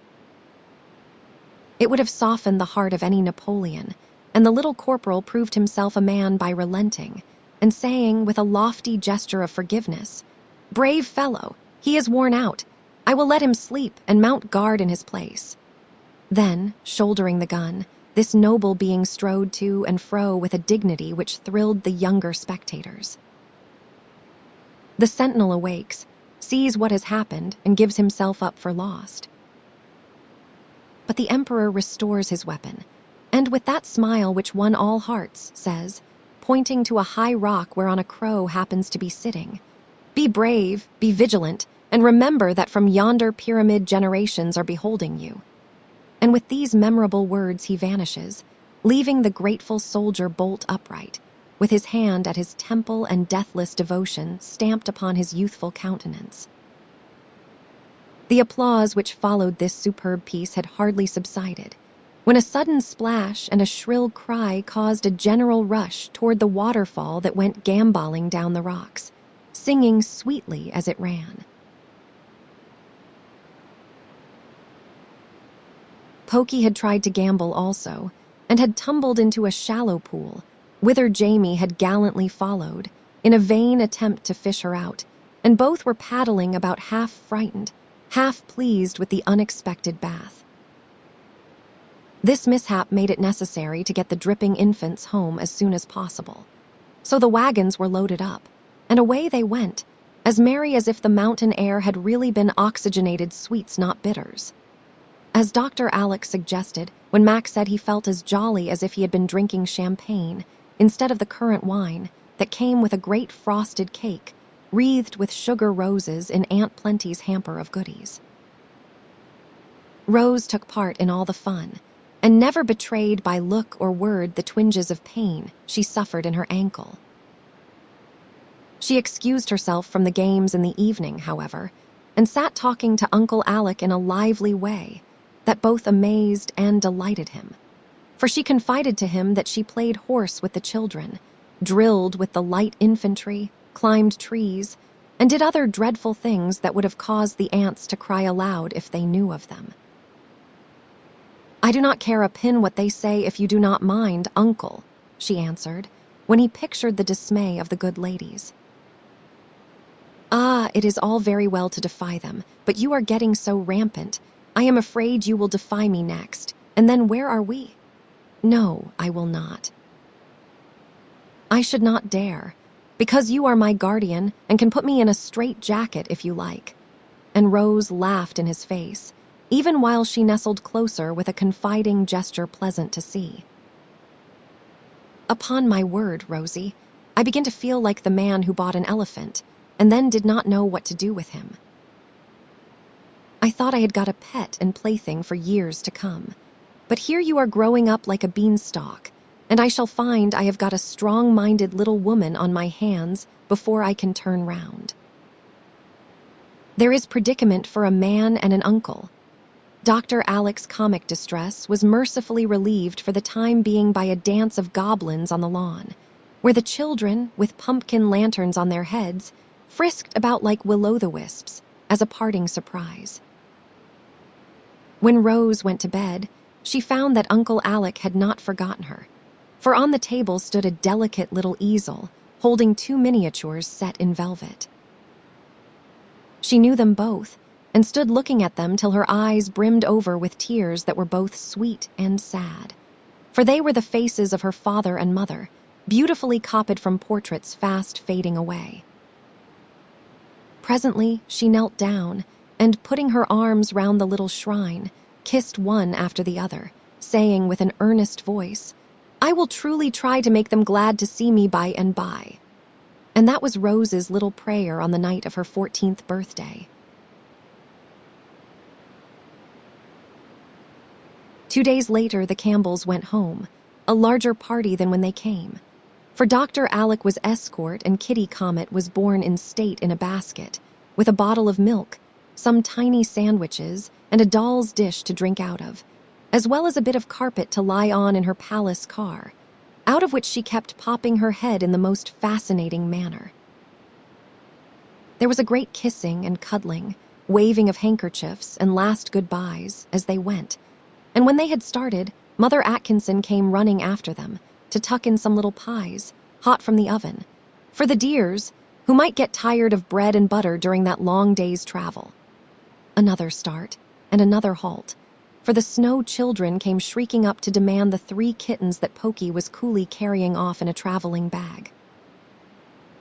The unhappy kits were rescued, half smothered, and restored to their lawful owners, amid dire lamentation from the little kidnapper, who declared that she only took them 'cause they would want to go with their sister Tommet. Start number 3 and stoppage number 3, as Frank hailed them with the luncheon basket, which had been forgotten after everyone had protested that it was safely in. All went well after that, and the long journey was pleasantly beguiled by Pokey and Pussy, who played together so prettily that they were considered public benefactors. Rose does not want to go home, for she knows the aunts will not let her rampage as she did up at Cozy Corner, said Mac, as they approached the old house. I cannot rampage if I want to for a time, at least, and I will tell you why. I sprained my ankle when I tumbled off of Barky's, and it gets worse and worse, though I have done all I know to cure it and hide it, so it should not trouble anyone, whispered Rose, knitting her brows with pain as she prepared to descend, wishing her uncle would take her instead of her bundles. How he did it, she never knew, but Mac had her up the steps and on the parlor sofa before she could put her foot to the ground. There you are, right side up with care. And mind, now, if your ankle bothers you and you are laid up with it, I am to be your footman. It is only fair, you know, for I do not forget how good you have been to me. And Mac went to call Phoebe, so full of gratitude and goodwill that his very goggles shone. Chapter 15, Earrings Rose's sprain proved to be a serious one, owing to neglect, and Dr. Alec ordered her to lie on the sofa for a fortnight at least. Whereat she groaned dismally, but dared not openly complain, lest the boys turn upon her with some of the wise little sermons on patience which she had delivered for their benefit. It was Mac's turn now, and honorably did he repay his debt, for, as school was still forbidden, he had plenty of leisure and devoted most of it to Rose. He took many steps for her, and even allowed her to teach him to knit, after assuring himself that many a brave Scotchman knew how to click the pricks. She was obliged to take a solemn vow of secrecy, however, before he would consent, for though he did not mind being called Jiglamps, Granny was more than his boyish soul could bear, and at the approach of any of the clan, his knitting vanished as if by magic, which frequent chucking out of sight did not improve the stripe he was doing for Rose's new afghan.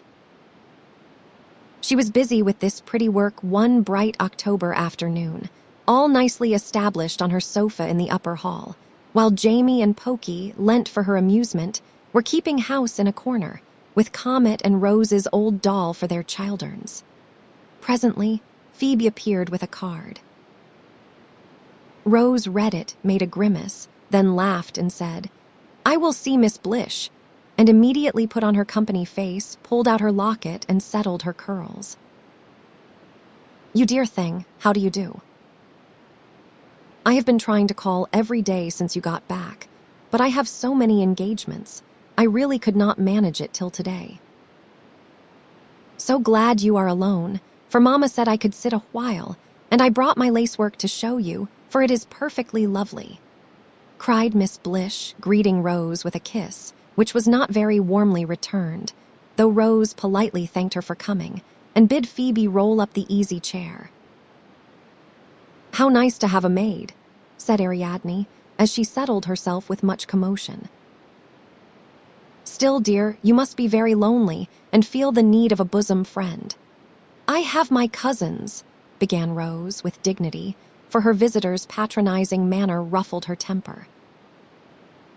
"Gracious, child, you do not make friends of those great boys, do you? Mama says she really does not think it is proper for you to be with them so much. They are like brothers, and my aunts do think it is proper," replied Rose, rather sharply, for it struck her that this was none of Miss Blish's business. "I was merely going to say I should be glad to have you for my bosom friend, for Hattie Mason and I have had an awful quarrel, and do not speak. She is too mean to live, so I gave her up. Just think, she never paid back one of the caramels I have given her, and never invited me to her party. I could have forgiven the caramels, but to be left out in that rude way was more than I could bear, and I told her never to look at me again as long as she lived.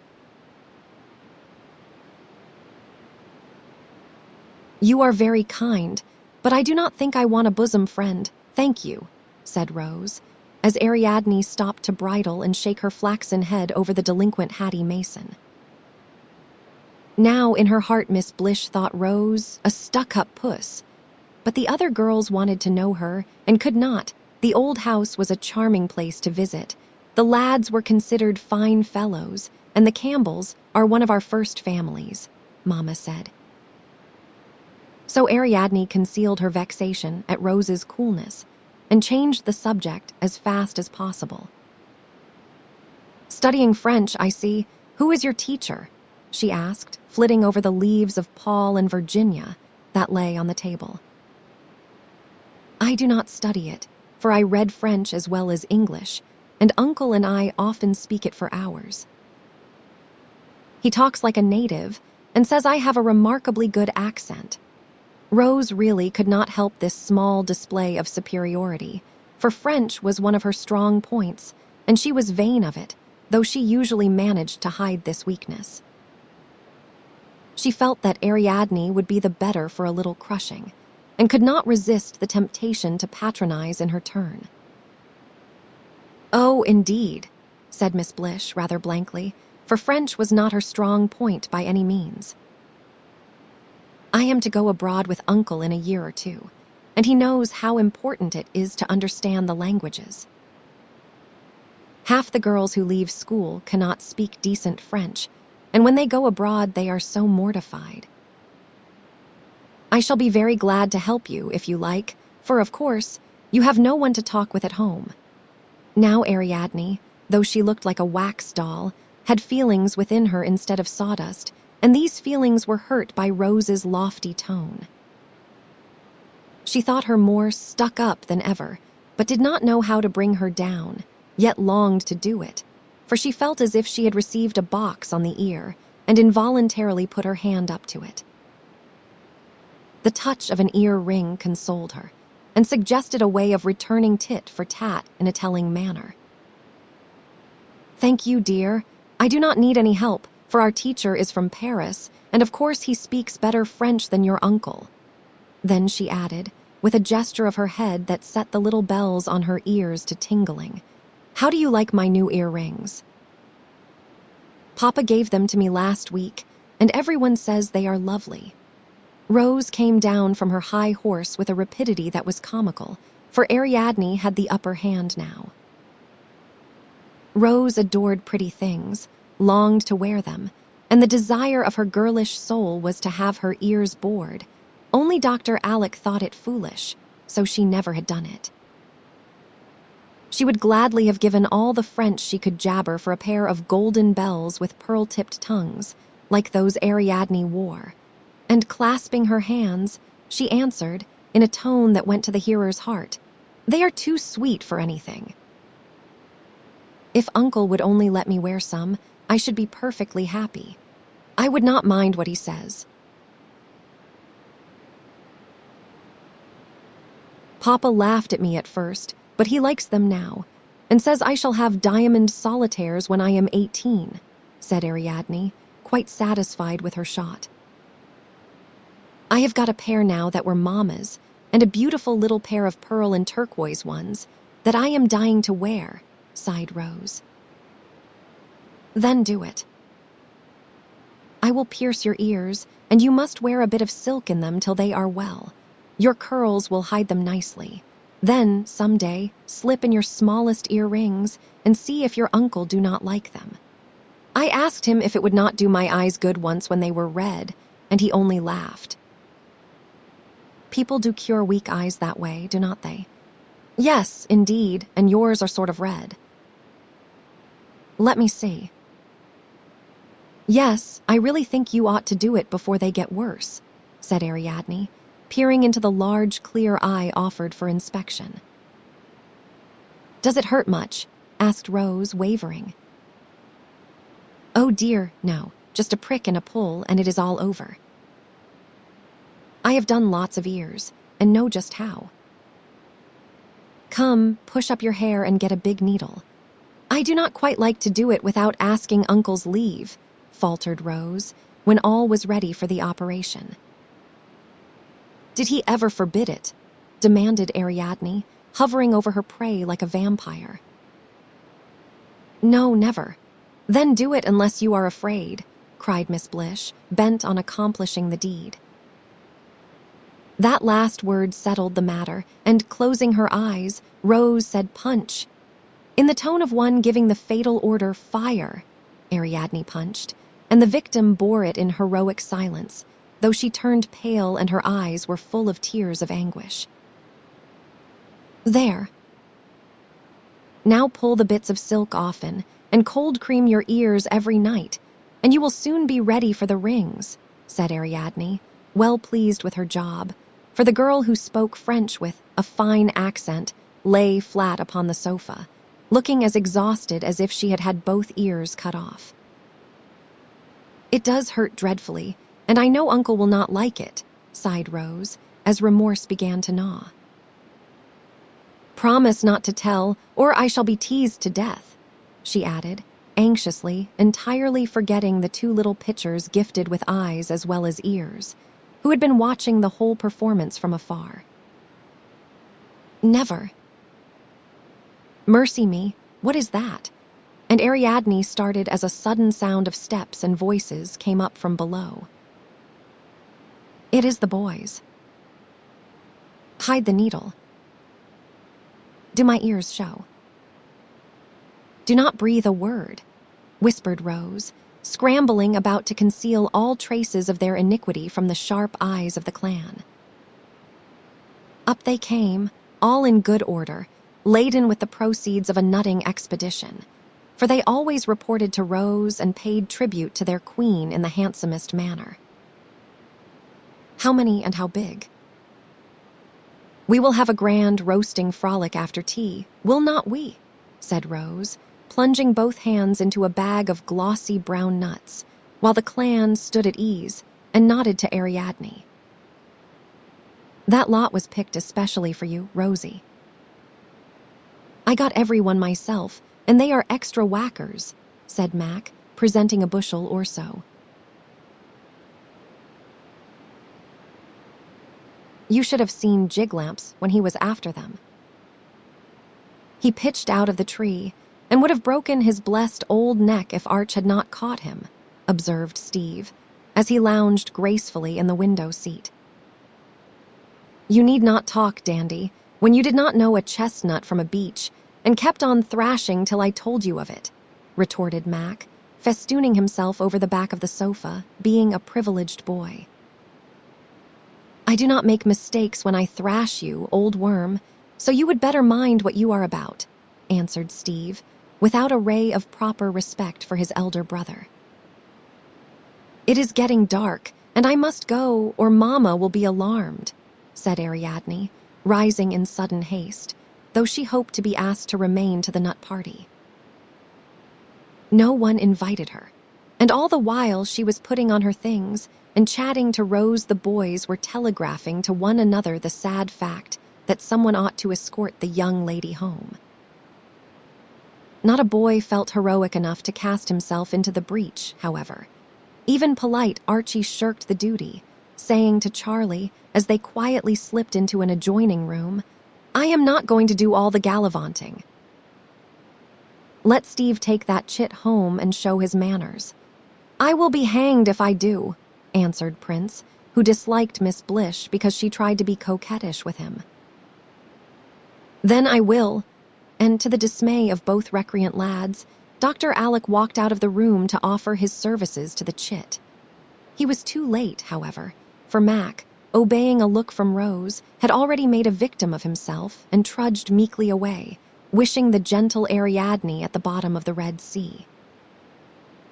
Then I will take this lady down to tea, as the other one has found a gentleman to go home with her.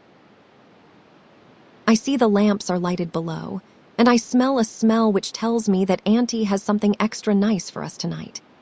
As he spoke, Dr. Alec was preparing to carry Rose downstairs as usual, but Archie and Prince rushed forward, begging with penitent eagerness for the honor of carrying her in an armchair.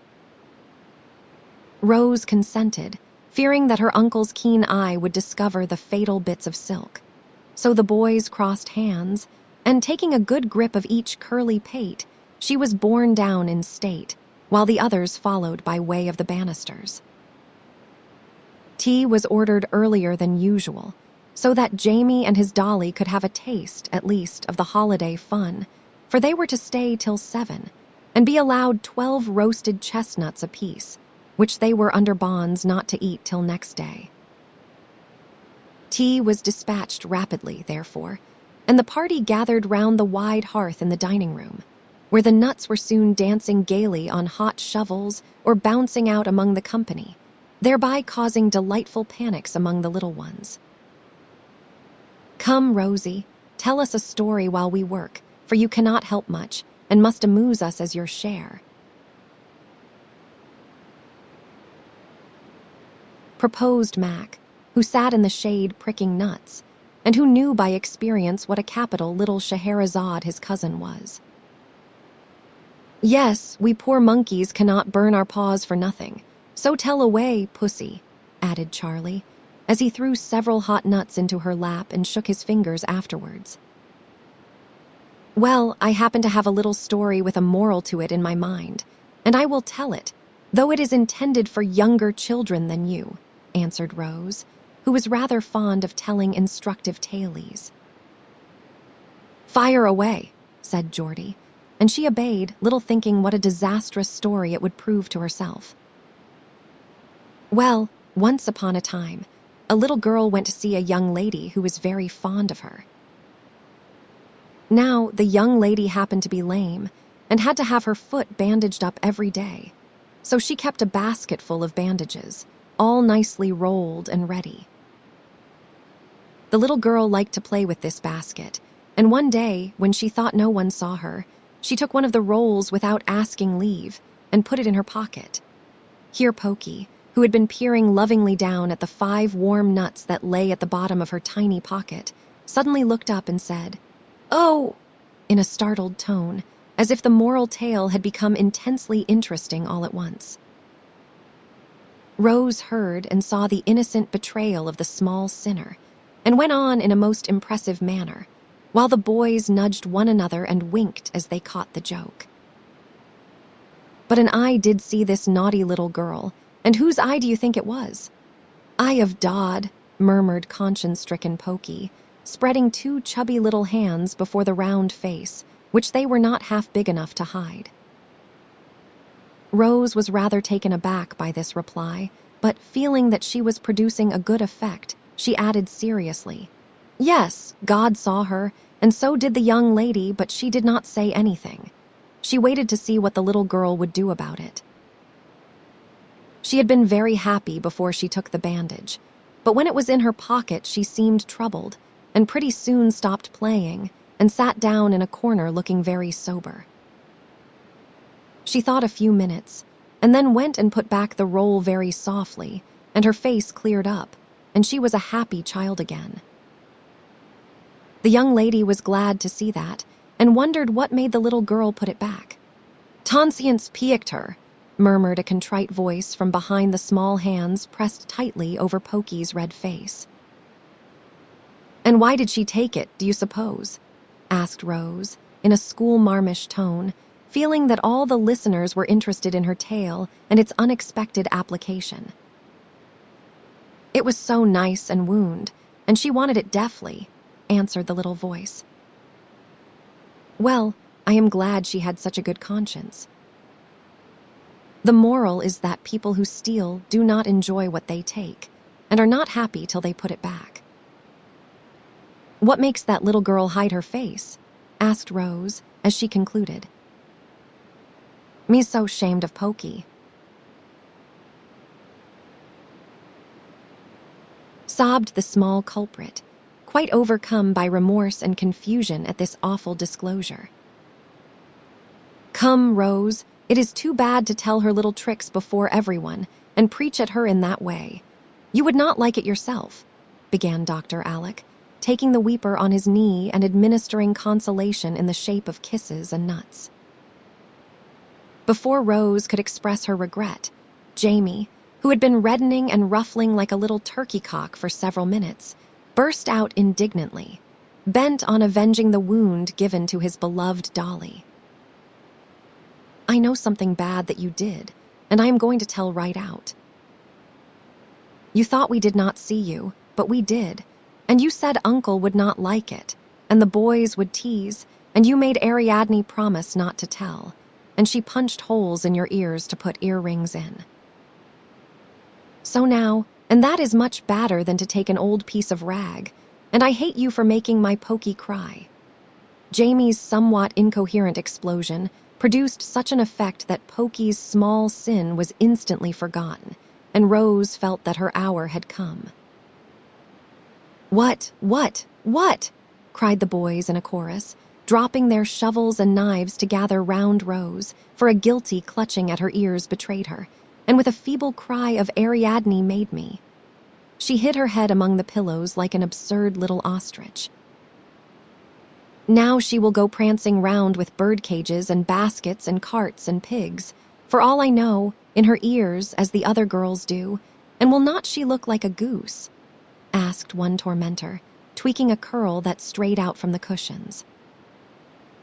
I did not think she would be so silly, said Mac, in a tone of disappointment that told Rose she had sunk in the esteem of her wise cousin.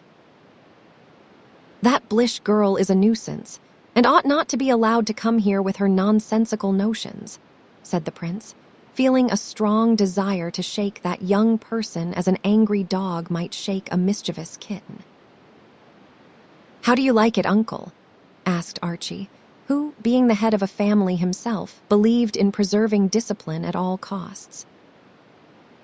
I am very much surprised, but I see she is a girl, after all, and must have her vanities like all the rest of them, answered Dr. Alec, with a sigh, as if he had expected to find Rose a sort of angel above all earthly temptations. What shall you do about it, sir? Inquired Geordie, wondering what punishment would be inflicted on a feminine culprit. As she is fond of ornaments, perhaps we had better give her a nose ring also. I have one somewhere that a Fiji belle once wore. I will look it up. And, leaving Pokey to Jamie's care, Dr. Alec rose as if to carry out his suggestion in earnest. Good. We will do it right away. Here is a gimlet, so you hold her, boys, while I get her dear little nose all ready, cried Charlie, whisking away the pillow as the other boys danced about the sofa in true Fiji style. It was a dreadful moment, for Rose could not run away. She could only grasp her precious nose with one hand and extend the other, crying distractedly, "Oh, Uncle, save me, save me!" Of course he saved her, and when she was securely barricaded by his strong arm, she confessed her folly in such humiliation of spirit that the lads, after a good laugh at her, decided to forgive her and lay all the blame on the tempter, Ariadne. Even Dr. Alec relented so far as to propose 2 gold rings for the ears, instead of 1 copper one for the nose, a proceeding which proved that if Rose had all the weakness of her sex for jewelry, he had all the inconsistency of his in giving a pretty penitent exactly what she wanted, spite of his better judgment. Chapter 16, Bread and Buttonholes. What in the world is my girl thinking about all alone here, with such a solemn face? Asked Dr. Alec, coming into the study one November day to find Rose sitting there with folded hands and a very thoughtful aspect. Uncle, I want to have some serious conversation with you, if you have time, she said, coming out of a brown study, as if she had not heard his question. I am entirely at your service, and most happy to listen, he answered, in his politest manner, for when Rose put on her womanly little airs, he always treated her with a playful sort of respect that pleased her very much. Now, as he sat down beside her, she said, very soberly, "I have been trying to decide what trade I would learn, and I want you to advise me." "Trade, my dear?" And Dr. Alec looked so astonished that she hastened to explain. "I forgot that you did not hear the talk about it up at Cozy Corner. You see, we used to sit under the pines and sew, and talk a great deal, all the ladies. And I liked it very much. Mother Atkinson thought that everyone should have a trade, or something to make a living out of, for rich people may grow poor, and poor people have to work. Her girls were very clever, and could do ever so many things, and Aunt Jessie thought the old lady was right. So when I saw how happy and independent those young ladies were, I wanted to have a trade, and then it would not matter about money, though I like to have it well enough." Dr. Alec listened to this explanation with a curious mixture of surprise, pleasure, and amusement in his face, and looked at his little niece as if she had suddenly changed into a young woman. She had grown a good deal in the last 6 months, and an amount of thinking had gone on in that young head which would have astonished him greatly could he have known it all. For Rose was one of the children who observe and meditate much, and now and then nonplus their friends by a wise or curious remark. "I quite agree with the ladies, and shall be glad to help you decide on something if I can," said the doctor seriously. "What are you inclined to?" "A natural taste or talent is a great help in choosing, I have not any talent or any especial taste that I can see, and that is why I cannot decide, uncle. So I think it would be a good plan to pick out some very useful business and learn it, because I do not do it for pleasure, you see, but as a part of my education, and to be ready in case I am ever poor," answered Rose, looking as if she rather longed for a little poverty so that her useful gift might be exercised. "Well, now, there is one very excellent, necessary, and womanly accomplishment that no girl should be without, for it is a help to rich and poor, and the comfort of families depends upon it. This fine talent is neglected nowadays, and considered old-fashioned, which is a sad mistake, and one that I do not mean to make in bringing up my girl. It should be a part of every girl's education, and I know of a most accomplished lady who will teach you in the best and pleasantest manner." "Oh, what is it?" cried Rose eagerly, charmed to be met in this helpful and cordial way. "Housekeeping," answered Dr. Alec. "Is that an accomplishment?" asked Rose, while her face fell, for she had indulged in all sorts of vague, delightful dreams. "Yes, it is one of the most beautiful as well as useful of all the arts a woman can learn. Not so romantic, perhaps, as singing, painting, writing, or teaching, even, but one that makes many happy and comfortable, and home the sweetest place in the world. Yes, you may open your big eyes, but it is a fact that I had rather see you a good housekeeper than the greatest belle in the city. It need not interfere with any talent you may possess, but it is a necessary part of your training, and I hope that you will set about it at once, now that you are well and strong."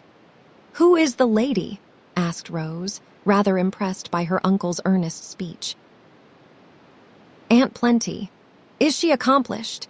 began Rose in a wondering tone, for this gray tan of hers had seemed the least cultivated of them all.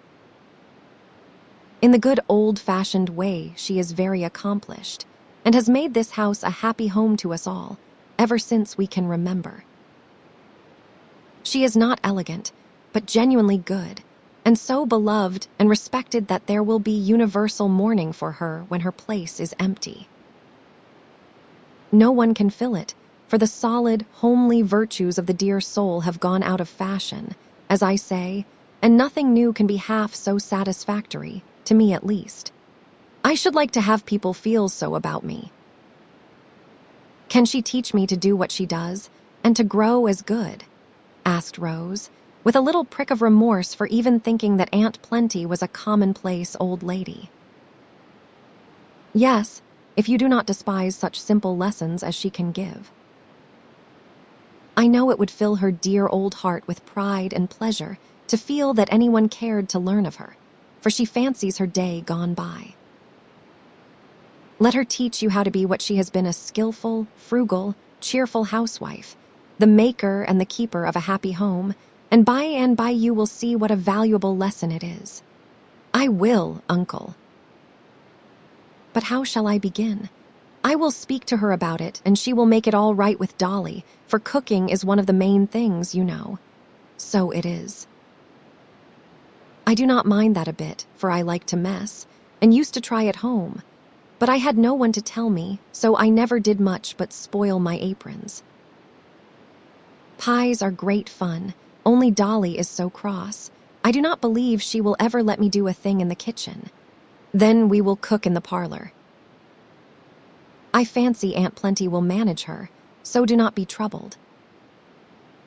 Only mind this, I would rather you learned how to make good bread than the best pies ever baked. When you bring me a handsome, wholesome loaf, entirely made by yourself, I shall be more pleased than if you offered me a pair of slippers embroidered in the very latest style. I do not wish to bribe you, but I will give you my heartiest kiss and promise to eat every crumb of the loaf myself. It is a bargain. It is a bargain. Come and tell Auntie all about it, for I am in a hurry to begin, cried Rose, dancing before him toward the parlor, where Miss Plenty sat alone knitting contentedly, yet ready to run at the first call for help of any sort from any quarter. No need to tell how surprised and gratified she was at the invitation she received to teach the child the domestic arts which were her only accomplishments, nor to relate how energetically she set about her pleasant task. Dolly dared not grumble, for Miss Plenty was the one person whom she obeyed, and Phoebe openly rejoiced, for these new lessons brought Rose nearer to her and glorified the kitchen in the good girl's eyes.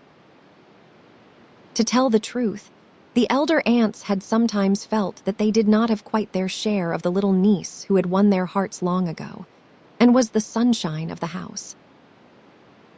They talked it over together sometimes, but always ended by saying that as Alec had all the responsibility, he should have the larger share of the dear girl's love and time, and they would be contented with such crumbs of comfort as they could get.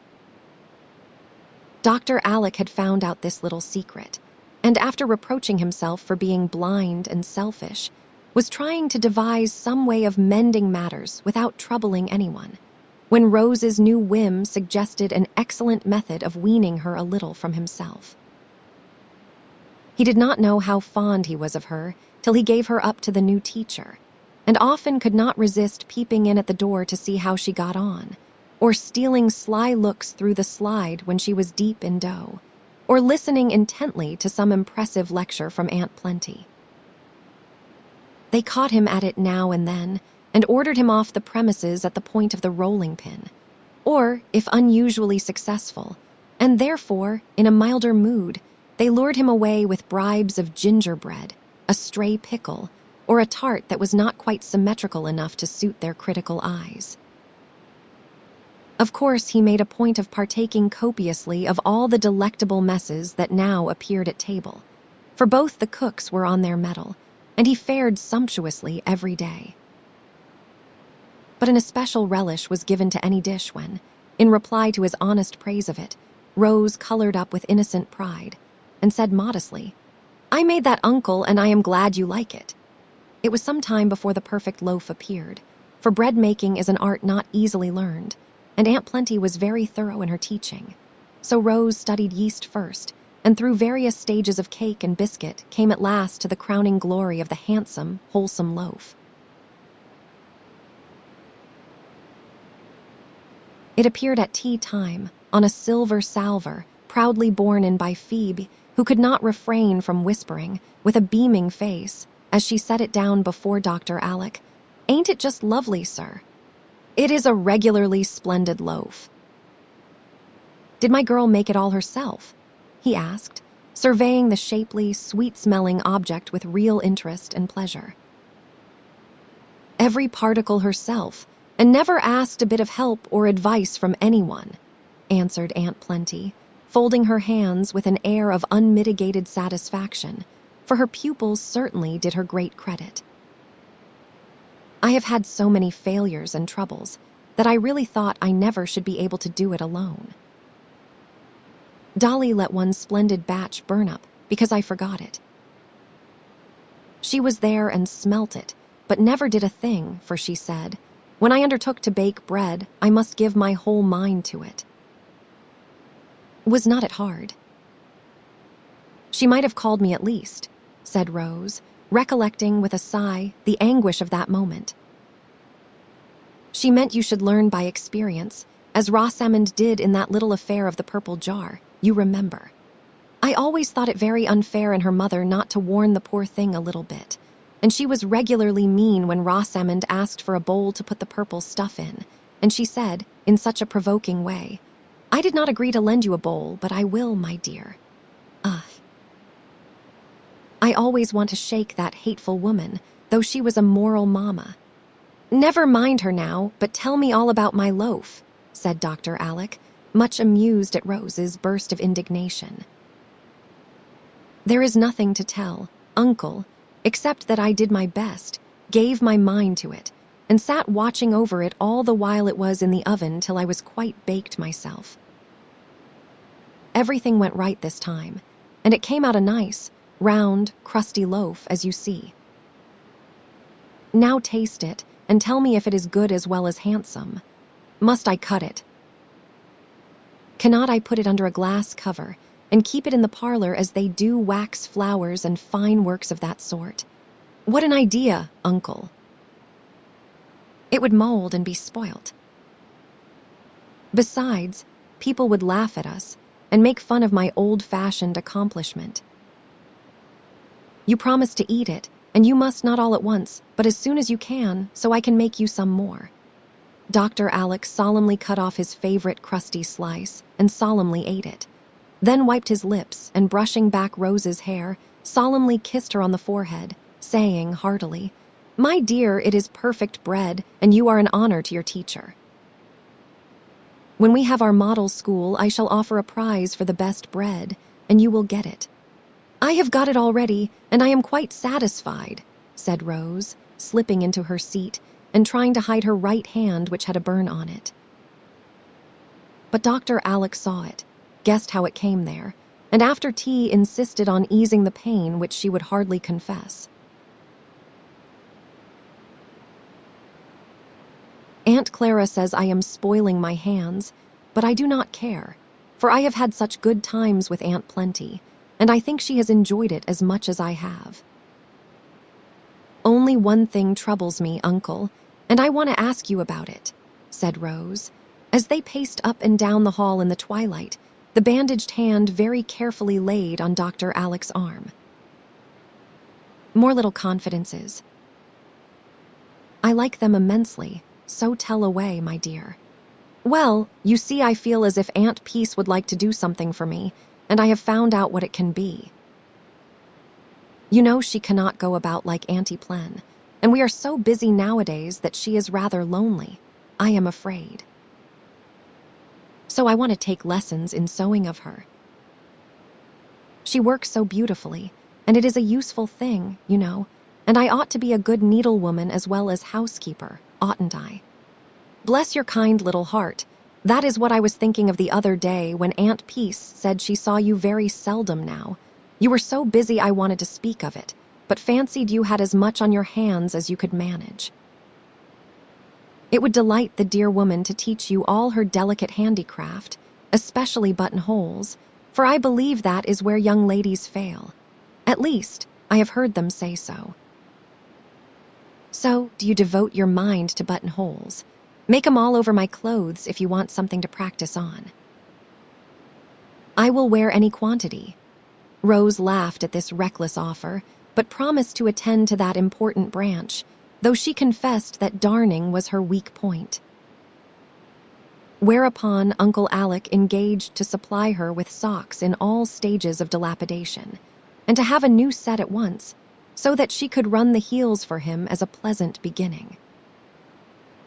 Then they went up to make their request in due form, to the great delight of gentle Aunt Peace, who got quite excited with the fun that went on while they would yarn, looked up darning needles, and fitted out a nice little mending basket for her pupil. Very busy and very happy were Rose's days now, for in the morning she went about the house with Aunt Plenty attending to linen closets and storerooms, pickling and preserving, exploring garret and cellar to see that all was right, and learning, in the good old-fashioned manner, to look well after the ways of the household. In the afternoon, after her walk or drive, she sat with Aunt Peace plying her needle, while Aunt Plenty, whose eyes were failing, knitted and chatted briskly, telling many a pleasant story of old times, till the three were moved to laugh and cry together, for the busy needles were embroidering all sorts of bright patterns on the lives of the workers, though they seemed to be only stitching cotton and darning hose. It was a pretty sight to see the rosy-faced little maid sitting between the two old ladies, listening dutifully to their instructions, and cheering the lessons with her lively chatter and blithe laugh. If the kitchen had proved attractive to Dr. Alec when Rose was there at work, the sewing room was quite irresistible, and he made himself so agreeable that no one had the heart to drive him away, especially when he read aloud or spun yarns. There. I have made you a new set of warm nightgowns, with 4 buttonholes in each.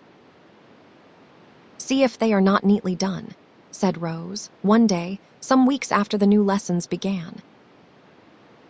Even to a thread, and nice little bars across the end, so I cannot tear them when I twitch the buttons out. Most superior work, ma'am, and I am deeply grateful, so much so that I will sew on these buttons myself and save those tired fingers from another prick. You sew them on, cried Rose, with her eyes wide open in amazement. Wait a bit till I get my sewing tackle, and then you shall see what I can do. Can he, really?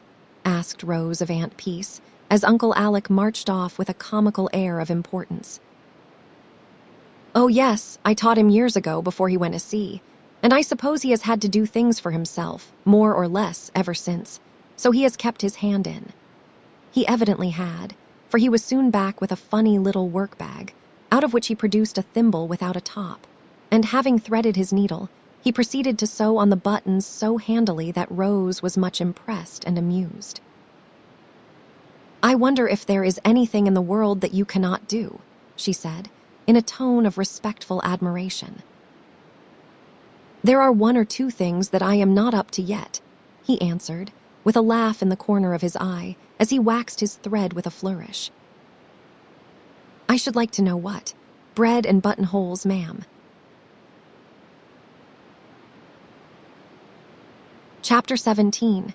Good bargains. It was a rainy Sunday afternoon, and 4 boys were trying to spend it quietly in the library, as Jamie called the room devoted to books and boys, at Aunt Jessie's. Will and Geordie were sprawling on the sofa, deep in the adventures of the scapegraces and ragamuffins whose histories are now the fashion. Archie lounged in the easy chair, surrounded by newspapers. Charlie stood upon the rug, in an Englishman's favorite attitude, and I regret to say, both were smoking cigars. It is my opinion that this day will never come to an end, said Prince, with a yawn that nearly rent him asunder. Read and improve your mind, my son, answered Archie, peering solemnly over the paper behind which he had been dozing.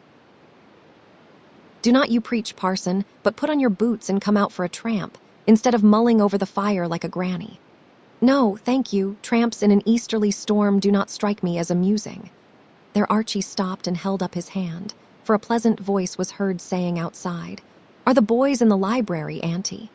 Yes, dear, and longing for sunshine, so run in and make it for them, answered Mrs. Jessie. It is Rose, and Archie threw his cigar into the fire. "What is that for?" asked Charlie. "Gentlemen do not smoke before ladies." "True, but I am not going to waste my weed," and Prince poked his into the empty inkstand that served them for an ashtray. A gentle tap at the door was answered by a chorus of "Come in," and Rose appeared, looking blooming and breezy with the chilly air. "If I disturb you, say so, and I will go away," she began, pausing on the threshold with modest hesitation, for something in the elder boys' faces excited her curiosity. "You never disturb us, cousin," said the smokers, while the readers tore themselves from the heroes of the barroom and gutter long enough to nod affably to their guest. As Rose bent to warm her hands, one end of Archie's cigar stuck out of the ashes, smoking furiously and smelling strongly. "Oh, you bad boys, how could you do it today of all days?" she said reproachfully. "Where's the harm?" asked Archie. "You know as well as I do. Your mother does not like it, and it is a bad habit, for it wastes money and does you no good." "Fiddlesticks! Every man smokes, even Uncle Alec, whom you think so perfect," began Charlie in his teasing way. "No, he does not. He has given it up, and I know why," cried Rose eagerly. "Now I think of it, I have not seen the old meerschaum since he came home." "Did he stop it on our account?" asked Archie. "Yes," and Rose told the little scene on the seashore in the camping out time. Archie seemed much impressed and said manfully, "He will not have done that in vain so far as I am concerned. I do not care a pin about smoking, so can give it up as easy as not, and I promise you I will. I only do it now and then for fun. You too." And Rose looked up at the bonny prince, who never looked less bonny than at that moment, for he had resumed his cigar just to torment her. Now Charlie cared as little as Archie about smoking, but it would not do to yield too soon.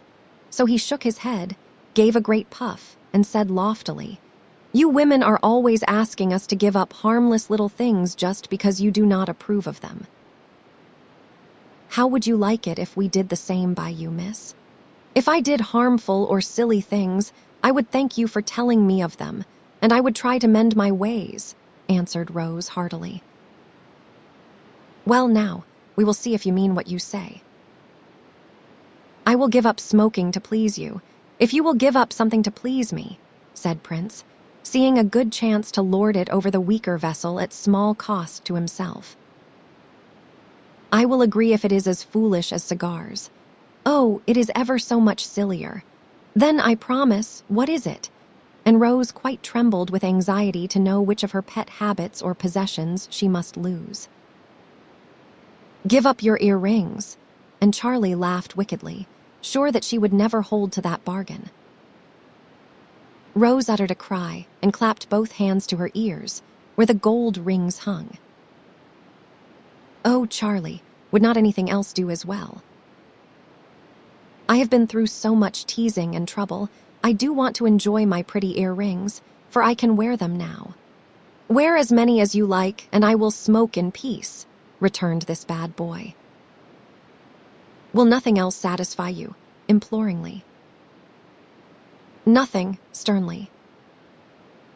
Rose stood silent for a minute, thinking of something Aunt Jessie once said, "You have more influence over the boys than you know. Use it for their good, and I shall thank you all my life." Here was a chance to do some good by sacrificing a little vanity of her own. She felt it was right to do it, yet found it very hard and asked wistfully, "Do you mean never wear them, Charlie?" "Never, unless you want me to smoke." "I never do." "Then clinch the bargain." He had no idea she would do it, and was much surprised when she took the dear rings from her ears with a quick gesture and held them out to him, saying, in a tone that made the color come up to his brown cheek, it was so full of sweet goodwill, "I care more for my cousins than for my earrings, so I promise, and I will keep my word." "For shame, Prince." Let her wear her little danglers if she likes, and do not bargain about doing what you know is right," cried Archie, coming out of his grove of newspapers with an indignant bounce.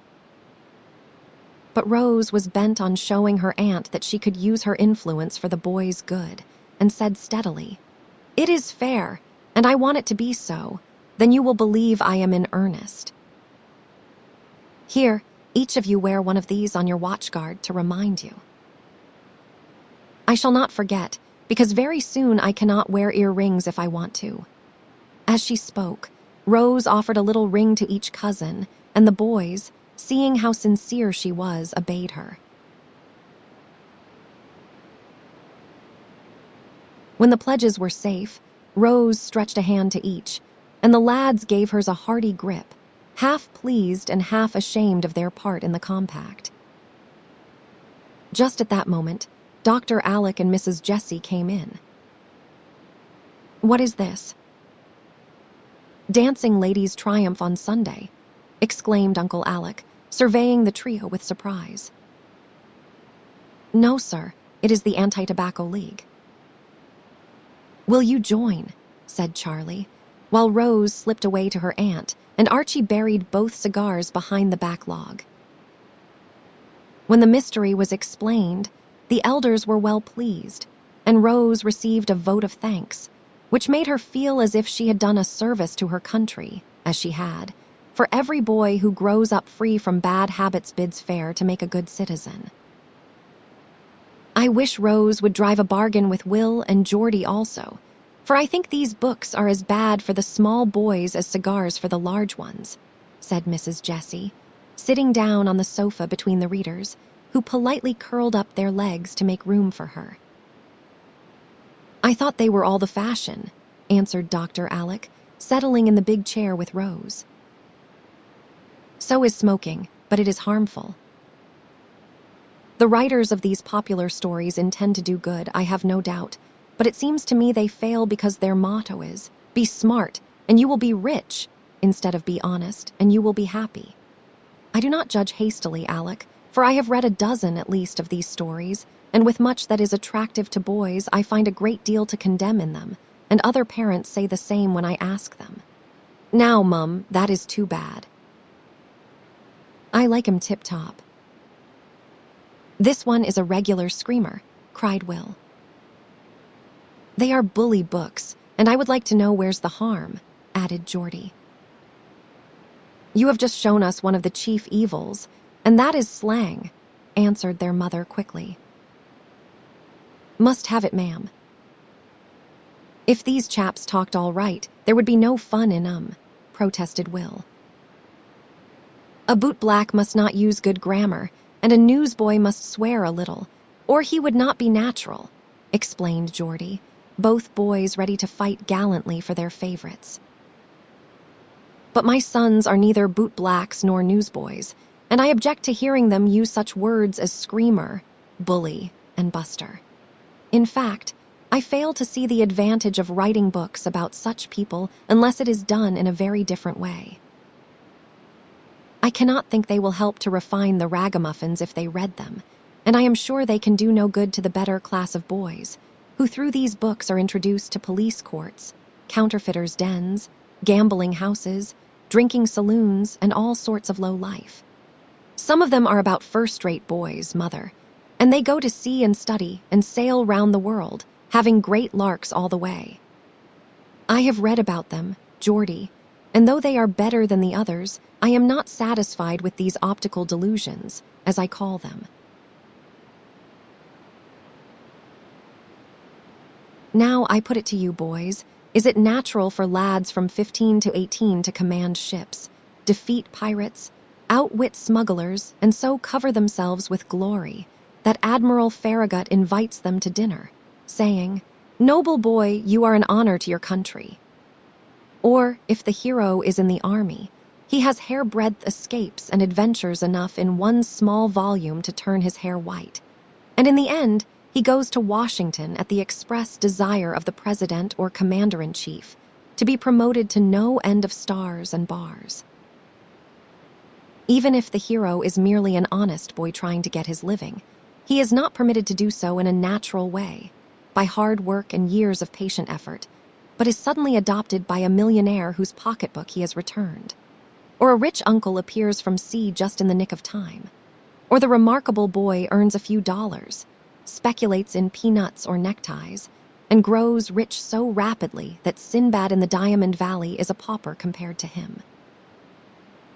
Is not it so, boys? Well, the fellows in these books are mighty lucky and very smart, I must say, answered Will, surveying an illustration on the open page before him, where a small but virtuous youth is upsetting a tipsy giant in a bar room, and under it the elegant inscription, "Dick Dauntless punches the head of Sam Soaker." It gives boys such wrong ideas of life and business, shows them so much evil and vulgarity that they need not know about, and makes the one success worth having a fortune, a lord's daughter, or some worldly honor, often not worth the time it takes to win. It does seem to me that someone might write stories that should be lively, natural, and helpful tales in which the English should be good, the morals pure, and the characters such as we can love in spite of the faults that all may have. I cannot bear to see such crowds of eager little fellows at the libraries reading such trash. Weak, when it is not wicked, and totally unfit to feed the hungry minds that feast on it for want of something better. There, my lecture is done. Now I should like to hear what you gentlemen have to say. And Aunt Jessie subsided with a pretty flush on the face that was full of motherly anxiety for her boys. Tom Brown just suits Mother, and me too, so I wish Mr. Hughes would write another story as good, said Archie.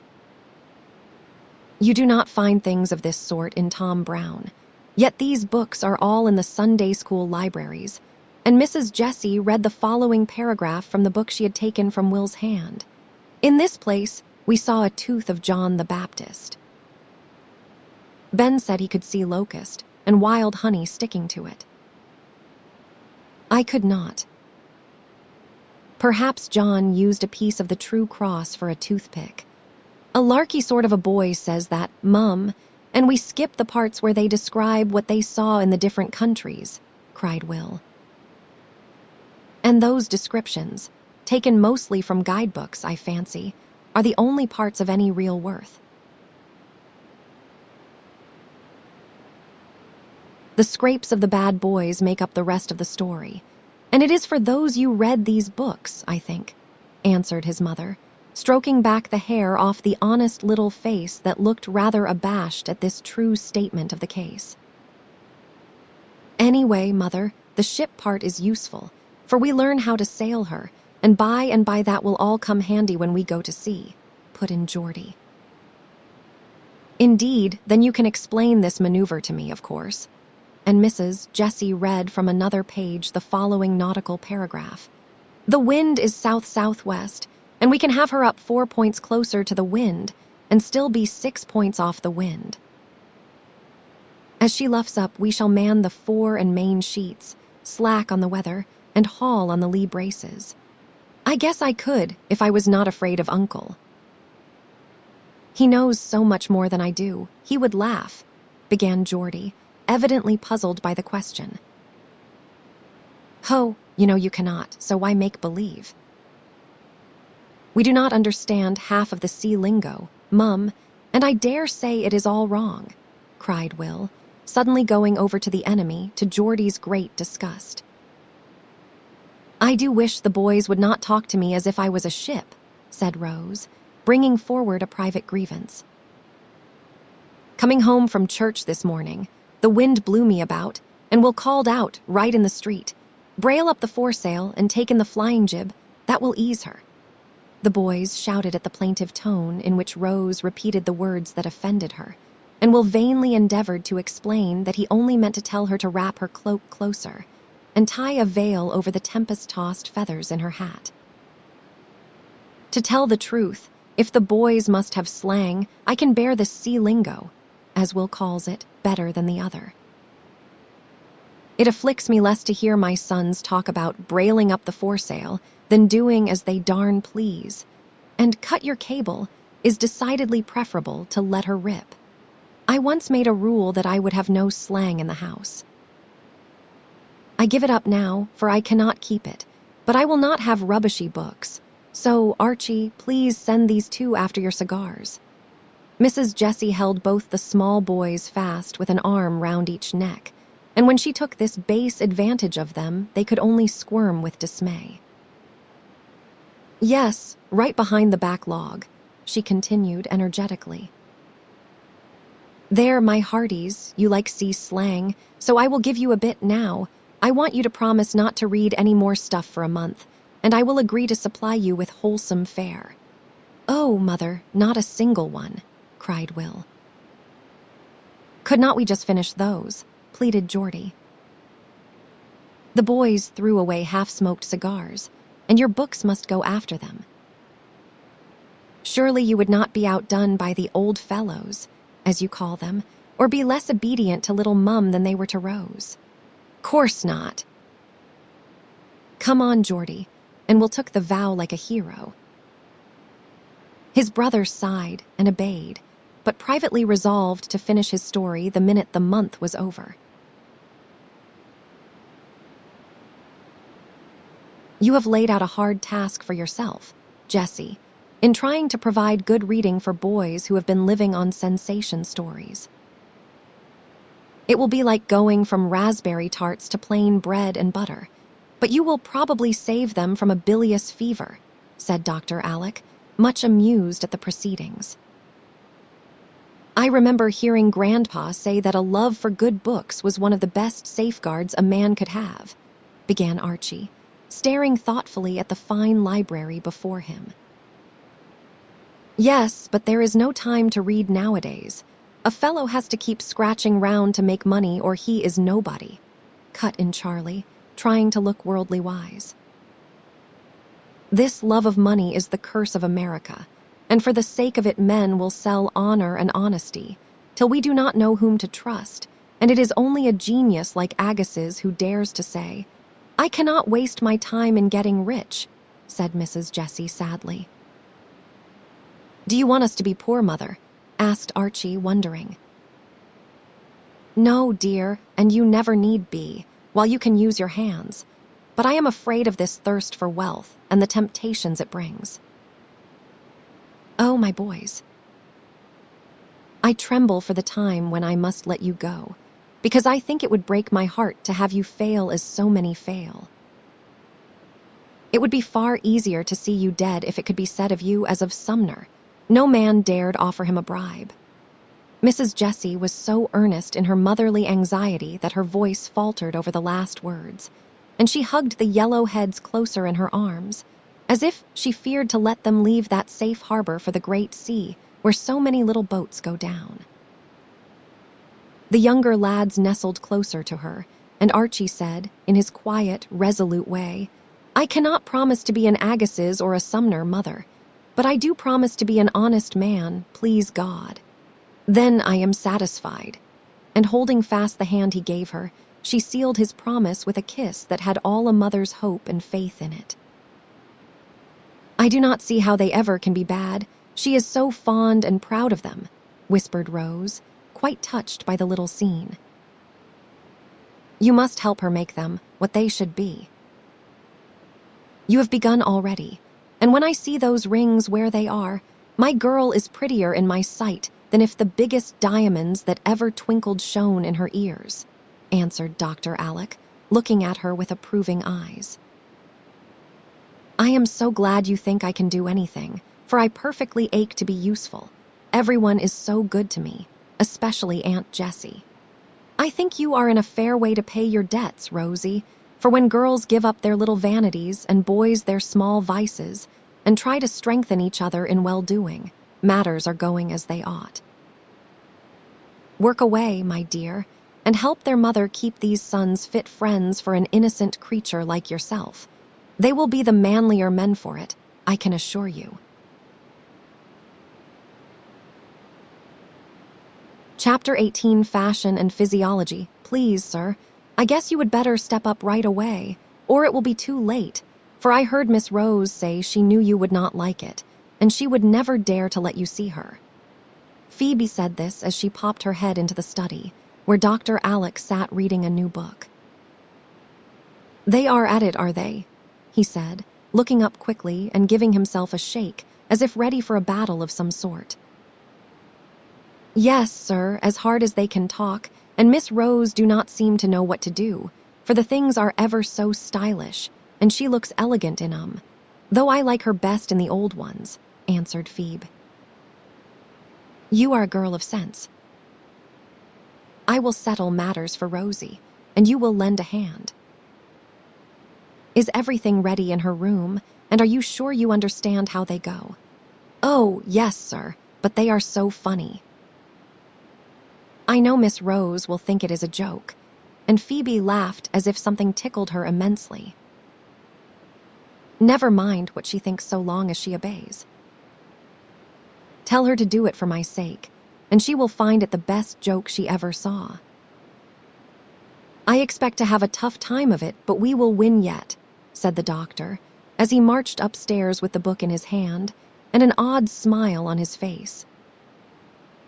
There was such a clatter of tongues in the sewing room that no one heard his tap at the door, so he pushed it open and took an observation. Aunt Plenty, Aunt Clara, and Aunt Jessie were all absorbed in gazing at Rose, who slowly revolved between them and the great mirror, in a full winter costume of the latest fashion. "Bless my heart, worse even than I expected," thought the doctor, with an inward groan, for to his benighted eyes the girl looked like a trussed fowl, and the fine new dress had neither grace, beauty, nor fitness to recommend it. The suit was of two peculiar shades of blue, so arranged that patches of light and dark distracted the eye. The upper skirt was tied so lightly back that it was impossible to take a long step, and the under one was so loaded with plaited frills that it wobbled. No other word will express it ungracefully, both fore and aft. A bunch of folds was gathered up just below the waist behind, and a great bow rode atop.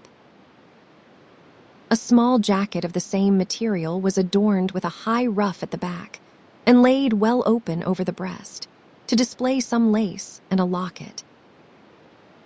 Heavy fringes, bows, puffs, ruffles, and revere finished off the dress, making one's head ache to think of the amount of work wasted, for not a single graceful line struck the eye, and the beauty of the material was quite lost in the profusion of ornament. A high velvet hat, audaciously turned up in front, with a bunch of pink roses and a sweeping plume, was cocked over one ear, and with her curls braided into a club at the back of her neck, Rose's head looked more like that of a dashing young cavalier than a modest little girl's. High-heeled boots tilted her well forward, a tiny muff pinioned her arms, and a spotted veil, tied so closely over her face that her eyelashes were rumpled by it, gave the last touch of absurdity to her appearance. "Now she looks like other girls, and as I like to see her," Mrs. Clara was saying, with an air of great satisfaction. "She does look like a fashionable young lady, but somehow I miss my little Rose, for children dressed like children in my day," answered Aunt Plenty, peering through her glasses with a troubled look, for she could not imagine the creature before her ever sitting in her lap, running to wait upon her, or making the house gay with a child's blithe presence. "Things have changed since your day, Aunt, and it takes time to get used to new ways. But you, Jessie, surely like this costume better than the dowdy things Rose has been wearing all summer." "Now be honest and own you do," said Mrs. Clara, bent on being praised for her work. "Well, dear, to be quite honest, then, I think it is frightful," answered Mrs. Jessie, with a candor that caused revolving Rose to stop in dismay. "Hear, hear," cried a deep voice, and with a general start the ladies became aware that the enemy was among them. Rose blushed up to her hat brim and stood, looking, as she felt, like a fool, while Mrs. Clara hastened to explain. "Of course, I do not expect you to like it, Alec, but I do not consider you a judge of what is proper and becoming for a young lady. Therefore, I have taken the liberty of providing a pretty street suit for Rose. She need not wear it if you object, for I know we promised to let you do what you liked with the poor dear for a year. It is a street costume, is it? Asked the doctor mildly. Do you know, I never should have guessed that it was meant for winter weather and brisk locomotion. Take a turn, Rosie, and let me see all its beauties and advantages. Rose tried to walk off with her usual free tread, but the underskirt got in her way. The overskirt was so tight she could not take a long step, and her boots made it impossible to carry herself perfectly erect. I have not got used to it yet, she said, petulantly, kicking at her train as she turned to toddle back again. Suppose a mad dog or a runaway horse was after you. Could you get out of the way without upsetting, Colonel? Asked the doctor, with a twinkle in the eyes that were fixed on the rakish hat.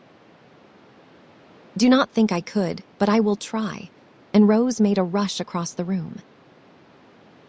Her boot heels caught on a rug, several strings broke, her hat tipped over her eyes, and she plunged promiscuously into a chair, where she sat laughing so infectiously that all but Mrs. Clara joined in her mirth.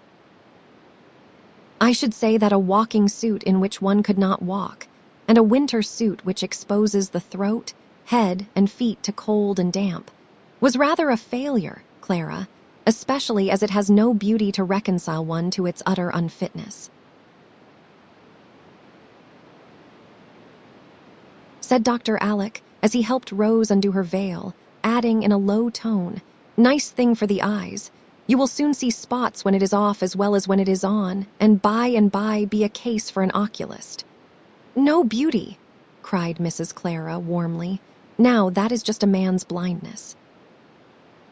This is the best of silk and camel's hair, real ostrich feathers, and an expensive ermine muff.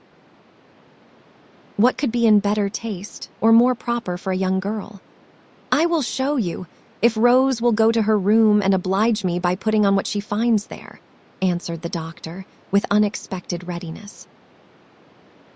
"Alec, if it is a bloomer, I shall protest. I have been expecting it, but I know I cannot bear to see that pretty child sacrificed to your wild ideas of health. Tell me it is not a bloomer," and Mrs. Clara clasped her hands imploringly. "It is not. Thank heaven," and she resigned herself with a sigh of relief, adding plaintively, "I did hope you would accept my suit, for poor Rose has been afflicted with frightful clothes long enough to spoil the taste of any girl. You talk of my afflicting the child, and then make a helpless guy like that of her," answered the doctor, pointing to the little fashion plate that was scuttling out of sight as fast as it could go. He closed the door with a shrug, but before anyone could speak, his quick eye fell upon an object which caused him to frown, and demand in an indignant tone, "After all I have said, were you really going to tempt my girl with those abominable things?" "I thought we put them away when she would not wear them," murmured Mrs. Clara, whisking a little pair of corsets out of sight with guilty haste. "I only brought them to try, for Rose is growing stout, and will have no figure if it is not attended to soon," she added, with an air of calm conviction that roused the doctor still more, for this was one of his especial abominations. "Growing stout? Yes, thank heaven, she is, and shall continue to do it, for nature knows how to mold a woman better than any corset maker, and I will not have her interfered with." "My dear Clara, have you lost your senses that you can for a moment dream of putting a growing girl into an instrument of torture like this?" And with a sudden gesture, he plucked forth the offending corsets from under the sofa cushion, and held them out with the expression one would wear on beholding the thumbscrews or the rack of ancient times. "Do not be absurd, Alec. There is no torture about it, for tight lacing is out of fashion, and we have nice, sensible things nowadays. Everyone wears them. Even bobbies have stiffened waists to support their weak little backs," began Mrs. Clara, rushing to the defense of the pet delusion of most women. I know it, and so the poor little souls have weak backs all their days, as their mothers had before them. It is vain to argue the matter, and I will not try, but I wish to state once for all that if I ever see a pair of corsets near Rose, I will put them in the fire, and you may send the bill to me. As he spoke, the corsets were on their way to destruction, but Mrs. Jessie caught his arm, exclaiming merrily, "Do not burn them, for mercy's sake, Alec. They are full of whale bones and will make a dreadful odor. Give them to me. I will see that they do no harm. Whale bones, indeed. A regular fence of them, and metal gate posts in front. As if our own bones were not enough, if we would give them a chance to do their duty," growled the doctor, yielding up the bone of contention with a last shake of contempt. Then his face cleared suddenly, and he held up his finger, saying, with a smile, "Hear those girls laugh. Cramped lungs could not make hearty music like that." Peals of laughter issued from Rose's room, and smiles involuntarily touched the lips of those who listened to the happy sound. "Some new prank of yours, Alec?" asked Aunt Plenty indulgently, for she had come to believe in most of her nephew's odd notions, because they seemed to work so well. "Yes, ma'am, my last, and I hope you will like it. I discovered what Clara was at, and got my rival's suit ready for today. I am not going to afflict Rose, but let her choose, and if I am not entirely mistaken, she will like my rig best. While we wait, I will explain, and then you will appreciate the general effect better. I got hold of this little book, and was struck with its good sense and good taste, for it suggests a way to clothe women both healthfully and handsomely, and that is a great point. It begins at the foundations, as you will see if you will look at these pictures, and I should think women would rejoice at this lightening of their burdens." As he spoke, the doctor laid the book before Aunt Plenty, who obediently brought her spectacles to bear upon the illustrations, and after a long look exclaimed, with a scandalized face, "Mercy on us! These things are like the night drawers Jamie wears." "You do not mean to say you want Rose to come out in this costume?" "It is not proper, and I will not consent to it. I do mean it, and I am sure my sensible aunt will consent when she understands that these, well, I will call them by an Indian name, and say pajamas are for underwear, and Rose can have as pretty frocks as she likes outside. These 2 suits of flannel, each in one piece from head to foot, with a skirt or so hung on this easily fitting waist, will keep the child warm without burdening her with belts, and gathers, and buckles, and bunches round the waist, and leave free the muscles that need plenty of room to work in. She shall never have the backache if I can help it, nor the long list of ills you dear women think you cannot escape. I do not consider it modest, and I am sure Rose will be shocked at it," began Mrs. Clara, but stopped suddenly, as Rose appeared in the doorway, not looking shocked a bit. "Come on, my hygienic model, and let us see you," said her uncle, with an approving glance as she walked in, looking so mischievously merry that it was evident she enjoyed the joke. "Well, I do not see anything remarkable. That is a neat, plain suit. The materials are good, and it is not unbecoming if you want her to look like a little schoolgirl, but it has not a particle of style, and no one would ever give it a second glance," said Mrs. Clara, feeling that her last remark condemned the whole thing. "Exactly what I want," answered the provoking doctor, rubbing his hands with a satisfied air. "Rosie looks now like what she is, a modest little girl who does not want to be stared at. I think she would get a glance of approval, though, from people who like sense and simplicity rather than fuss and feathers. Revolve, my Hebe, and let me refresh my eyes by the sight of you." There was very little to see, however, only a pretty Gabrielle dress of a soft, warm shade of brown, coming to the tops of a trim pair of boots with low heels. a sealskin sack, cap, and mittens, with a glimpse of scarlet at the throat, and the pretty curls tied up with a bright velvet of the same color, completed the external adornment, making her look like a robin redbreast wintry, yet warm. "How do you like it, Rosie?" asked the doctor, feeling that her opinion was more important to the success of his new idea than that of all the ants on the hill. "I feel very odd and light, but I am warm as a toast, and nothing seems to be in my way," answered Rose, with a skip which displayed shapely gaiters on legs that now might be as free and active as a boy's under the modest skirts of the girl. "You can run away from the mad dogs and walk off at a smart pace without tumbling on your nose now, I fancy." "Yes, Uncle. Suppose the dog coming, I just hop over a wall so, and when I walk of a cold day, I go like this." Entering fully into the spirit of the thing, Rose swung herself over the high back of the sofa as easily as one of her cousins, and then went down the long hall as if her stout boots were related to the famous 7 Leaguers. "There, you see how it will be. Dress her in that boyish way, and she will act like a boy." "I do hate all these inventions of strong-minded women," exclaimed Mrs. Clara, as Rose came back at a run. "Ah, but you see some of these sensible inventions come from the brain of a fashionable modiste, who will make you more lovely, or what you value more stylish, outside and comfortable within.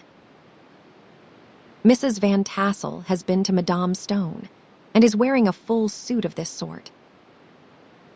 Van himself told me, when I asked how she was, that she had given up lying on the sofa and was going about in a most astonishing way, considering her feeble health." "You do not say so." "Let me see that book a moment."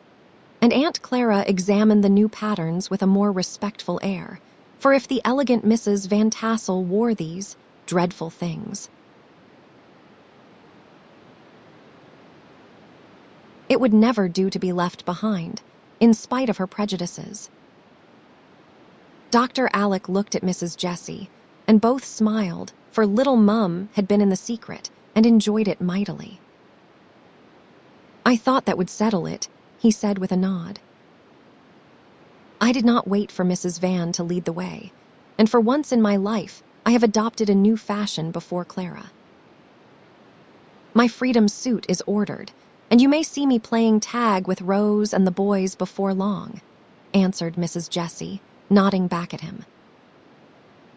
Meantime, Aunt Plenty was examining Rose's costume, for the hat and sack were off, and the girl was eagerly explaining the new undergarments. "See, Auntie, all nice scarlet flannel and a gay little petticoat, and long stockings, oh so warm. Phoebe and I nearly died laughing when I put this rig on, but I like it ever so much. The dress is so comfortable and does not need any belt or sash, and I can sit without rumpling any trimming. That is such a comfort. I like to be tidy, and so, when I wear fussed-up things, I am thinking of my clothes all the time, and that is tiresome. Do say you like it." I resolved I would, just to please Uncle, for he does know more about health than anyone else, I am sure, and I would wear a bag if he asked me to do it. "I do not ask that, Rose, but I wish you would weigh and compare the 2 suits, and then choose which seems best." "I leave it to your own common sense," answered Dr. Alec, feeling pretty sure he had won. "Why, I take this one, of course, Uncle. The other is fashionable, and yes, I must say I think it is pretty, but it is very heavy, and I should have to go round like a walking doll if I wore it." "I am much obliged to Auntie, but I will keep this, please." Rose spoke gently but decidedly, though there was a look of regret when her eye fell on the other suit which Phoebe had brought in, and it was very natural to like to look as other girls did. Aunt Clara sighed. Uncle Alec smiled and said heartily, "Thank you, dear. Now read this book and you will understand why I ask it of you. Then, if you like, I will give you a new lesson. You asked for one yesterday, and this is more necessary than French or housekeeping." "Oh, what?" and Rose caught up the book which Mrs. Clara had thrown down with a disgusted look. Though Dr. Alec was 40, the boyish love of teasing was not yet dead in him, and being much elated at his victory, he could not resist the temptation of shocking Mrs. Clara by suggesting dreadful possibilities. So he answered, half in earnest, half in jest, "Physiology, Rose. Would not you like to be a little medical student, with Uncle Doctor for teacher, and be ready to take up his practice when he has to stop? If you agree, I will hunt up my old skeleton tomorrow." That was too much for Aunt Clara, and she hastily departed, with her mind in a sad state of perturbation about Mrs. Van Tassel's new costume and Rose's new study. Chapter 19. Brother Bones' Rose accepted her uncle's offer, as Aunt Myra discovered 2 or 3 days later. Coming in for an early call, and hearing voices in the study, she opened the door, gave a cry and shut it quickly, looking a good deal startled.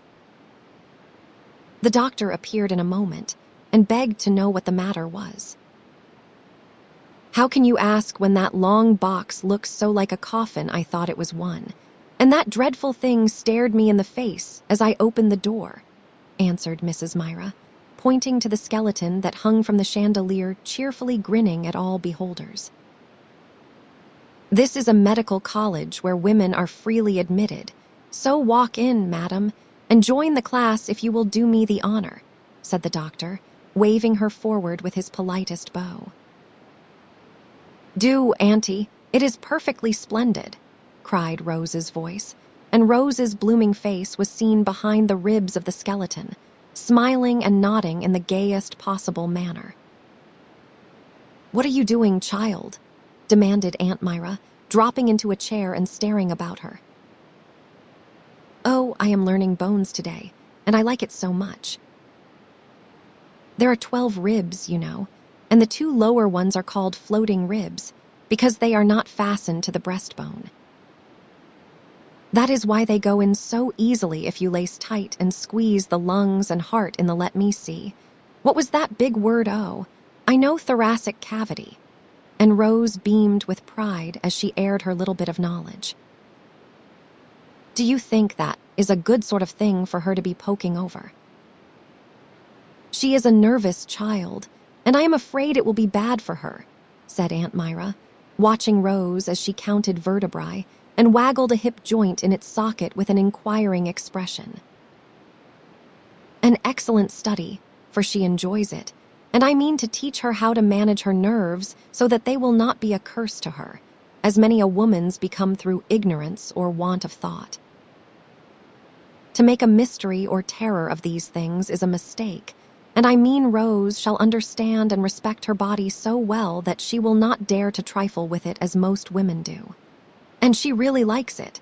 Very much, Auntie. It is all so wonderful, and so nicely planned. You can hardly believe what you see. Just think, there are 600 million air cells in one pair of lungs, and 2,000 pores to a square inch of surface. So you see what quantities of air we must have, and what care we should take of our skin so all the little doors will open and shut right. And brains, Auntie, you have no idea how curious they are. I have not got to them yet, but I long to, and Uncle is going to show me a mannequin that you can take to pieces. Just think how nice it will be to see all the organs in their places. I only wish they could be made to work as ours do." It was funny to see Aunt Myra's face as Rose stood before her, talking rapidly with one hand laid in the friendliest manner on the skeleton's shoulder. Every word both the doctor and Rose uttered hit the good lady in her weakest spot, and as she looked and listened, a long array of bottles and pillboxes rose up before her, reproaching her with the ignorance and want of thought that made her what she was, a nervous, dyspeptic, unhappy old woman. "Well, I do not know, but you may be right, Alec, only I would not carry it too far. Women do not need much of this sort of knowledge, and are not fit for it. I could not bear to touch that ugly thing, and it gives me the creeps to hear about organs, said Aunt Myra, with a sigh and her hand on her side. Would not it be a comfort to know that your liver was on the right side, Auntie, and not on the left? Asked Rose with a naughty laugh in her eyes, for she had lately learnt that Aunt Myra's liver complaint was not in the proper place.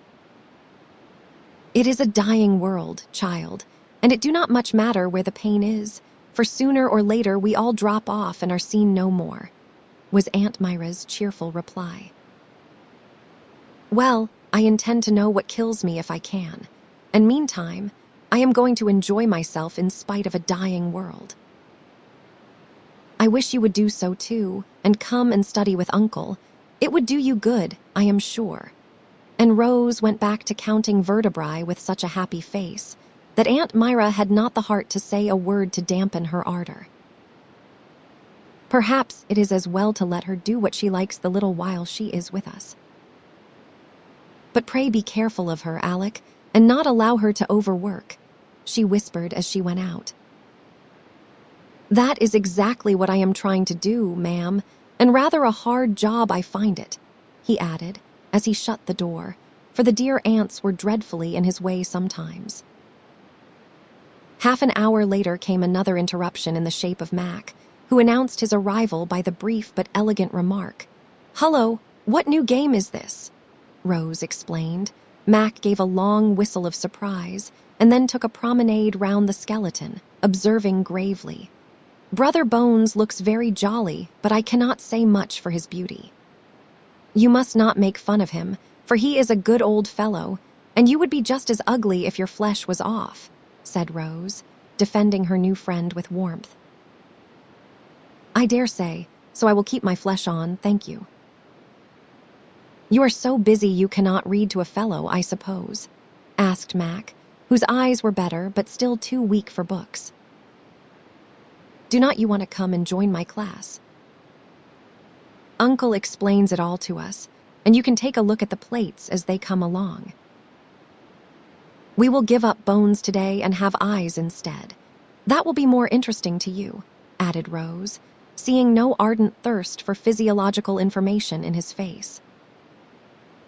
"Rose, we must not fly about from one thing to another in this way," began Dr. Alec, but she whispered quickly, with a nod towards Mac, whose goggles were turned wistfully in the direction of the forbidden books. "He is blue today, and we must amuse him. Give a little lecture on eyes, and it will do him good." "No matter about me, Uncle." "Very well. The class will please be seated," and the doctor gave a sounding rap on the table. "Come, sit by me, dear. Then we can both see the pictures. And if your head gets tired, you can lie down," said Rose, generously opening her little college to a brother, and kindly providing for the weaknesses that all humanity is subject to. Side by side they sat and listened to a very simple explanation of the mechanism of the eye, finding it as wonderful as a fairy tale, for fine plates illustrated it, and a very willing teacher did his best to make the lesson pleasant. "Jove, if I would known what mischief I was doing to that mighty delicate machine of mine, you would not have caught me reading by firelight or studying with a glare of sunshine on my book," said Mac, peering solemnly at a magnified eyeball. Then, pushing it away, he added indignantly, "Why is not a fellow taught all about his works, and how to manage 'em, and not left to go blundering into all sorts of worries? Telling him after he is down is not much use, for then he has found it out himself and will not thank you. Ah, Mac, that is just what I keep lecturing about, and people will not listen. You lads need that sort of knowledge so much, and fathers and mothers ought to be able to give it to you. Few of them are able, and so we all go blundering, as you say. Less Greek and Latin, and more knowledge of the laws of health for my boys, if I had them.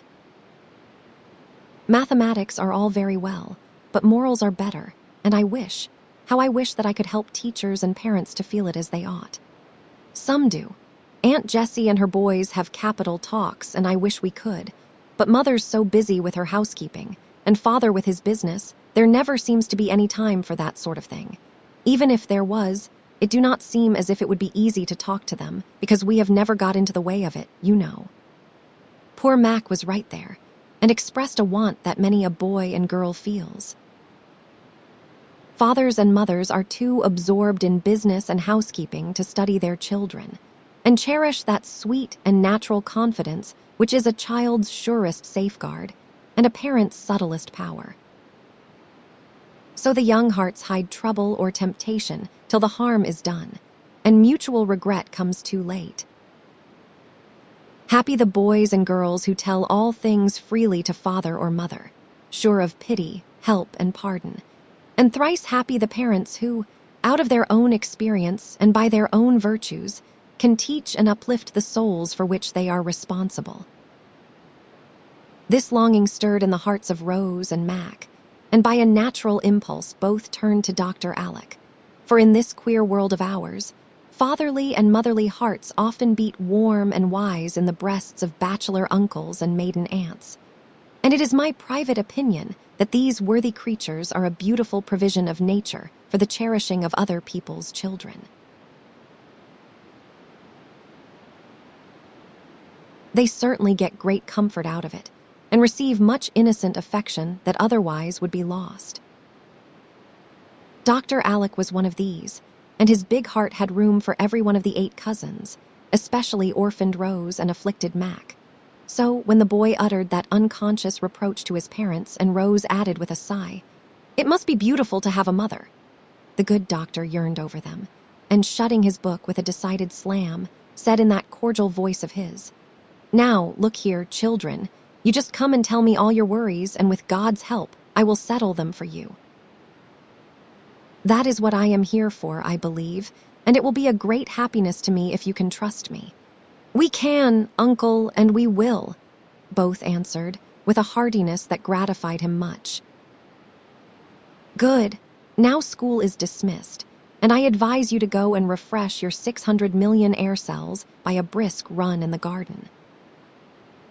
Come again whenever you like, Mac, and we will teach you all we can about your works, as you call them, so you can keep them running smoothly." "We will come, sir, much obliged," and the class in physiology went out to walk. Mac did come again, glad to find something he could study in spite of his weak eyes, and learned much that was of more value than anything his school had ever taught him. Of course, the other lads made great fun of the whole thing, and plagued Dr. Alec's students half out of their lives. But they kept on persistently, and one day something happened which made the other fellows behave themselves forever after. It was a holiday, and Rose up in her room thought she heard the voices of her cousins, so she ran down to welcome them, but found no one there. "Never mind, they will be here soon, and then we will have a frolic," she said to herself, and thinking she had been mistaken, she went into the study to wait. She was lounging over the table, looking at a map, when an odd noise caught her ear.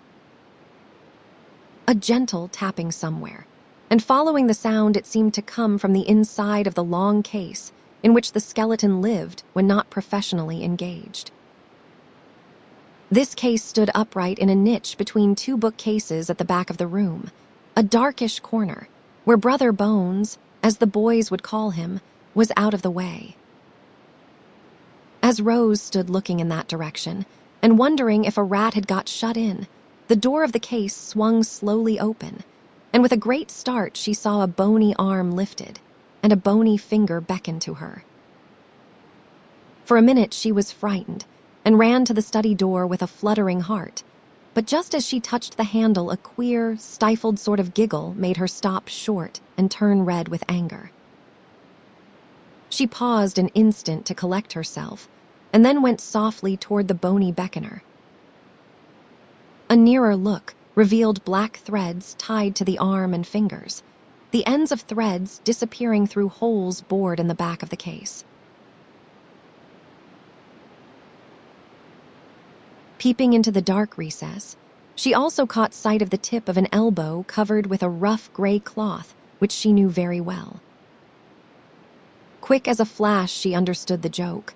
Her fear vanished, and with a wicked smile, she whipped out her scissors, cut the threads, and the bony arm dropped with a rattle.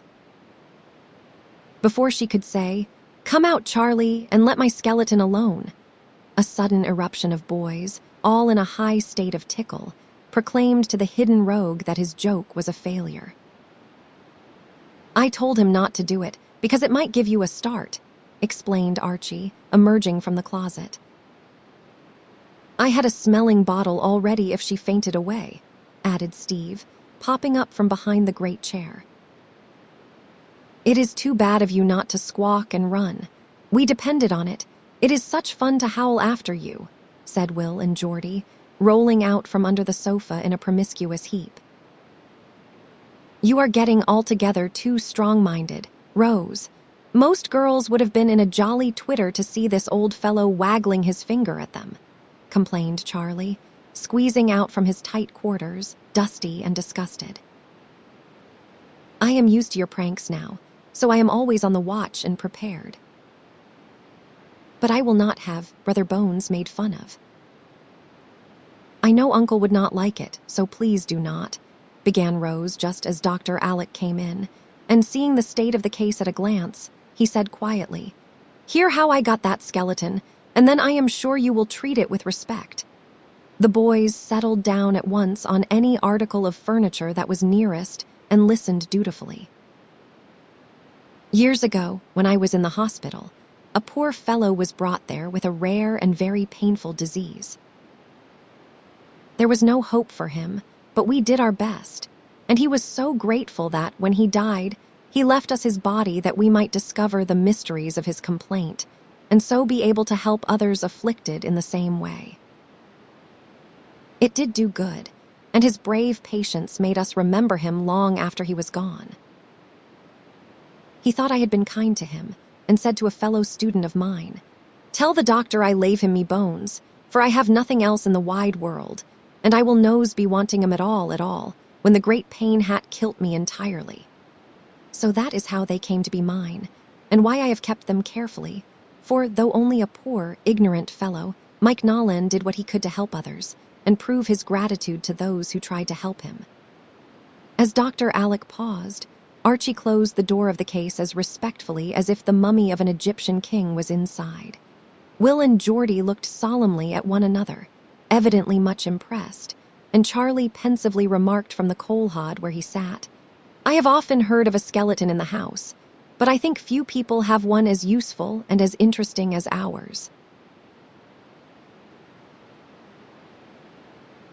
Chapter 20. Under the mistletoe, Rose made Phoebe promise that she would bring her stocking into the bower, as she called her pretty room, on Christmas morning, because that first delicious rummage loses half its charm if two little nightcaps at least do not meet over the treasures, and two happy voices oh and ah together.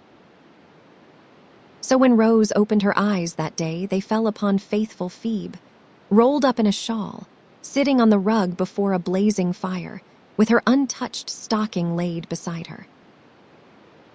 "Merry Christmas," cried the little mistress, smiling gaily. "Merry Christmas," answered the little maid, so heartily that it did one good to hear her. "Bring the stockings right away, Phoebe, and let us see what we have got," said Rose, sitting up among the pillows and looking as eager as a child. A pair of long knobby hose were laid out upon the coverlet, and their contents examined with delight, though each knew every blessed thing that had been put into the other's stocking. Never mind what they were. It is evident that they were quite satisfactory, for as Rose leaned back, she said with a luxurious sigh of satisfaction, "Now I believe I have got everything in the world that I want," and Phoebe answered, smiling over a lapful of treasures, "This is the most splendid Christmas I ever had since I was born." Then she added with an important air, "Do wish for something else, because I happen to know of 2 more presents outside the door this minute." "Oh, me, what richness!" cried Rose, much excited. "I used to wish for a pair of glass slippers like Cinderella's, but as I cannot have them, I really do not know what to ask for." Phoebe clapped her hands as she skipped off the bed and ran to the door, saying merrily, One of them is for your feet anyway. I do not know what you will say to the other, but I think it is elegant. So did Rose, when a shining pair of skates and a fine sled appeared. Uncle sent those. I know he did. And now I see them, I remember that I did want to skate and coast. Is not it a beauty? See, they fit nicely. And sitting on the new sled, Rose tried a skate on her little bare foot, while Phoebe stood by admiring the pretty tableau. Now we must hurry and get dressed, for there is a deal to do today, and I want to get through in time to try my sled before dinner. Gracious me, and I ought to be dusting my parlors this blessed minute. And mistress and maid separated with such happy faces that anyone would have known what day it was without being told. Burnham Wood has come to Dunsinane, Rosie, said Dr. Alec, as he left the breakfast table to open the door for a procession of holly, hemlock, and cedar boughs that came marching up the steps. Snowballs and Merry Christmases flew about pretty briskly for several minutes. Then all fell to work trimming the old house, for the family always dined together there on that day. I rode miles and mileses, as Ben says, to get this fine bit, and I am going to hang it there as the last touch to the rigamadooning, said Charlie, as he fastened a dull green branch to the chandelier in the front parlor. It is not very pretty, said Rose, who was trimming the chimney-piece with glossy holly sprays. Never mind that, it is mistletoe, and anyone who stands under it will get kissed whether they like it or not.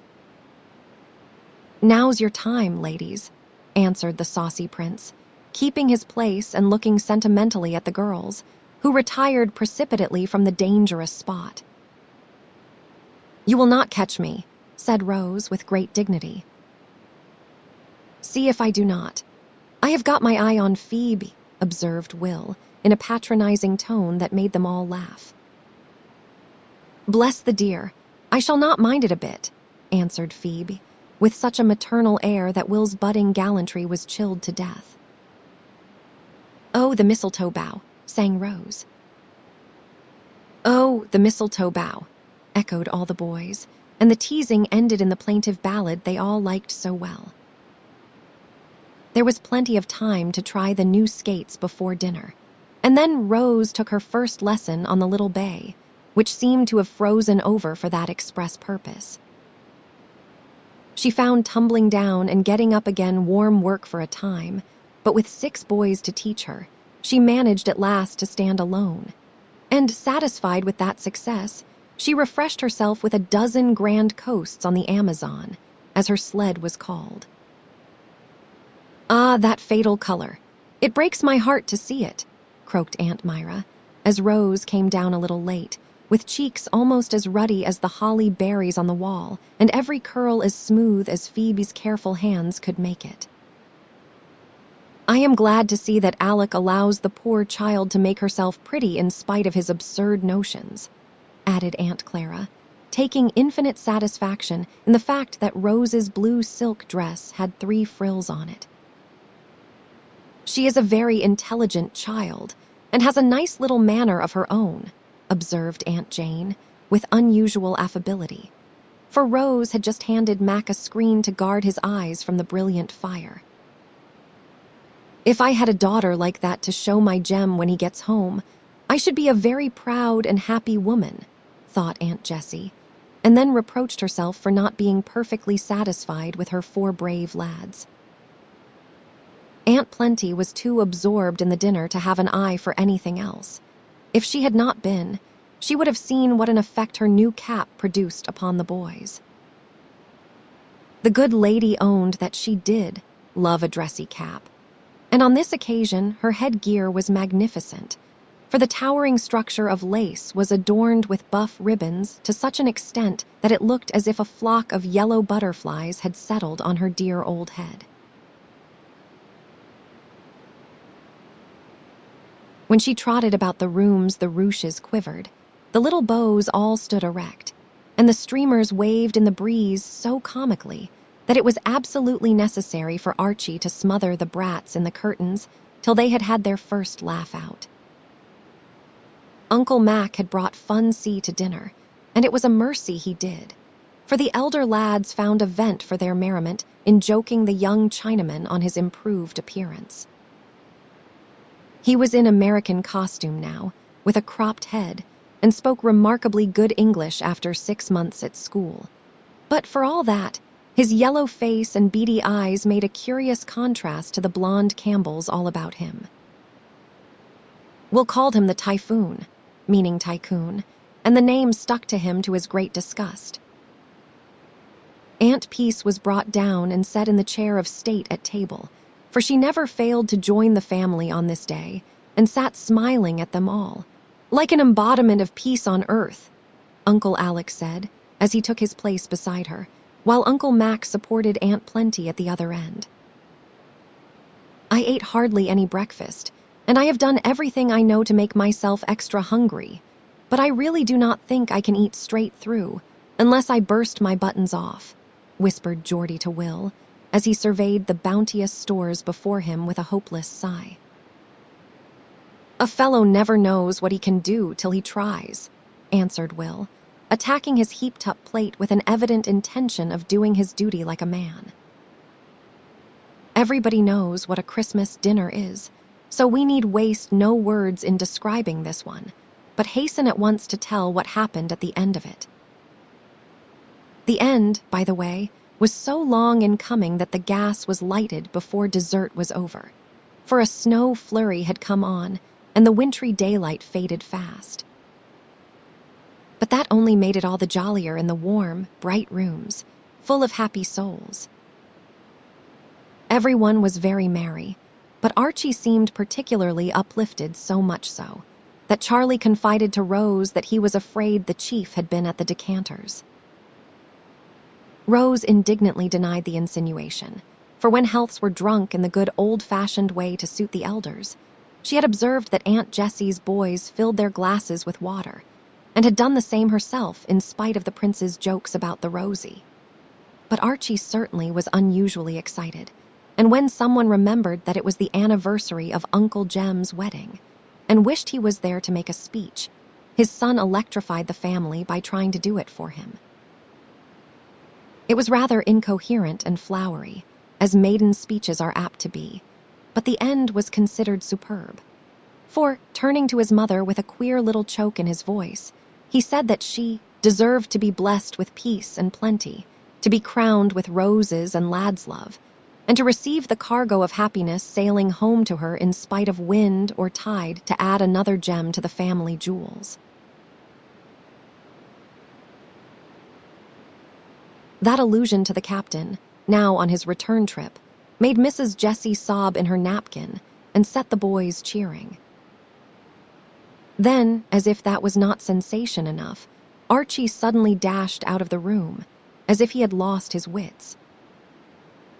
"Too bashful to stay and be praised," began Charlie, excusing the peculiarities of his chief as in duty bound. "Phoebe beckoned to him. I saw her," cried Rose, staring hard at the door. "Is it more presents coming?" asked Jamie, just as his brother reappeared, looking more excited than ever. "Yes, a present for Mother, and here it is," roared Archie, flinging wide the door to let in a tall man who cried out, "Where's my little woman?" "The first kiss for her, then the rest may come on as fast as they like." Before the words were out of his mouth, Mrs. Jessie was half hidden under his rough greatcoat, and 4 boys were prancing about him, clamoring for their turn. Of course, there was a joyful tumult for a time, during which Rose slipped into the window recess and watched what went on, as if it were a chapter in a Christmas story. It was good to see bluff Uncle Jem look proudly at his tall son and fondly hug the little ones. It was better still to see him shake his brother's hands as if he would never leave off, and kiss all the sisters in a way that made even solemn Aunt Myra brighten up for a minute. But it was best of all to see him finally established in grandfather's chair, with his little woman beside him, his 3 youngest boys in his lap, and Archie hovering over him like a large-sized cherub. That really was, as Charlie said, a landscape to do one's heart good. "All hearty and all here, thank God," said Captain Jem in the first pause that came as he looked about him with a grateful face. "All but Rose," answered loyal little Jamie, remembering the absent. "Faith, I forgot the child." "Where is George's little girl?" asked the captain, who had not seen her since she was a baby. "You would better say Alec's great girl," said Uncle Mac, who professed to be madly jealous of his brother. "Here I am, sir," and Rose appeared from behind the curtains, looking as if she had rather have stayed there. "St. George Germain, how the mite has grown!" cried Captain Jem, as he tumbled the boys out of his lap and rose to greet the tall girl, like a gentleman as he was. But somehow, when he shook her hand, it looked so small in his big one, and her face reminded him so strongly of his dead brother, that he was not satisfied with so cold a welcome, and with a sudden softening of the keen eyes, he took her up in his arms, whispering, with a rough cheek against her smooth one, "God bless you, child. Forgive me if I forgot you for a minute, and be sure that not one of your kinsfolk is happier to see you here than Uncle Jem." That made it all right, and when he set her down, Rose's face was so bright it was evident that some spell had been used to banish the feeling of neglect that had kept her moping behind the curtains so long. That everyone sat round and heard all about the voyage home, how the captain had set his heart on getting there in time to keep Christmas, how everything had conspired to thwart his plan, and how, at the very last minute, he had managed to do it and had sent a telegram to Archie, bidding him keep the secret and be ready for his father at any moment, for the ship got into another port and he might be late. Then Archie told how that telegram had burnt in his pocket all dinner time, how he had to take Phoebe into his confidence, and how clever she was to keep the captain back till the speech was over and he could come in with effect. The elders would have sat and talked all the evening, but the young folks were bent on having their usual Christmas frolic. So, after an hour of pleasant chat, they began to get restless, and having consulted together in dumb show, they devised a way to very effectually break up the family council. Steve vanished, and, sooner than the boys imagined Dandy could get himself up, the skirl of the bagpipe was heard in the hall, and the bonny piper came to lead Clan Campbell to the revel. "Draw it mild, Stevie, my man. Ye play unco weel, but ye mak a most infernal din," cried Uncle Jem, with his hands over his ears, for this accomplishment was new to him, and took him all aback, as he expressed it. So Steve droned out a Highland reel as softly as he could, and the boys danced it to a circle of admiring relations. Captain Jem was a true sailor, however, and could not stand idle while anything lively was going on. So, when the piper's breath gave out, he cut a splendid pigeon wing into the middle of the hall, saying, "Who can dance a fore and after?" And, waiting for no reply, began to whistle the air so invitingly that Mrs. Jessie set to him laughing like a girl. Rose and Charlie took their places behind, and away went the four with a spirit and skill that inspired all the rest to cut in as fast as they could. That was a grand beginning, and they had many another dance before anyone would own they were tired. Even Fun C distinguished himself with Aunt Plenty, whom he greatly admired as the stoutest lady in the company, plumpness being considered a beauty in his country. The merry old soul professed herself immensely flattered by his admiration, and the boys declared she set her cap at him. Else he would never have dared to catch her under the mistletoe, and, rising on the tips of his own toes, gallantly salute her fat cheek. How they all laughed at her astonishment, and how Fun's little black eyes twinkled over this exploit. Charlie put him up to it, and Charlie was so bent on catching Rose that he laid all sorts of pitfalls for her and bribed the other lads to help him. But Rose was wide awake, and escaped all his snares, professing great contempt for such foolish customs. Poor Phoebe did not fare so well, and Archie was the only one who took a base advantage of her as she stood innocently offering tea to Aunt Myra, whom she happened to meet just under the fatal bough. If his father's arrival had not rather upset him, I doubt if the dignified chief would have done it, for he apologized at once in the handsomest manner and caught the tray that nearly dropped from Phoebe's hands. Jamie boldly invited all the ladies to come and salute him, and as for Uncle Jem, he behaved as if the entire room was a grove of mistletoe. Uncle Alec slyly laid a bit of it on Aunt Peace's cap and then softly kissed her, which little joke seemed to please her very much, for she liked to have part in all the home pastimes, and Alec was her favorite nephew. Charlie alone failed to catch his shy bird, and the oftener she escaped, the more determined he was to ensnare her. When every other wile had been tried in vain, he got Archie to propose a game with forfeits. "I understand that dodge," thought Rose, and was on her guard so carefully that not one among the piles soon collected belonged to her. "Now let us redeem them and play something else," said Will, quite unconscious of the deeply laid plots all about him. "One more round and then we will," answered the prince, who had now baited his trap anew. Just as the question came to Rose, Jamie's voice was heard in the hall, crying distressfully, "Oh, come quick, quick!" Rose started up, missed the question, and was greeted with a general cry of "Forfeit! Forfeit!" in which the little traitor came to join. "Now I have got her," thought the young rascal, exulting in his fun-loving soul. "Now I am lost," thought Rose, as she gave up her pincushion with a sternly defiant look that would have daunted anyone but the reckless prince. In fact, it made even him think twice, and resolve to let Rose off easy. She had been so clever. "Here is a very pretty pawn, and what shall be done to redeem it?" asked Steve, holding the pincushion over Charlie's head, for he had insisted on being judge and kept that for the last. "Fine or superfine? Super. Well, she shall take old Mac under the mistletoe and kiss him prettily. Will not he be mad, though?" And this bad boy chuckled over the discomfort he had caused two harmless beings.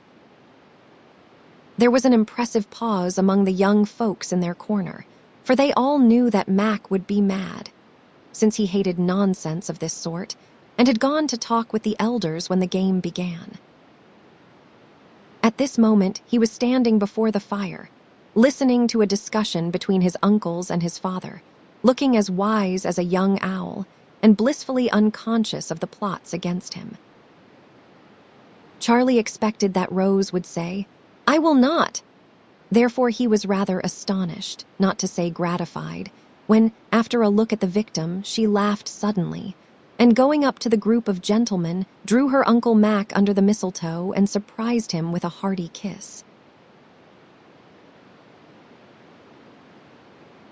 "Thank you, my dear," said the innocent gentleman, looking much pleased at the unexpected honor. "Oh, come, that is not fair," began Charlie. But Rose cut him short by saying, as she made him a fine courtesy, "You said old Mac, and though it was very disrespectful, I did it. That was your last chance, sir, and you have lost it." He certainly had, for, as he spoke, Rose pulled down the mistletoe and threw it into the fire, while the boys jeered at the crestfallen prince and exalted quick-witted Rose to the skis. "What is the joke?" asked young Mac, waked out of a brown study by the laughter in which the elders joined.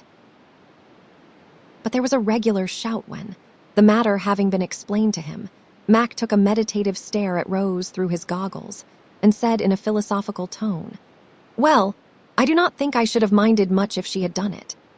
That tickled the lads immensely, and nothing but the appearance of a slight refection would have induced them to stop chaffing the poor worm, who could not see anything funny in the beautiful resignation he had shown on this trying occasion.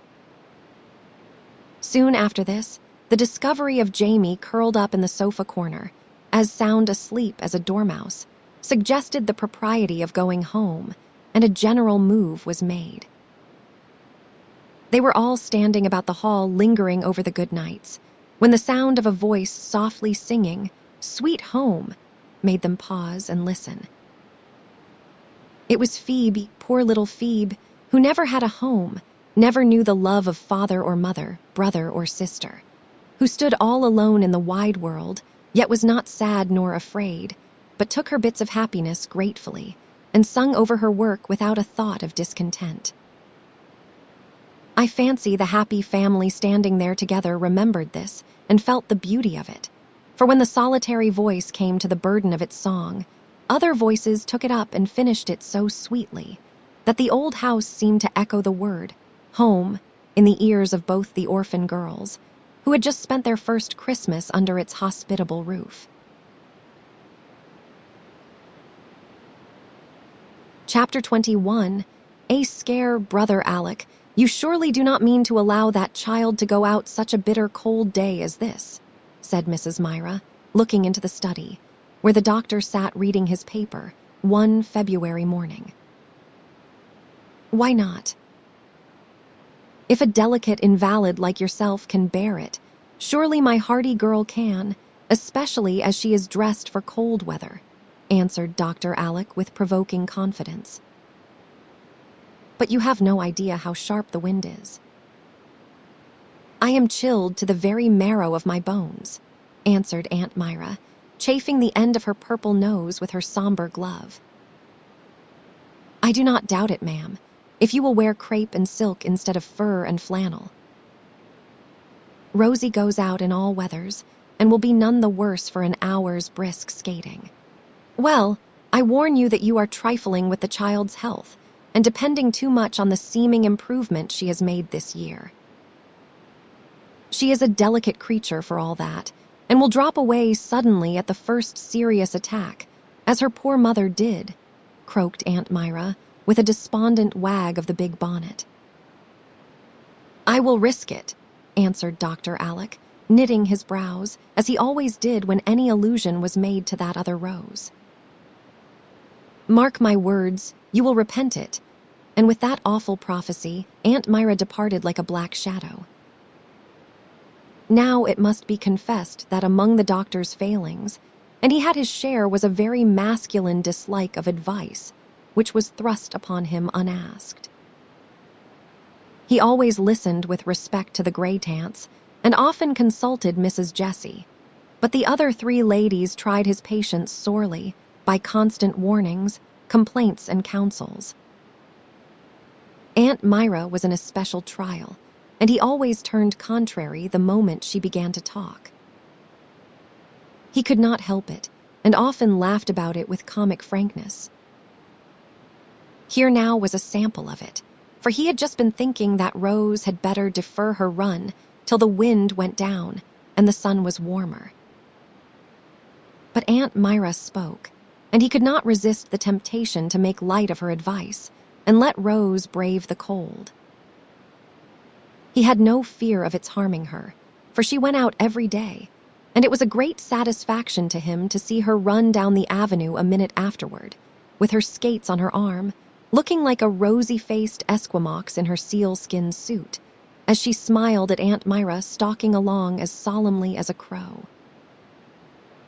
I hope the child will not stay out long, for this wind is enough to chill the marrow in younger bones than Myra's, thought Dr. Alec, half an hour later, as he drove toward the city to see the few patients he had consented to take for old acquaintance' sake. The thought returned several times that morning, for it was truly a bitter day, and in spite of his bearskin coat, the doctor shivered. But he had great faith in Rose's good sense, and it never occurred to him that she was making a little Casabianca of herself, with the difference of freezing instead of burning at her post. You see, Mac had made an appointment to meet her at a certain spot, and have a grand skating bout as soon as the few lessons he was allowed were over. She had promised to wait for him, and did so with a faithfulness that cost her dear, because Mac forgot his appointment when the lessons were done and became absorbed in a chemical experiment till a general combustion of gases drove him out of his laboratory. Then he suddenly remembered Rose and would gladly have hurried away to her, but his mother forbade his going out, for the sharp wind would hurt his eyes.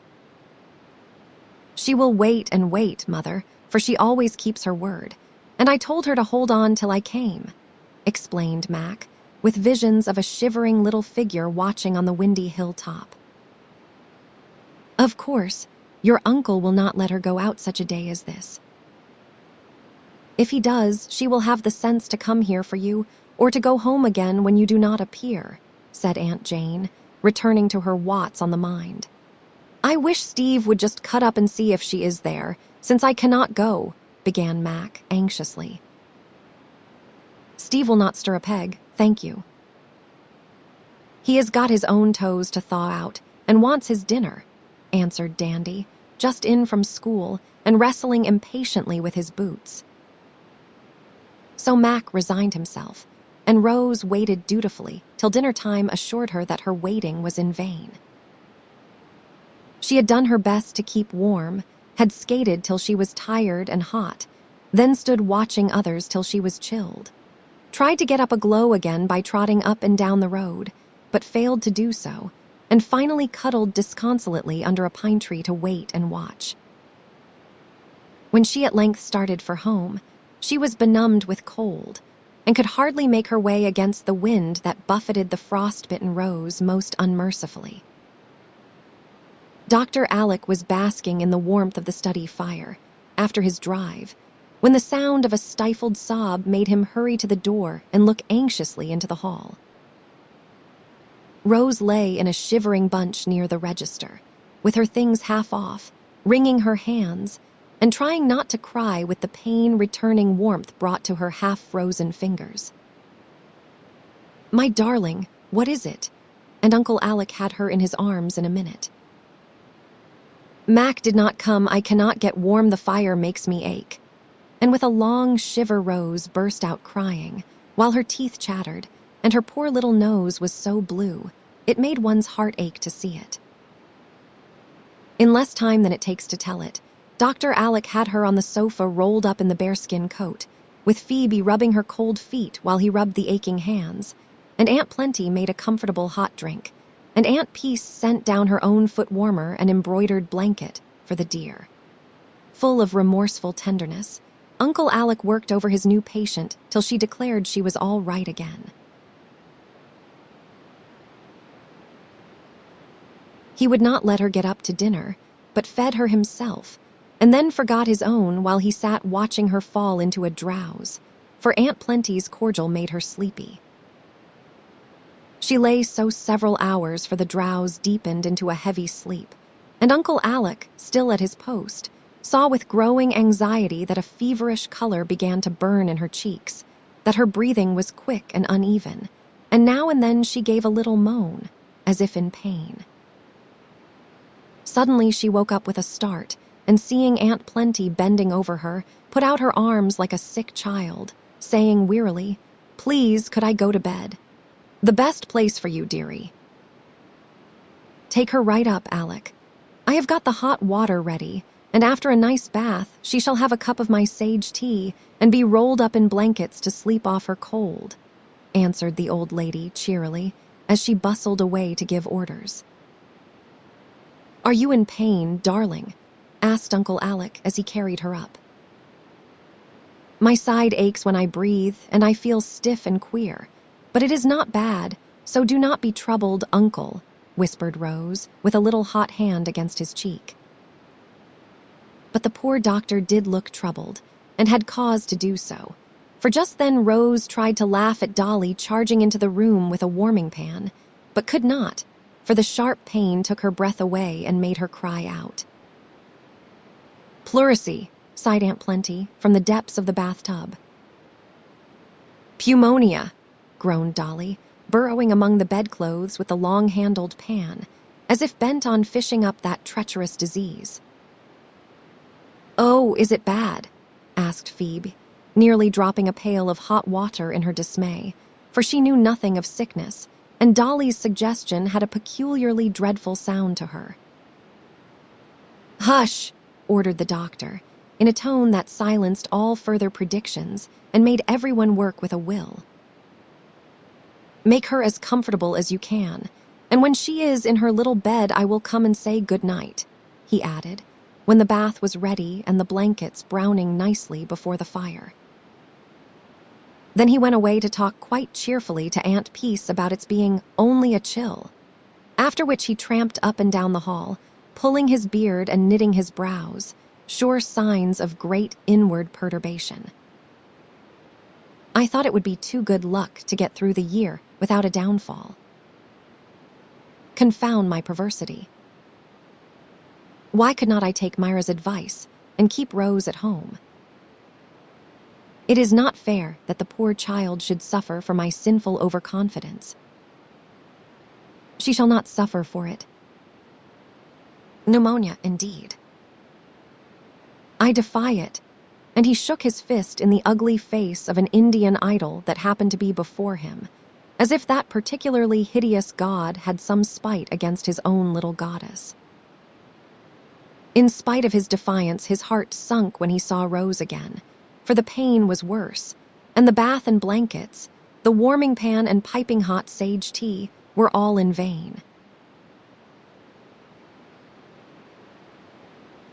For several hours there was no rest for the poor child, and all manner of gloomy forebodings haunted the minds of those who hovered about her with faces full of the tenderest anxiety.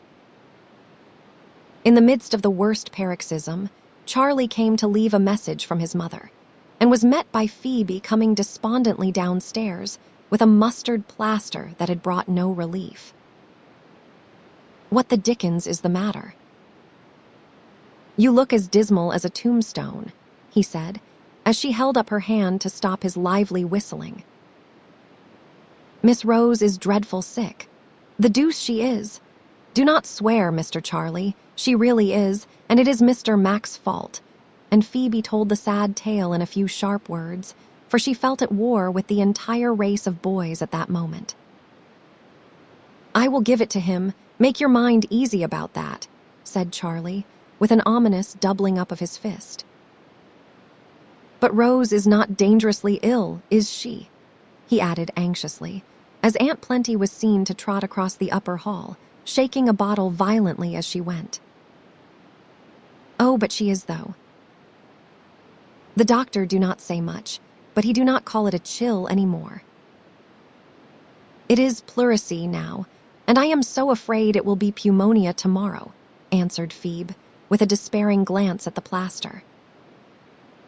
Charlie exploded into a stifled laugh at the new pronunciation of pneumonia, to Phoebe's great indignation. "How can you have the heart to do it, and she in such horrid pain?"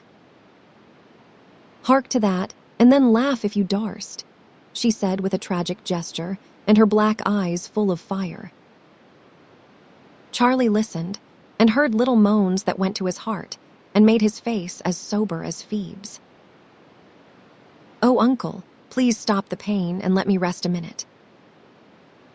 Do not tell the boys I was not brave. I try to bear it, but it is so sharp I cannot help crying." Neither could Charlie, when he heard the broken voice say that, but boylike he would not own it, and said pettishly as he rubbed his sleeve across his eyes, "Do not hold that confounded thing right under my nose. The mustard makes my eyes smart. Do not see how it can, when it has not any more strength in it than meal. The doctor said so, and I am going to get some better," began Phoebe, not a bit ashamed of the great tears that were bedewing the condemned plaster. "I will go," and Charlie was off like a shot, glad of an excuse to get out of sight for a few minutes.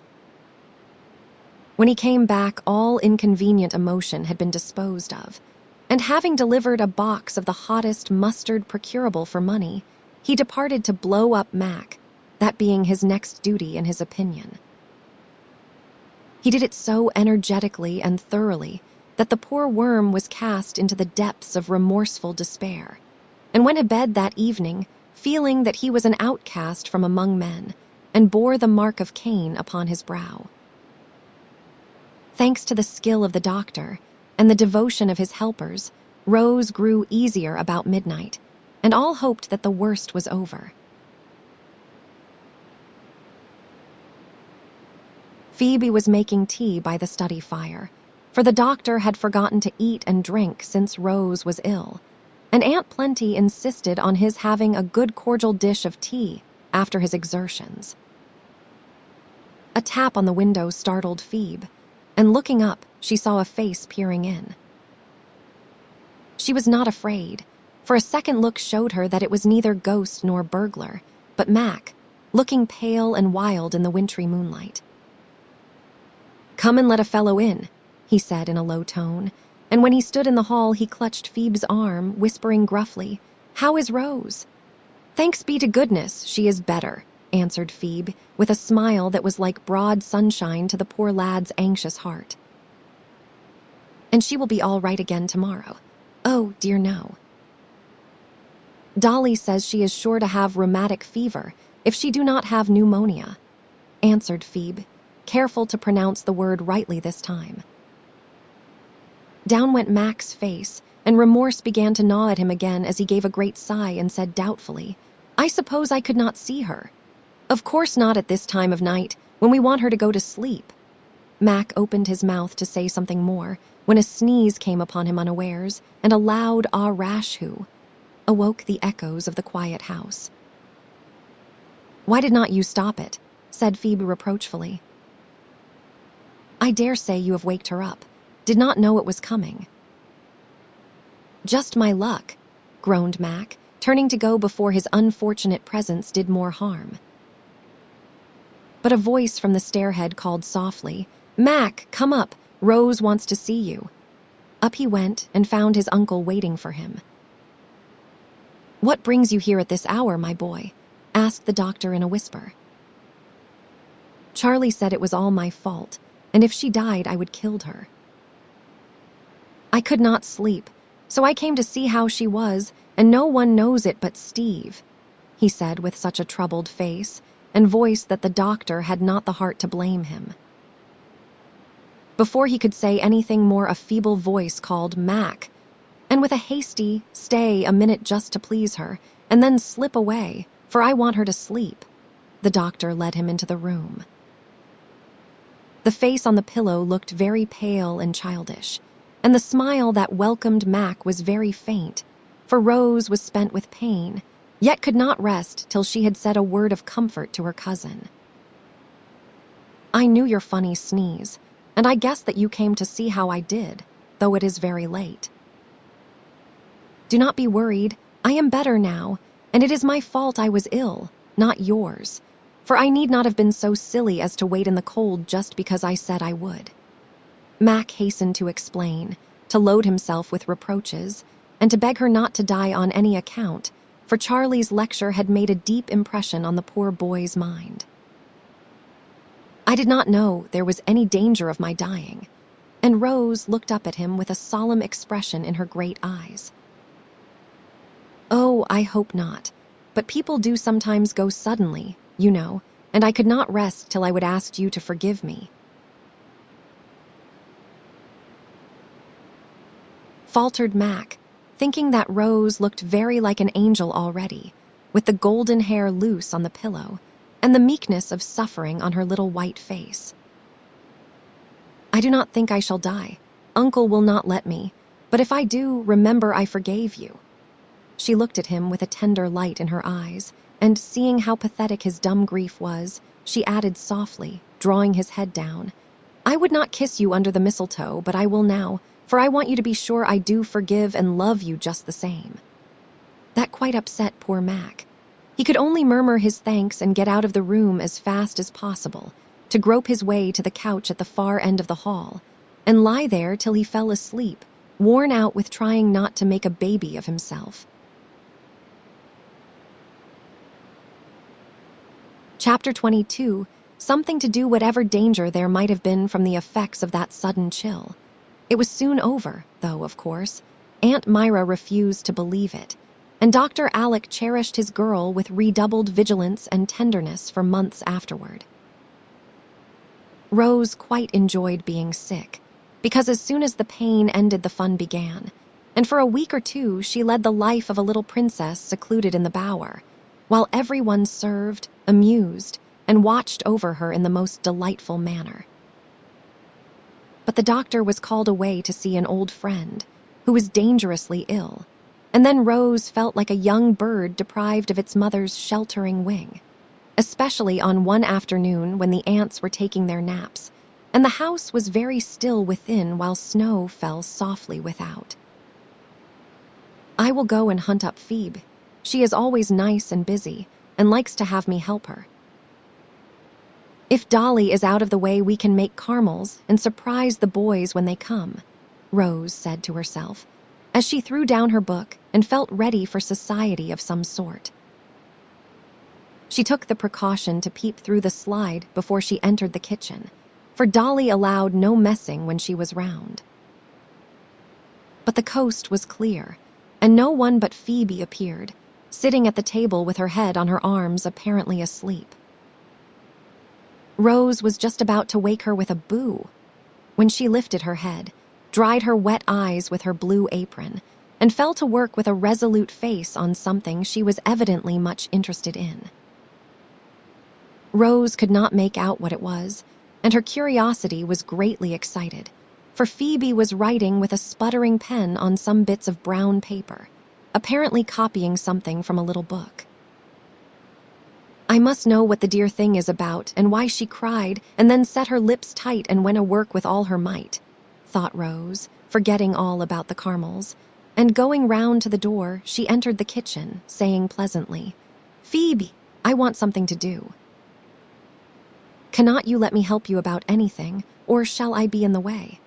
"Oh, dear no, miss. I always love to have you round when things are tidy."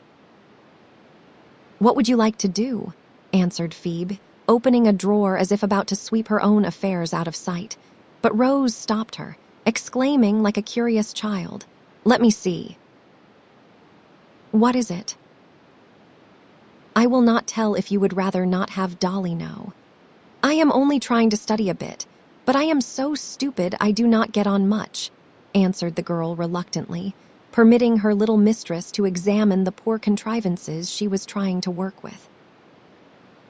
A broken slate that had blown off the roof, an inch or two of pencil, an old almanac for a reader, several bits of brown or yellow paper ironed smoothly and sewn together for a copybook, and the copy's sundry receipts written in Aunt Plenty's neat hand.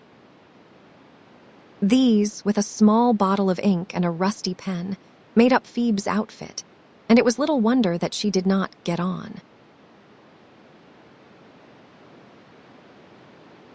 In spite of the patient persistence that dried the desponding tears and drove along the sputtering pen with a will. "You may laugh if you want to, Miss Rose. I know my things are queer, and that is why I hide 'em. But I do not mind since you have found me out, and I ain't a bit ashamed except of being so backward at my age," said Phoebe humbly, though her cheeks grew redder as she washed out some crooked capitals with a tear or two not yet dried upon the slate. "Laugh at you. I feel more like crying to think what a selfish girl I am, to have loads of books and things and never remember to give you some. Why did not you come and ask me, and not go struggling along alone in this way?" "It was very wrong of you, Phoebe, and I will never forgive you if you do so again," answered Rose, with one hand on Phoebe's shoulder, while the other gently turned the leaves of the poor little copybook. "I did not like to ask for anything more when you are so good to me all the time, Miss, dear," began Phoebe, looking up with grateful eyes. "Oh, you proud thing, just as if it was not fun to give away, and I had the best of it. Now, see here, I have got a plan and you must not say no, or I shall scold. I want something to do, and I am going to teach you all I know. It will not take long," and Rose laughed as she put her arm around Phoebe's neck and patted the smooth, dark head with the kind little hand that so loved to give. It would be just heavenly. And Phoebe's face shone at the mere idea, but fell again as she added wistfully, "Only I am afraid I ought not to let you do it, Miss Rose. It will take time, and maybe the doctor would not like it. He did not want me to study much, but he never said a word about teaching, and I do not believe he will mind a bit. Anyway, we can try it till he comes, so pack up your things and go right to my room, and we will begin this very day. I would truly like to do it, and we will have nice times, see if we do not," cried Rose eagerly. It was a pretty sight to see Phoebe bundle her humble outfit into her apron and spring up as if the desire of her heart had suddenly been made a happy fact to her. It was a still prettier sight to see Rose run gaily on before, smiling like a good fairy as she beckoned to the other, singing as she went, "The way into my parlor is up a winding stair, and many are the curious things I will show you when you are there. Will you walk in, Phoebe dear?" "Oh, will not I?" answered Phoebe fervently, adding as they entered the bower, "You are the dearest spider that ever was, and I am the happiest fly. I am going to be very strict, so sit down in that chair and do not say a word till school is ready to open," ordered Rose, delighted with the prospect of such a useful and pleasant something to do.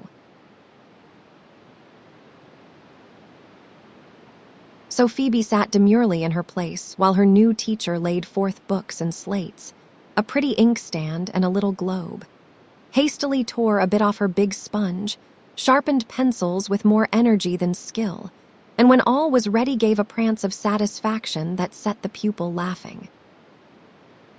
"Now the school is open, and I shall hear you read, so that I may know in which class to put you, Miss Moore," began Rose with great dignity, as she laid a book before her scholar and sat down in the easy chair with a long rule in her hand. Phoebe did pretty well, only tripping now and then over a hard word and pronouncing identical in a sober way that tickled Rose, though never a smile betrayed her. The spelling lesson which followed was rather discouraging. Phoebe's ideas of geography were very vague, and grammar was nowhere, though the pupil protested that she tried so hard to talk nice like educated folks that Dolly called her a stuck-up piece who did not know her place. "Dolly's an old goose, so do not you mind her, for she will say nater. Victuals and dues as long as she lives, and insist that they are right." "You do talk very nicely, Phoebe. I have observed it, and grammar will help you, and show you some things are right and others ain't or not, I mean," added Rose, correcting herself, and feeling that she must mind her own parts of speech if she was to serve as an example for Phoebe. When the arithmetic came, the little teacher was surprised to find her scholar quicker in some things than herself, for Phoebe had worked away at the columns in the butcher's and baker's books till she could add so quickly and correctly that Rose was amazed, and felt that in this branch the pupil would soon excel the teacher if she kept on at the same pace. Her praise cheered Phoebe immensely, and they went bravely on, both getting so interested that time flew unheeded till Aunt Plenty appeared, exclaiming, as she stared at the two heads bent over one slate, "Bless my heart, what is going on now?" "School, Auntie." "I am teaching Phoebe, and it is great fun," cried Rose, looking up with a bright face. But Phoebe's was brighter, though she added with a wistful look, "Maybe I ought to have asked leave first. Only when Miss Rose proposed this, I was so happy I forgot to." "Shall I stop, ma'am?" "Of course not, child. I am glad to see you fond of your book and to find Rose helping you along. My blessed mother used to sit at work with her maids about her, teaching them many a useful thing in the good old fashion that is gone by now. Only do not neglect your work, dear, or let the books interfere with the duties." As Aunt Plenty spoke, with her kind old face beaming approvingly upon the girls, Phoebe glanced at the clock, saw that it pointed to 5, knew that Dolly would soon be down, expecting to find preparations for supper underway, and hastily dropping her pencil, she jumped up, saying, "Please, can I go? I will clear up after I have done my chores." "School is dismissed," answered Rose, and with a grateful thank you, heaps and heaps. Phoebe ran away singing the multiplication table as she set the tea ditto. That was the way it began, and for a week the class of one went on with great pleasure and profit to all concerned. For the pupil proved a bright one, and came to her lessons as to a feast, while the young teacher did her best to be worthy the high opinion held of her. For Phoebe firmly believed that Miss Rose knew everything in the way of learning. Of course, the lads found out what was going on and chaffed the girls about the seminary, as they called the new enterprise. But they thought it a good thing on the whole, kindly offered to give lessons in Greek and Latin gratis, and decided among themselves that Rose was a little trump to give the feed bird such a capital boost. Rose herself had some doubts as to how it would strike her uncle, and concocted a wheedlesome speech which should at once convince him that it was the most useful, wholesome, and delightful plan ever devised. But she got no chance to deliver her address, for Dr. Alcott came upon her so unexpectedly that it went out of her head entirely. She was sitting on the floor in the library, poring over a big book laid open in her lap, and knew nothing of the long-desired arrival till two large, warm hands met under her chin and gently turned her head back, so that someone could kiss her heartily on either cheek, while a fatherly voice said, half reproachfully, "Why is my girl brooding over a dusty encyclopedia when she ought to be running to meet the old gentleman who could not get on another minute without her? Oh, uncle. I am so glad and so sorry. Why did not you let us know what time you would be here, or call out the minute you came? Have not I been homesick for you?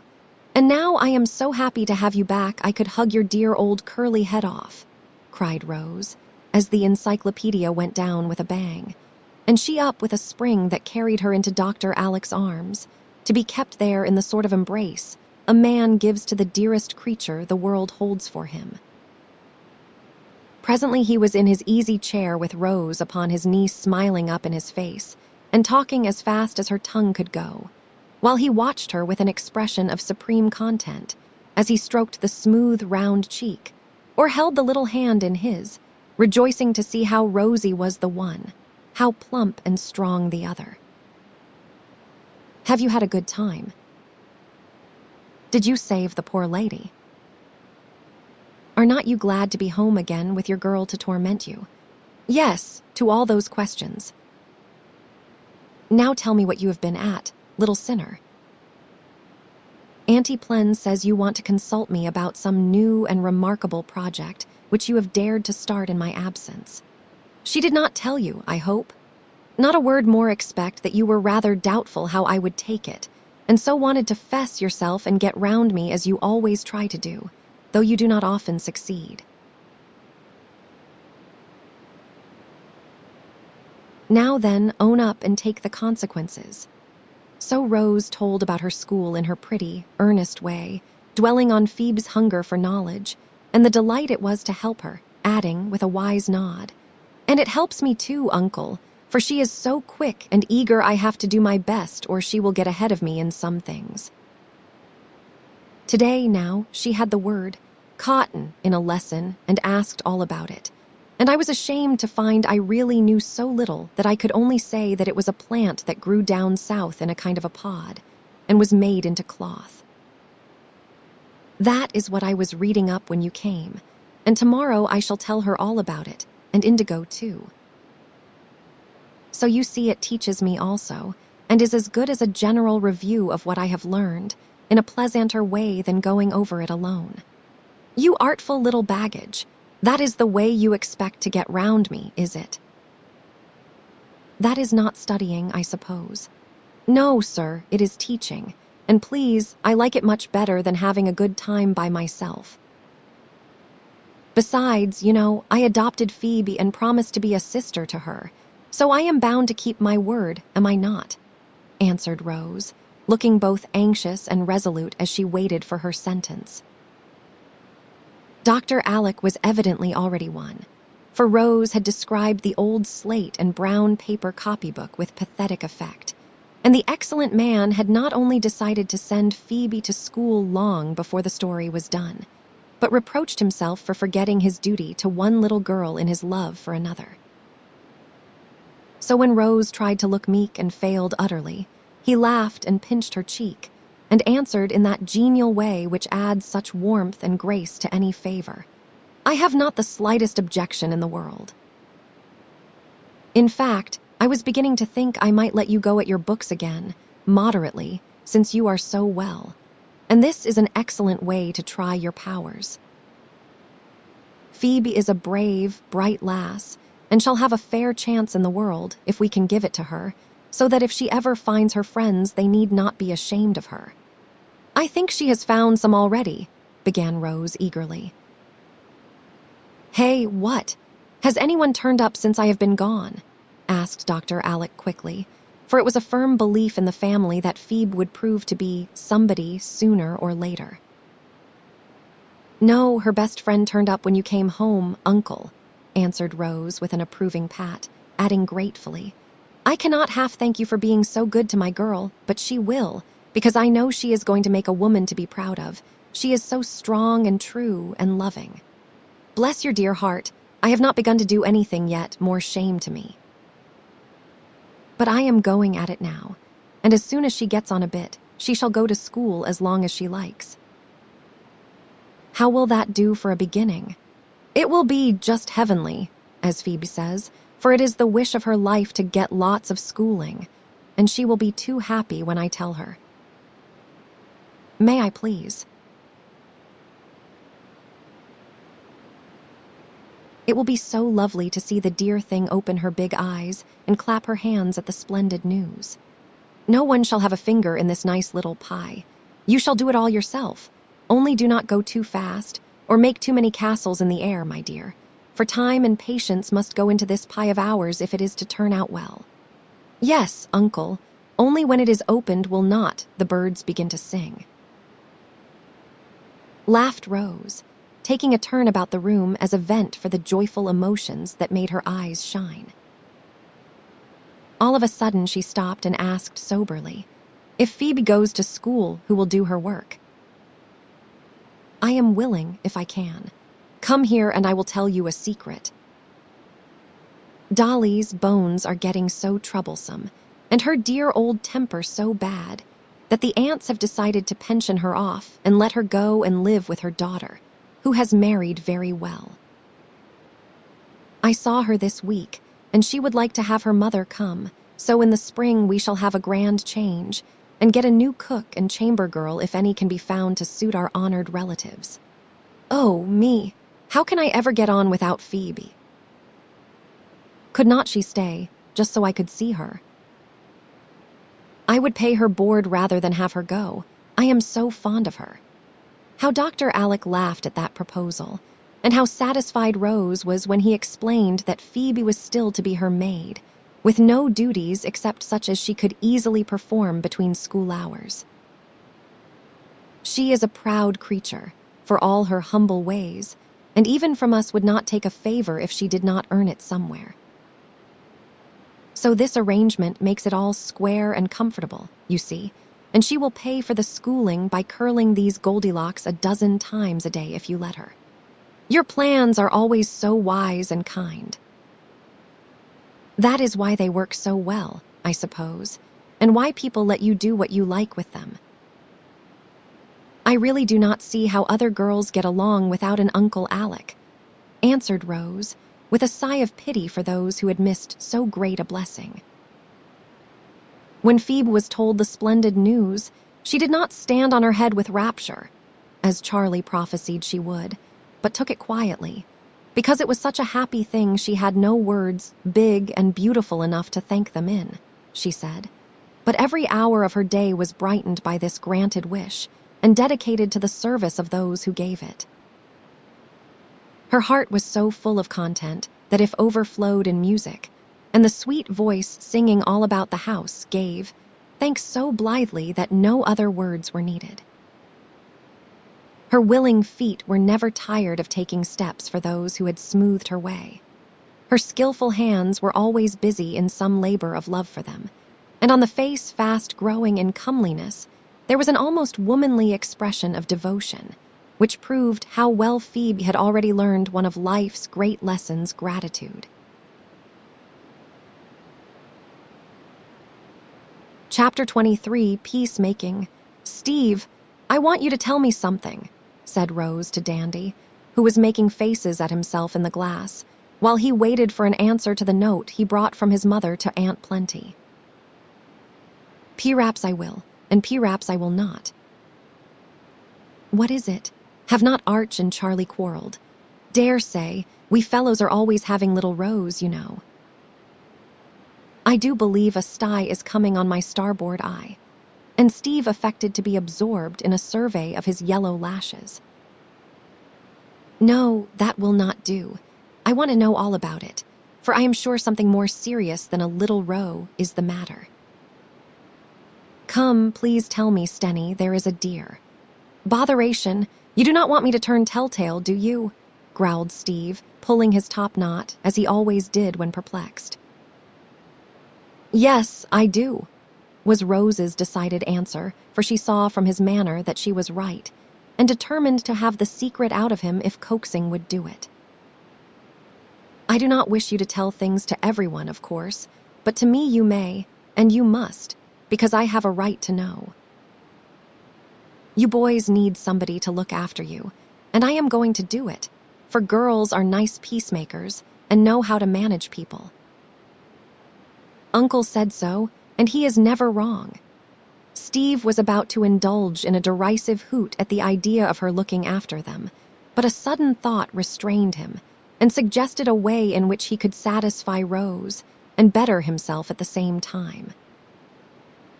"What will you give me if I will tell you every bit about it?" he asked, with a sudden red in his cheeks and an uneasy look in his eyes, for he was half ashamed of the proposition. "What do you want?" And Rose looked up rather surprised at his question. "I would like to borrow some money." "I should not think of asking you, only Mac never has a cent. Since he has set up his old chemical shop, where he will blow himself to bits someday, and you and Uncle will have the fun of putting him together again." And Steve tried to look as if the idea amused him. "I will lend it to you with pleasure, so tell away," said Rose, bound to get at the secret. Evidently much relieved by the promise, Steve set his top knot cheerfully erect again and briefly stated the case. "As you say, it is all right to tell you, but do not let the boys know I blabbed, or Prince will take my head off. You see, Archie do not like some of the fellows Charlie goes with, and cut some. That makes Prince mad, and he holds on just to plague Arch, so they do not speak to one another if they can help it, and that is the row." "Are those boys bad?" asked Rose anxiously. "Guess not, only rather wild. They are older than our fellows, but they like Prince. He is such a jolly boy. Sings so well, dances jigs and breakdowns, you know, and plays any game that is going. He beat Morse at billiards, and that is something to brag of, for Morse thinks he knows everything. I saw the match, and it was great fun." Steve got quite excited over the prowess of Charlie, whom he admired immensely, and tried to imitate. Rose did not know half the danger of such gifts and tastes as Charlie's, but felt instinctively that something must be wrong if Archie disapproved. "If Prince likes any billiard-playing boy better than Archie, I do not think much of his sense," she said severely. "Of course he does not, but you see, Charlie and Arch are both as proud as they can be and will not give in. I suppose Arch is right, but I do not blame Charlie a bit for liking to be with the others sometimes. They are such a jolly set." And Steve shook his head morally, even while his eye twinkled over the memory of some of the exploits of the jolly set. "Oh, dear me," sighed Rose. "I do not see what I can do about it, but I wish the boys would make up, for Prince cannot come to any harm with Archie. He is so good and sensible. That is the trouble. Arch preaches, and Prince will not stand it." He told Arch he was a prig and a parson, and Arch told him he was not a gentleman. My boots, were not they both mad, though? I thought for a minute they would pitch into one another and have it out. Wish they had, and not gone stalking round stiff and glum ever since. Mac and I settle our Rose with a bat or so over the head, and then we are all right. Rose could not help laughing as Steve sparred away at a fat sofa pillow to illustrate his meaning. And having given it several scientific whacks, he pulled down his cuffs and smiled upon her with benign pity for her feminine ignorance of this summary way of settling a quarrel. "What droll things boys are," she said, with a mixture of admiration and perplexity in her face, which Steve accepted as a compliment to his sex. "We are a pretty clever invention, miss, and you cannot get on without us," he answered, with his nose in the air. Then, taking a sudden plunge into business, he added, "How about that bit of money you were going to lend me?" "I have told, now you pay up. Of course I will." "How much do you want?" And Rose pulled out her purse. "Could you spare $5? "I want to pay a little debt of honor that is rather pressing." And Steve put on a mannish air that was comical to see. "Are not all debts honorable?" asked innocent Rose.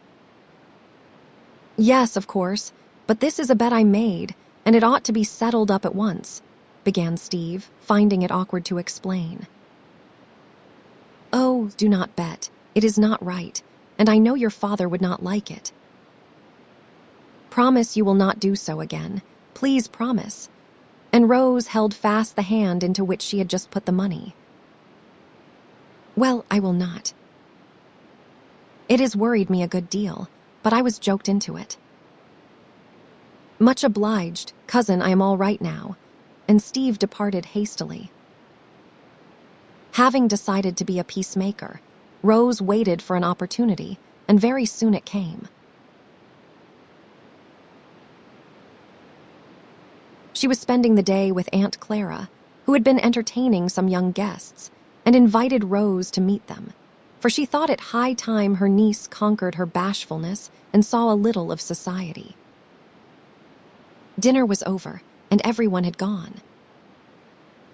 Aunt Clara was resting before going out to an evening party, and Rose was waiting for Charlie to come and take her home.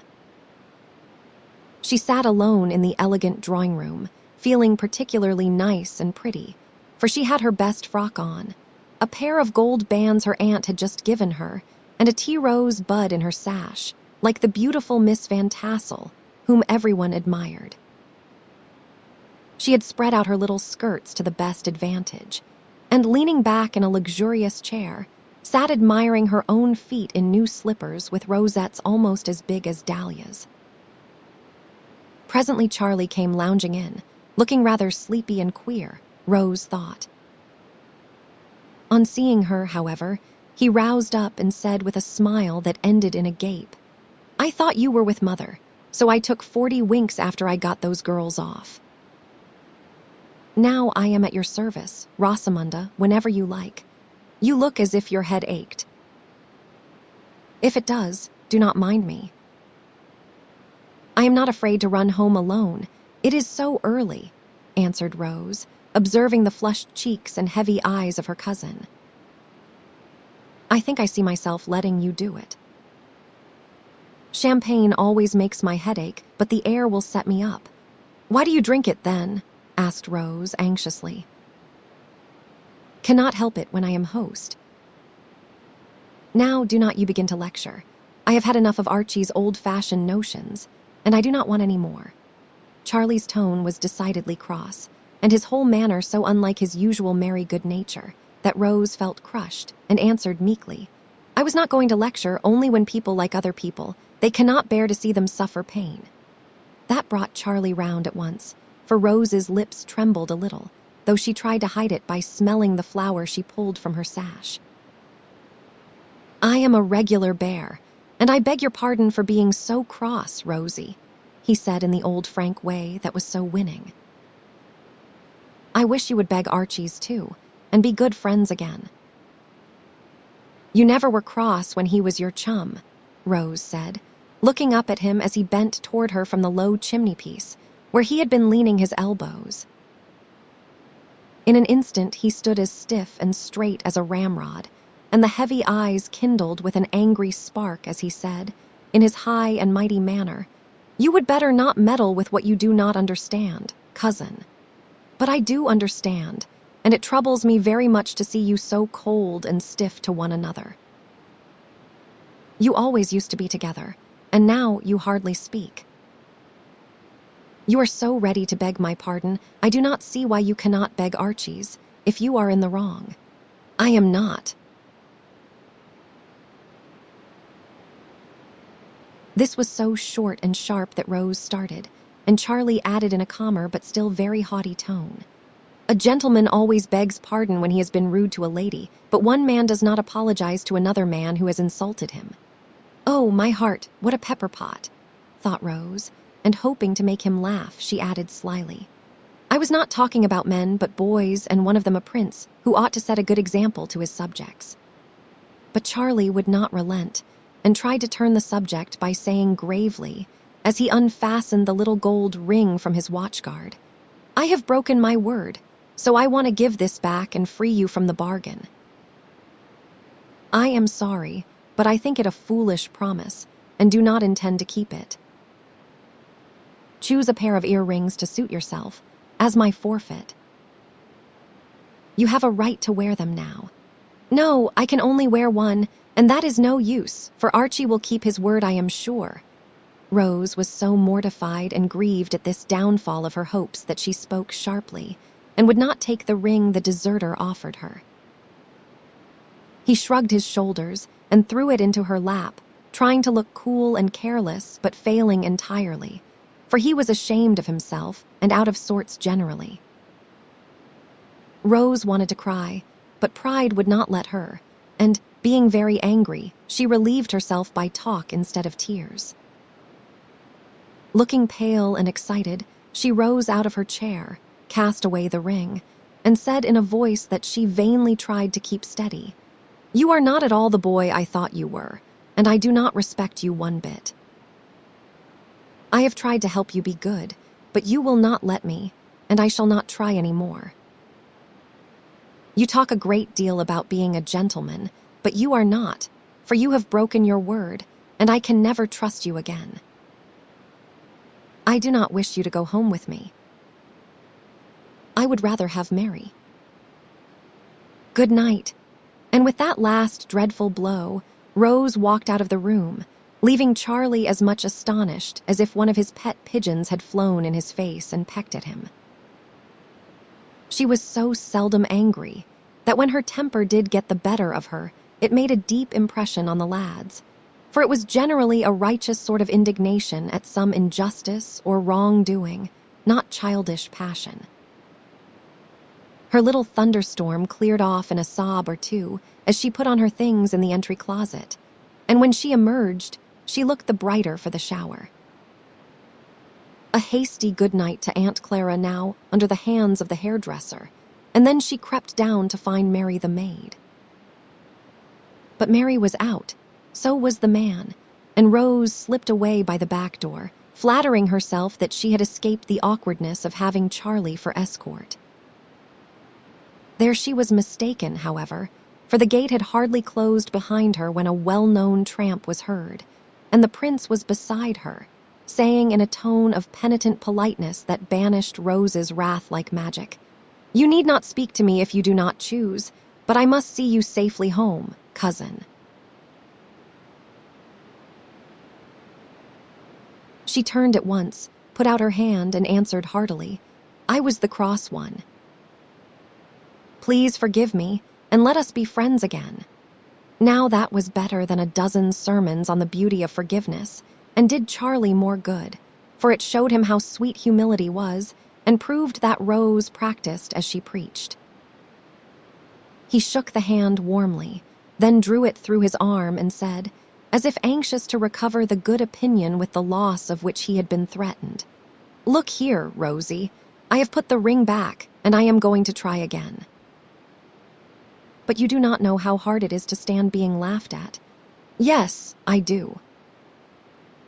Ariadne plagues me every time I see her, because I do not wear earrings after all the trouble I had getting ready for them. But her twaddle is not half as bad as the chaffing I get. It takes a deal of pluck to hold out when you are told you are tied to an apron string, and all that sort of thing, sighed Charlie. I thought you had a deal of pluck, as you call it. The boys all say you are the bravest of the 7, said Rose. So I am about some things, but I cannot bear to be laughed at. It is hard, but if one is right, will not that make it easier? Not to me, it might to a pious parson like Arch. Please do not call him names. I guess he has what is called moral courage, and you physical courage. Uncle explained the difference to me, and moral is the best, though often it does not look so, said Rose thoughtfully. Charlie did not like that, and answered quickly, I do not believe he would stand it any better than I do if he had those fellows at him. Perhaps that is why he keeps out of their way and wants you too. Rose had him there, and Charlie felt it, but would not give in just yet, though he was going fast, for somehow, in the dark he seemed to see things clearer than in the light, and found it very easy to be confidential when it was only Rose. If he was my brother now, he would have some right to interfere, began Charlie, in an injured tone. I wish he was, cried Rose. So do I, answered Charlie, and then they both laughed at his inconsistency. The laugh did them good, and when Prince spoke again, it was in a different tone, pensive, not proud nor perverse. You see, it is hard upon me that I have no brothers and sisters. The others are better off, and need not go abroad for chums if they do not like. I am all alone, and I would be thankful even for a little sister. Rose thought that very pathetic, and overlooking the uncomplimentary word, even in that last sentence, she said, with a timid sort of earnestness that conquered her cousin at once, Play I was a little sister. I know I am silly, but perhaps I am better than nothing, and I would dearly love to do it. So should I, and we will, for you are not silly, my dear, but a very sensible girl, we all think, and I am proud to have you for a sister. There now. And Charlie looked down at the curly head bobbing along beside him with real affection in his face. Rose gave a skip of pleasure and laid one sealskin mitten over the other on his arm, as she said happily, That is so nice of you. Now you need not be lonely any more, and I will try to fill Archie's place till he comes back, for I know he will, as soon as you let him. Well, I do not mind telling you that while he was my mate, I never missed brothers and sisters, or wanted anyone else. But since he cast me off, I will be hanged if I do not feel as forlorn as old Crusoe before Friday turned up. This burst of confidence confirmed Rose in her purpose of winning Charlie's mentor back to him, but she said no more, contented to have done so well. They parted excellent friends, and Prince went home, wondering why a fellow did not mind saying things to a girl or woman which they would die before they would own to another fellow. Rose also had some sage reflections upon the subject, and fell asleep thinking that there were a great many curious things in this world, and feeling that she was beginning to find out some of them. Next day she trudged up the hill to see Archie, and having told him as much as she thought best about her talk with Charlie, begged him to forget and forgive. I have been thinking that perhaps I ought to, though I am in the right. I am no end fond of Charlie, and he is the best-hearted lad alive, but he cannot say no, and that will play the mischief with him if he does not take care, said Archie in his grave, kind way. While father was home, I was very busy with him, so Prince got into a set I do not like. They try to be fast, and think it is manly, and they flatter him, and lead him on to do all sorts of things, play for money, and bet, and loaf about. I hate to have him do so and tried to stop it, but went to work the wrong way, so we got into a mess. He is all ready to make up if you do not say much, for he owned to me he was wrong. But I do not think he will own it to you in words, began Rose. I do not care for that. If he will just drop those road eyes and come back, I will hold my tongue and not preach. I wonder if he owes those fellows money, and so does not like to break off till he can pay it. I hope not, but do not dare to ask. Though perhaps Steve knows, he is always after Prince, more's the pity, and Archie looked anxious. I think Steve does know, for he talked about debts of honor the day I gave him. Their Rose stopped short and turned scarlet. But Archie ordered her to fess, and had the whole story in 5 minutes, for none dared disobey the chief. He completed her affliction by putting a $5 bill into her pocket by main force, looking both indignant and resolute as he said, "Never do so again, but send Steve to me if he is afraid to go to his father." Charlie had nothing to do with that. He would not borrow a penny of a girl, do not think it. But that is the harm he does Steve, who adores him and tries to be like him in all things. Do not say a word. I will make it all right and no one shall blame you. Oh, me.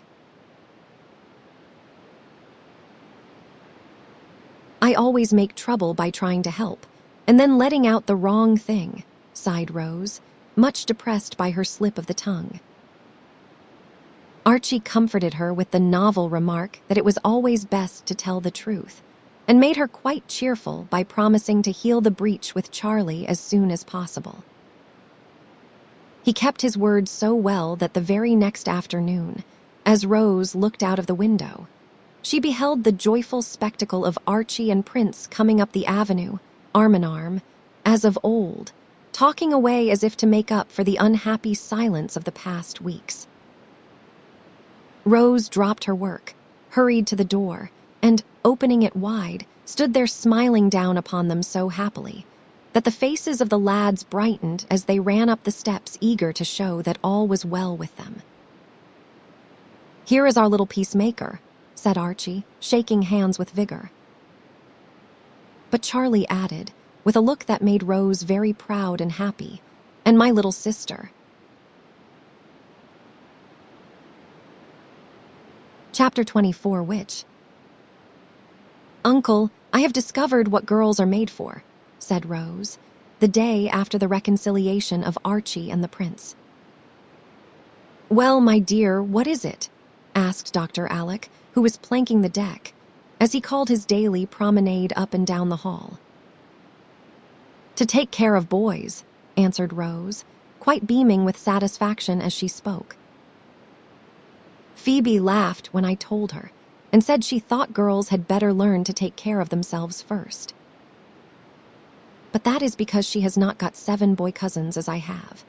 She is right, nevertheless, Rosie, and so are you, for the two things go together, and in helping 7 lads you are unconsciously doing much to improve one lass, said Dr. Alec, stopping to nod and smile at the bright-faced figure resting on the old bamboo chair, after a lively game of battledore and shuttlecock, in place of a run which a storm prevented.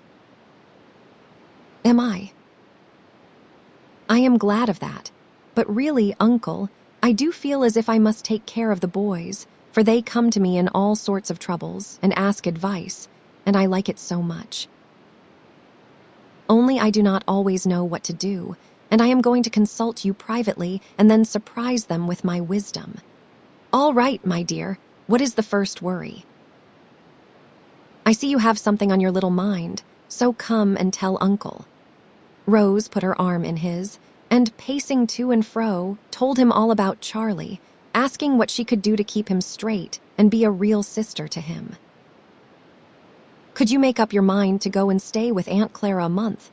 asked the doctor when she ended. "Yes, sir, but I should not like it."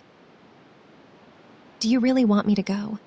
The best cure for Charlie is a daily dose of rose water, or rose and water, or rose and water. Will you go and see that he takes it?" laughed Dr. Alec. You mean that if I am there and try to make it pleasant, he will stay at home and keep out of mischief? Exactly. But could I make it pleasant? He would want the boys. No danger, but he would have the boys, for they swarm after you like bees after their queen. Have not you found that out? Aunt Plen often says they never used to be here half so much before I came, but I never thought I made the difference. It seemed so natural to have them round.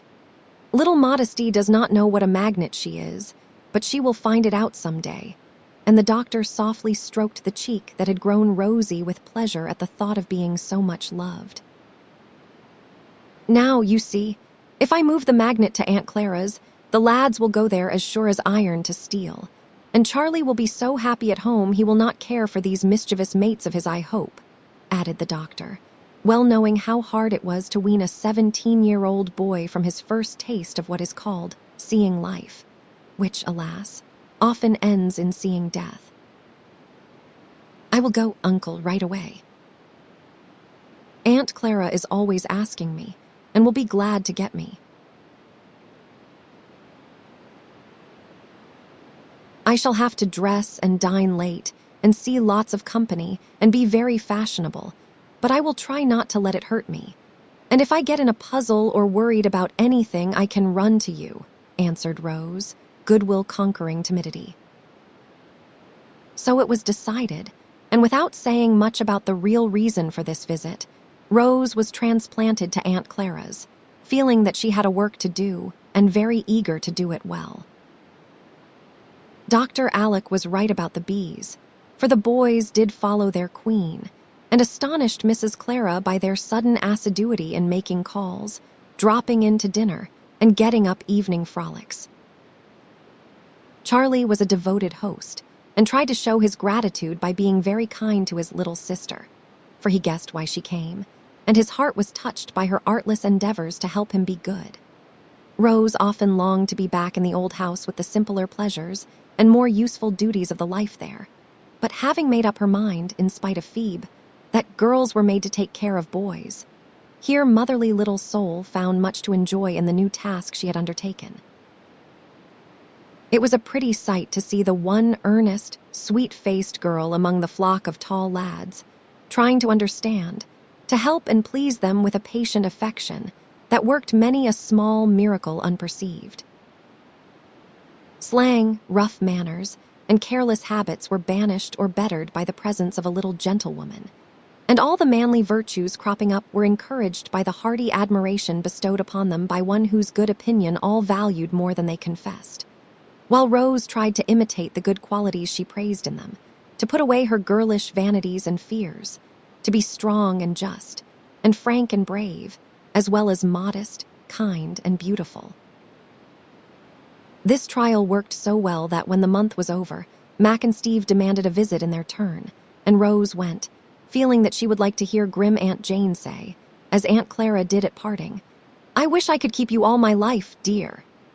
After Mac and Steve had had their turn, Archie and company bore her away for some weeks, and with them she was so happy, she felt as if she would like to stay forever if she could have Uncle Alec also. Of course, Aunt Myra could not be neglected, and with secret despair, Rose went to the mausoleum, as the boys called her gloomy abode.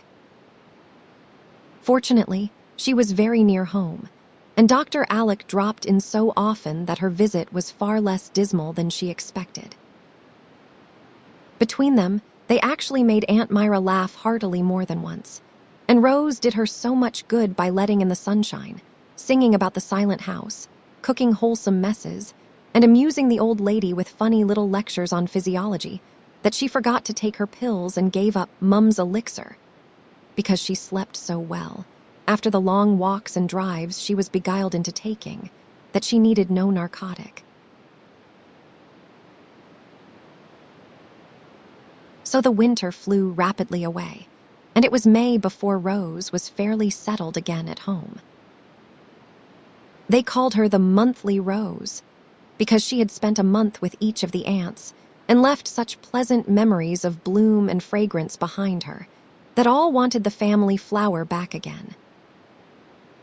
Dr. Alec rejoiced greatly over his recovered treasure, But as the time drew near when his year of experiment ended, he had many a secret fear that Rose might like to make her home for the next 12 months with Aunt Jessie, or even Aunt Clara, for Charlie's sake. He said nothing, but waited with much anxiety for the day when the matter should be decided. And while he waited, he did his best to finish as far as possible the task he had begun so well. Rose was very happy now, being out nearly all day enjoying the beautiful awakening of the world, for spring came bright and early, as if anxious to do its part. The old horse chestnuts budded round her windows. Green things sprung up like magic in the garden under her hands.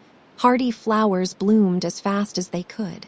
The birds sang blithely overhead, and every day a chorus of pleasant voices cried, "Good morning, cousin, is not it jolly weather?"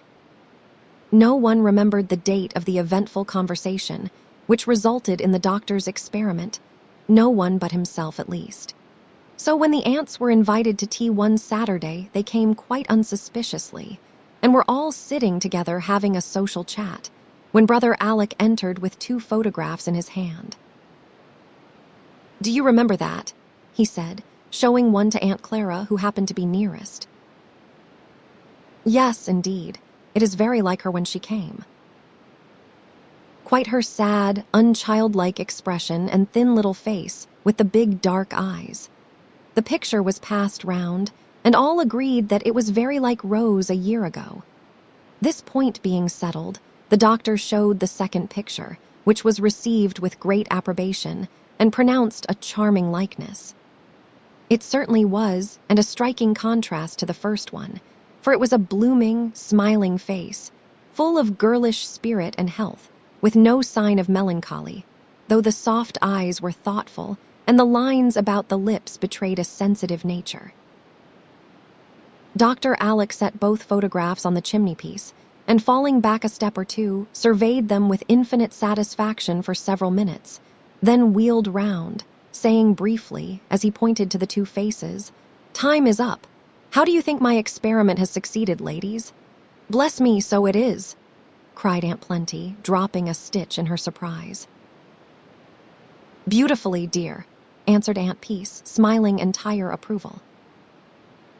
"She certainly has improved, but appearances are deceitful, and she had no constitution to build upon," croaked Aunt Myra.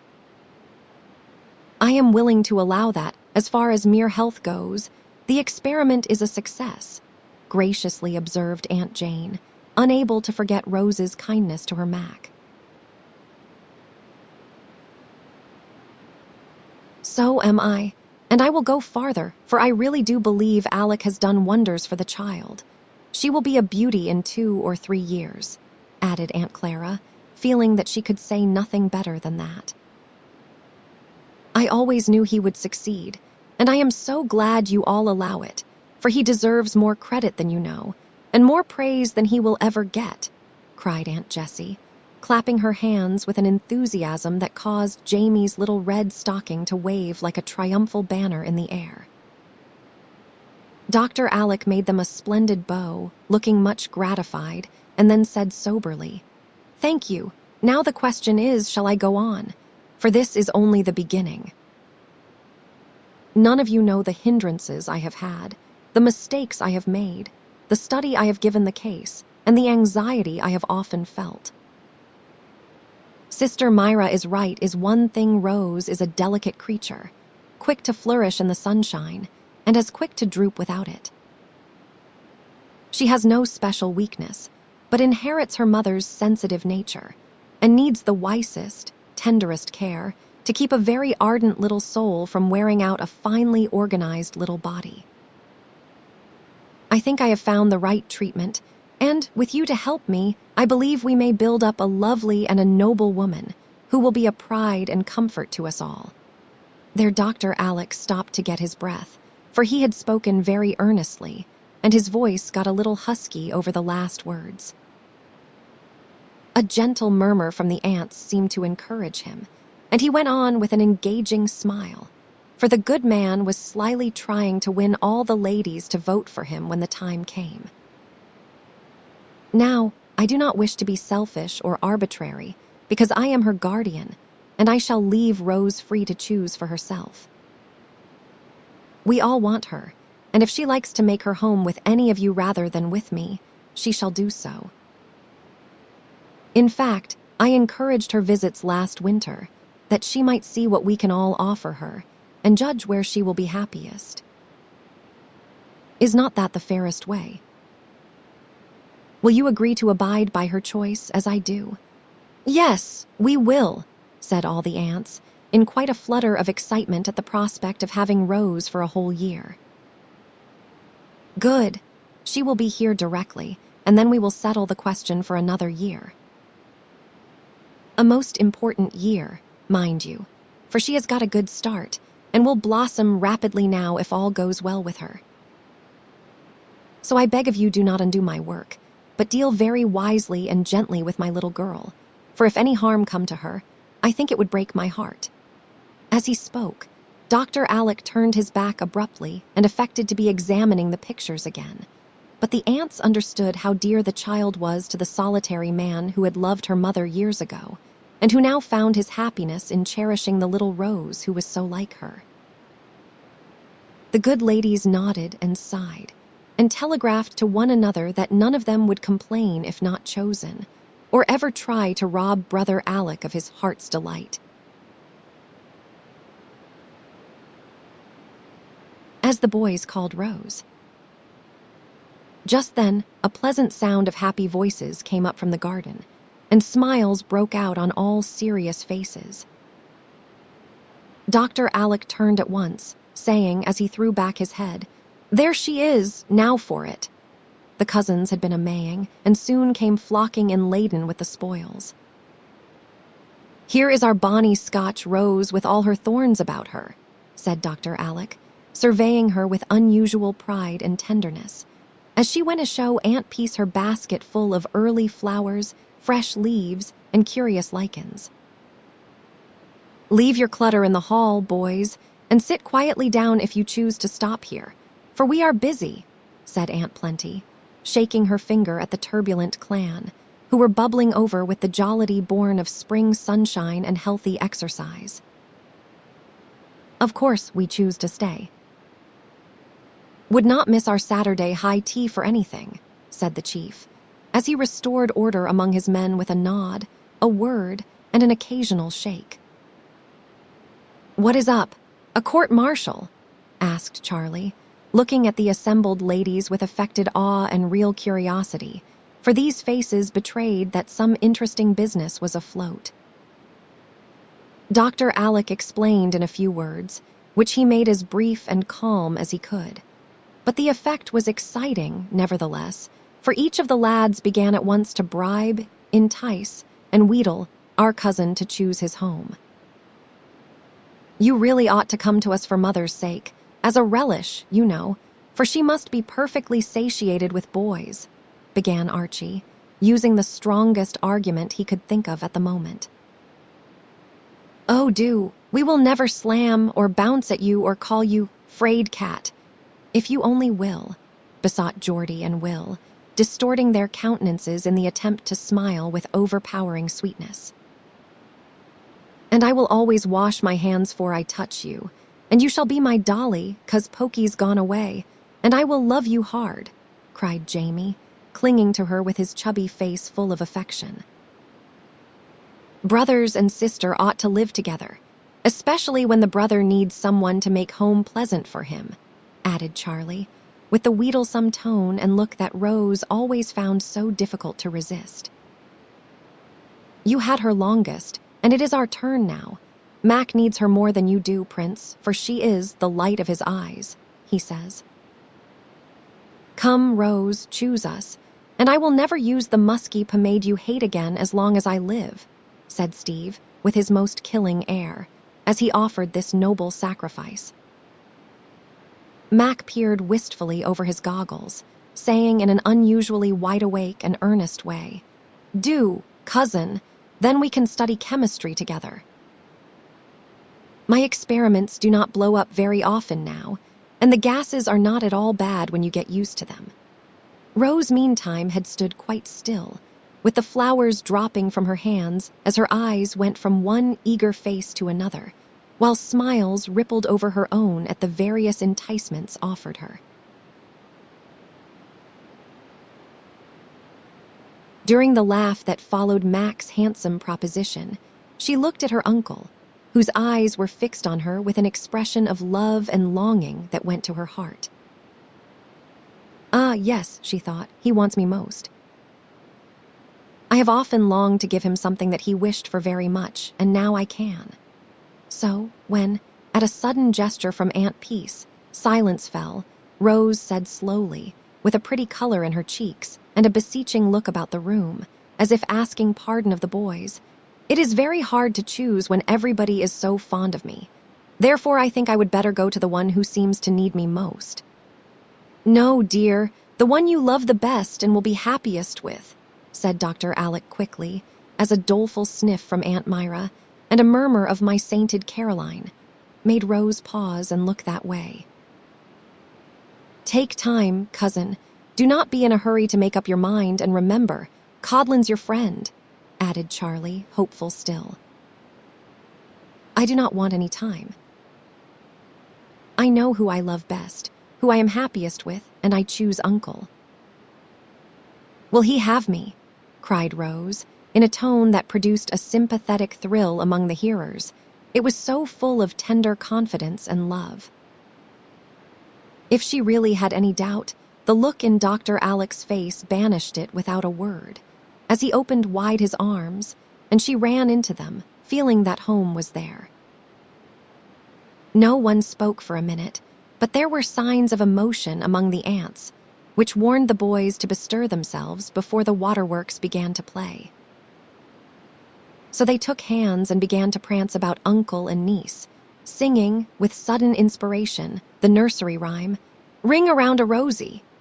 Of course, that put an end to all sentiment, and Rose emerged laughing from Dr. Alec's bosom, with the mark of a waistcoat button nicely imprinted on her left cheek. He saw it and said with a merry kiss that half effaced it, "This is my ewe lamb, and I have set my mark on her, so no one can steal her away." That tickled the boys, and they set up a shout of, "Uncle had a little lamb." But Rose hushed the noise by slipping into the circle and making them dance prettily like lads and lasses round a maypole, while Phoebe, coming in with fresh water for the flowers, began to twitter, chirp, and coo, as if all the birds of the air had come to join in the spring revel of the 8 cousins.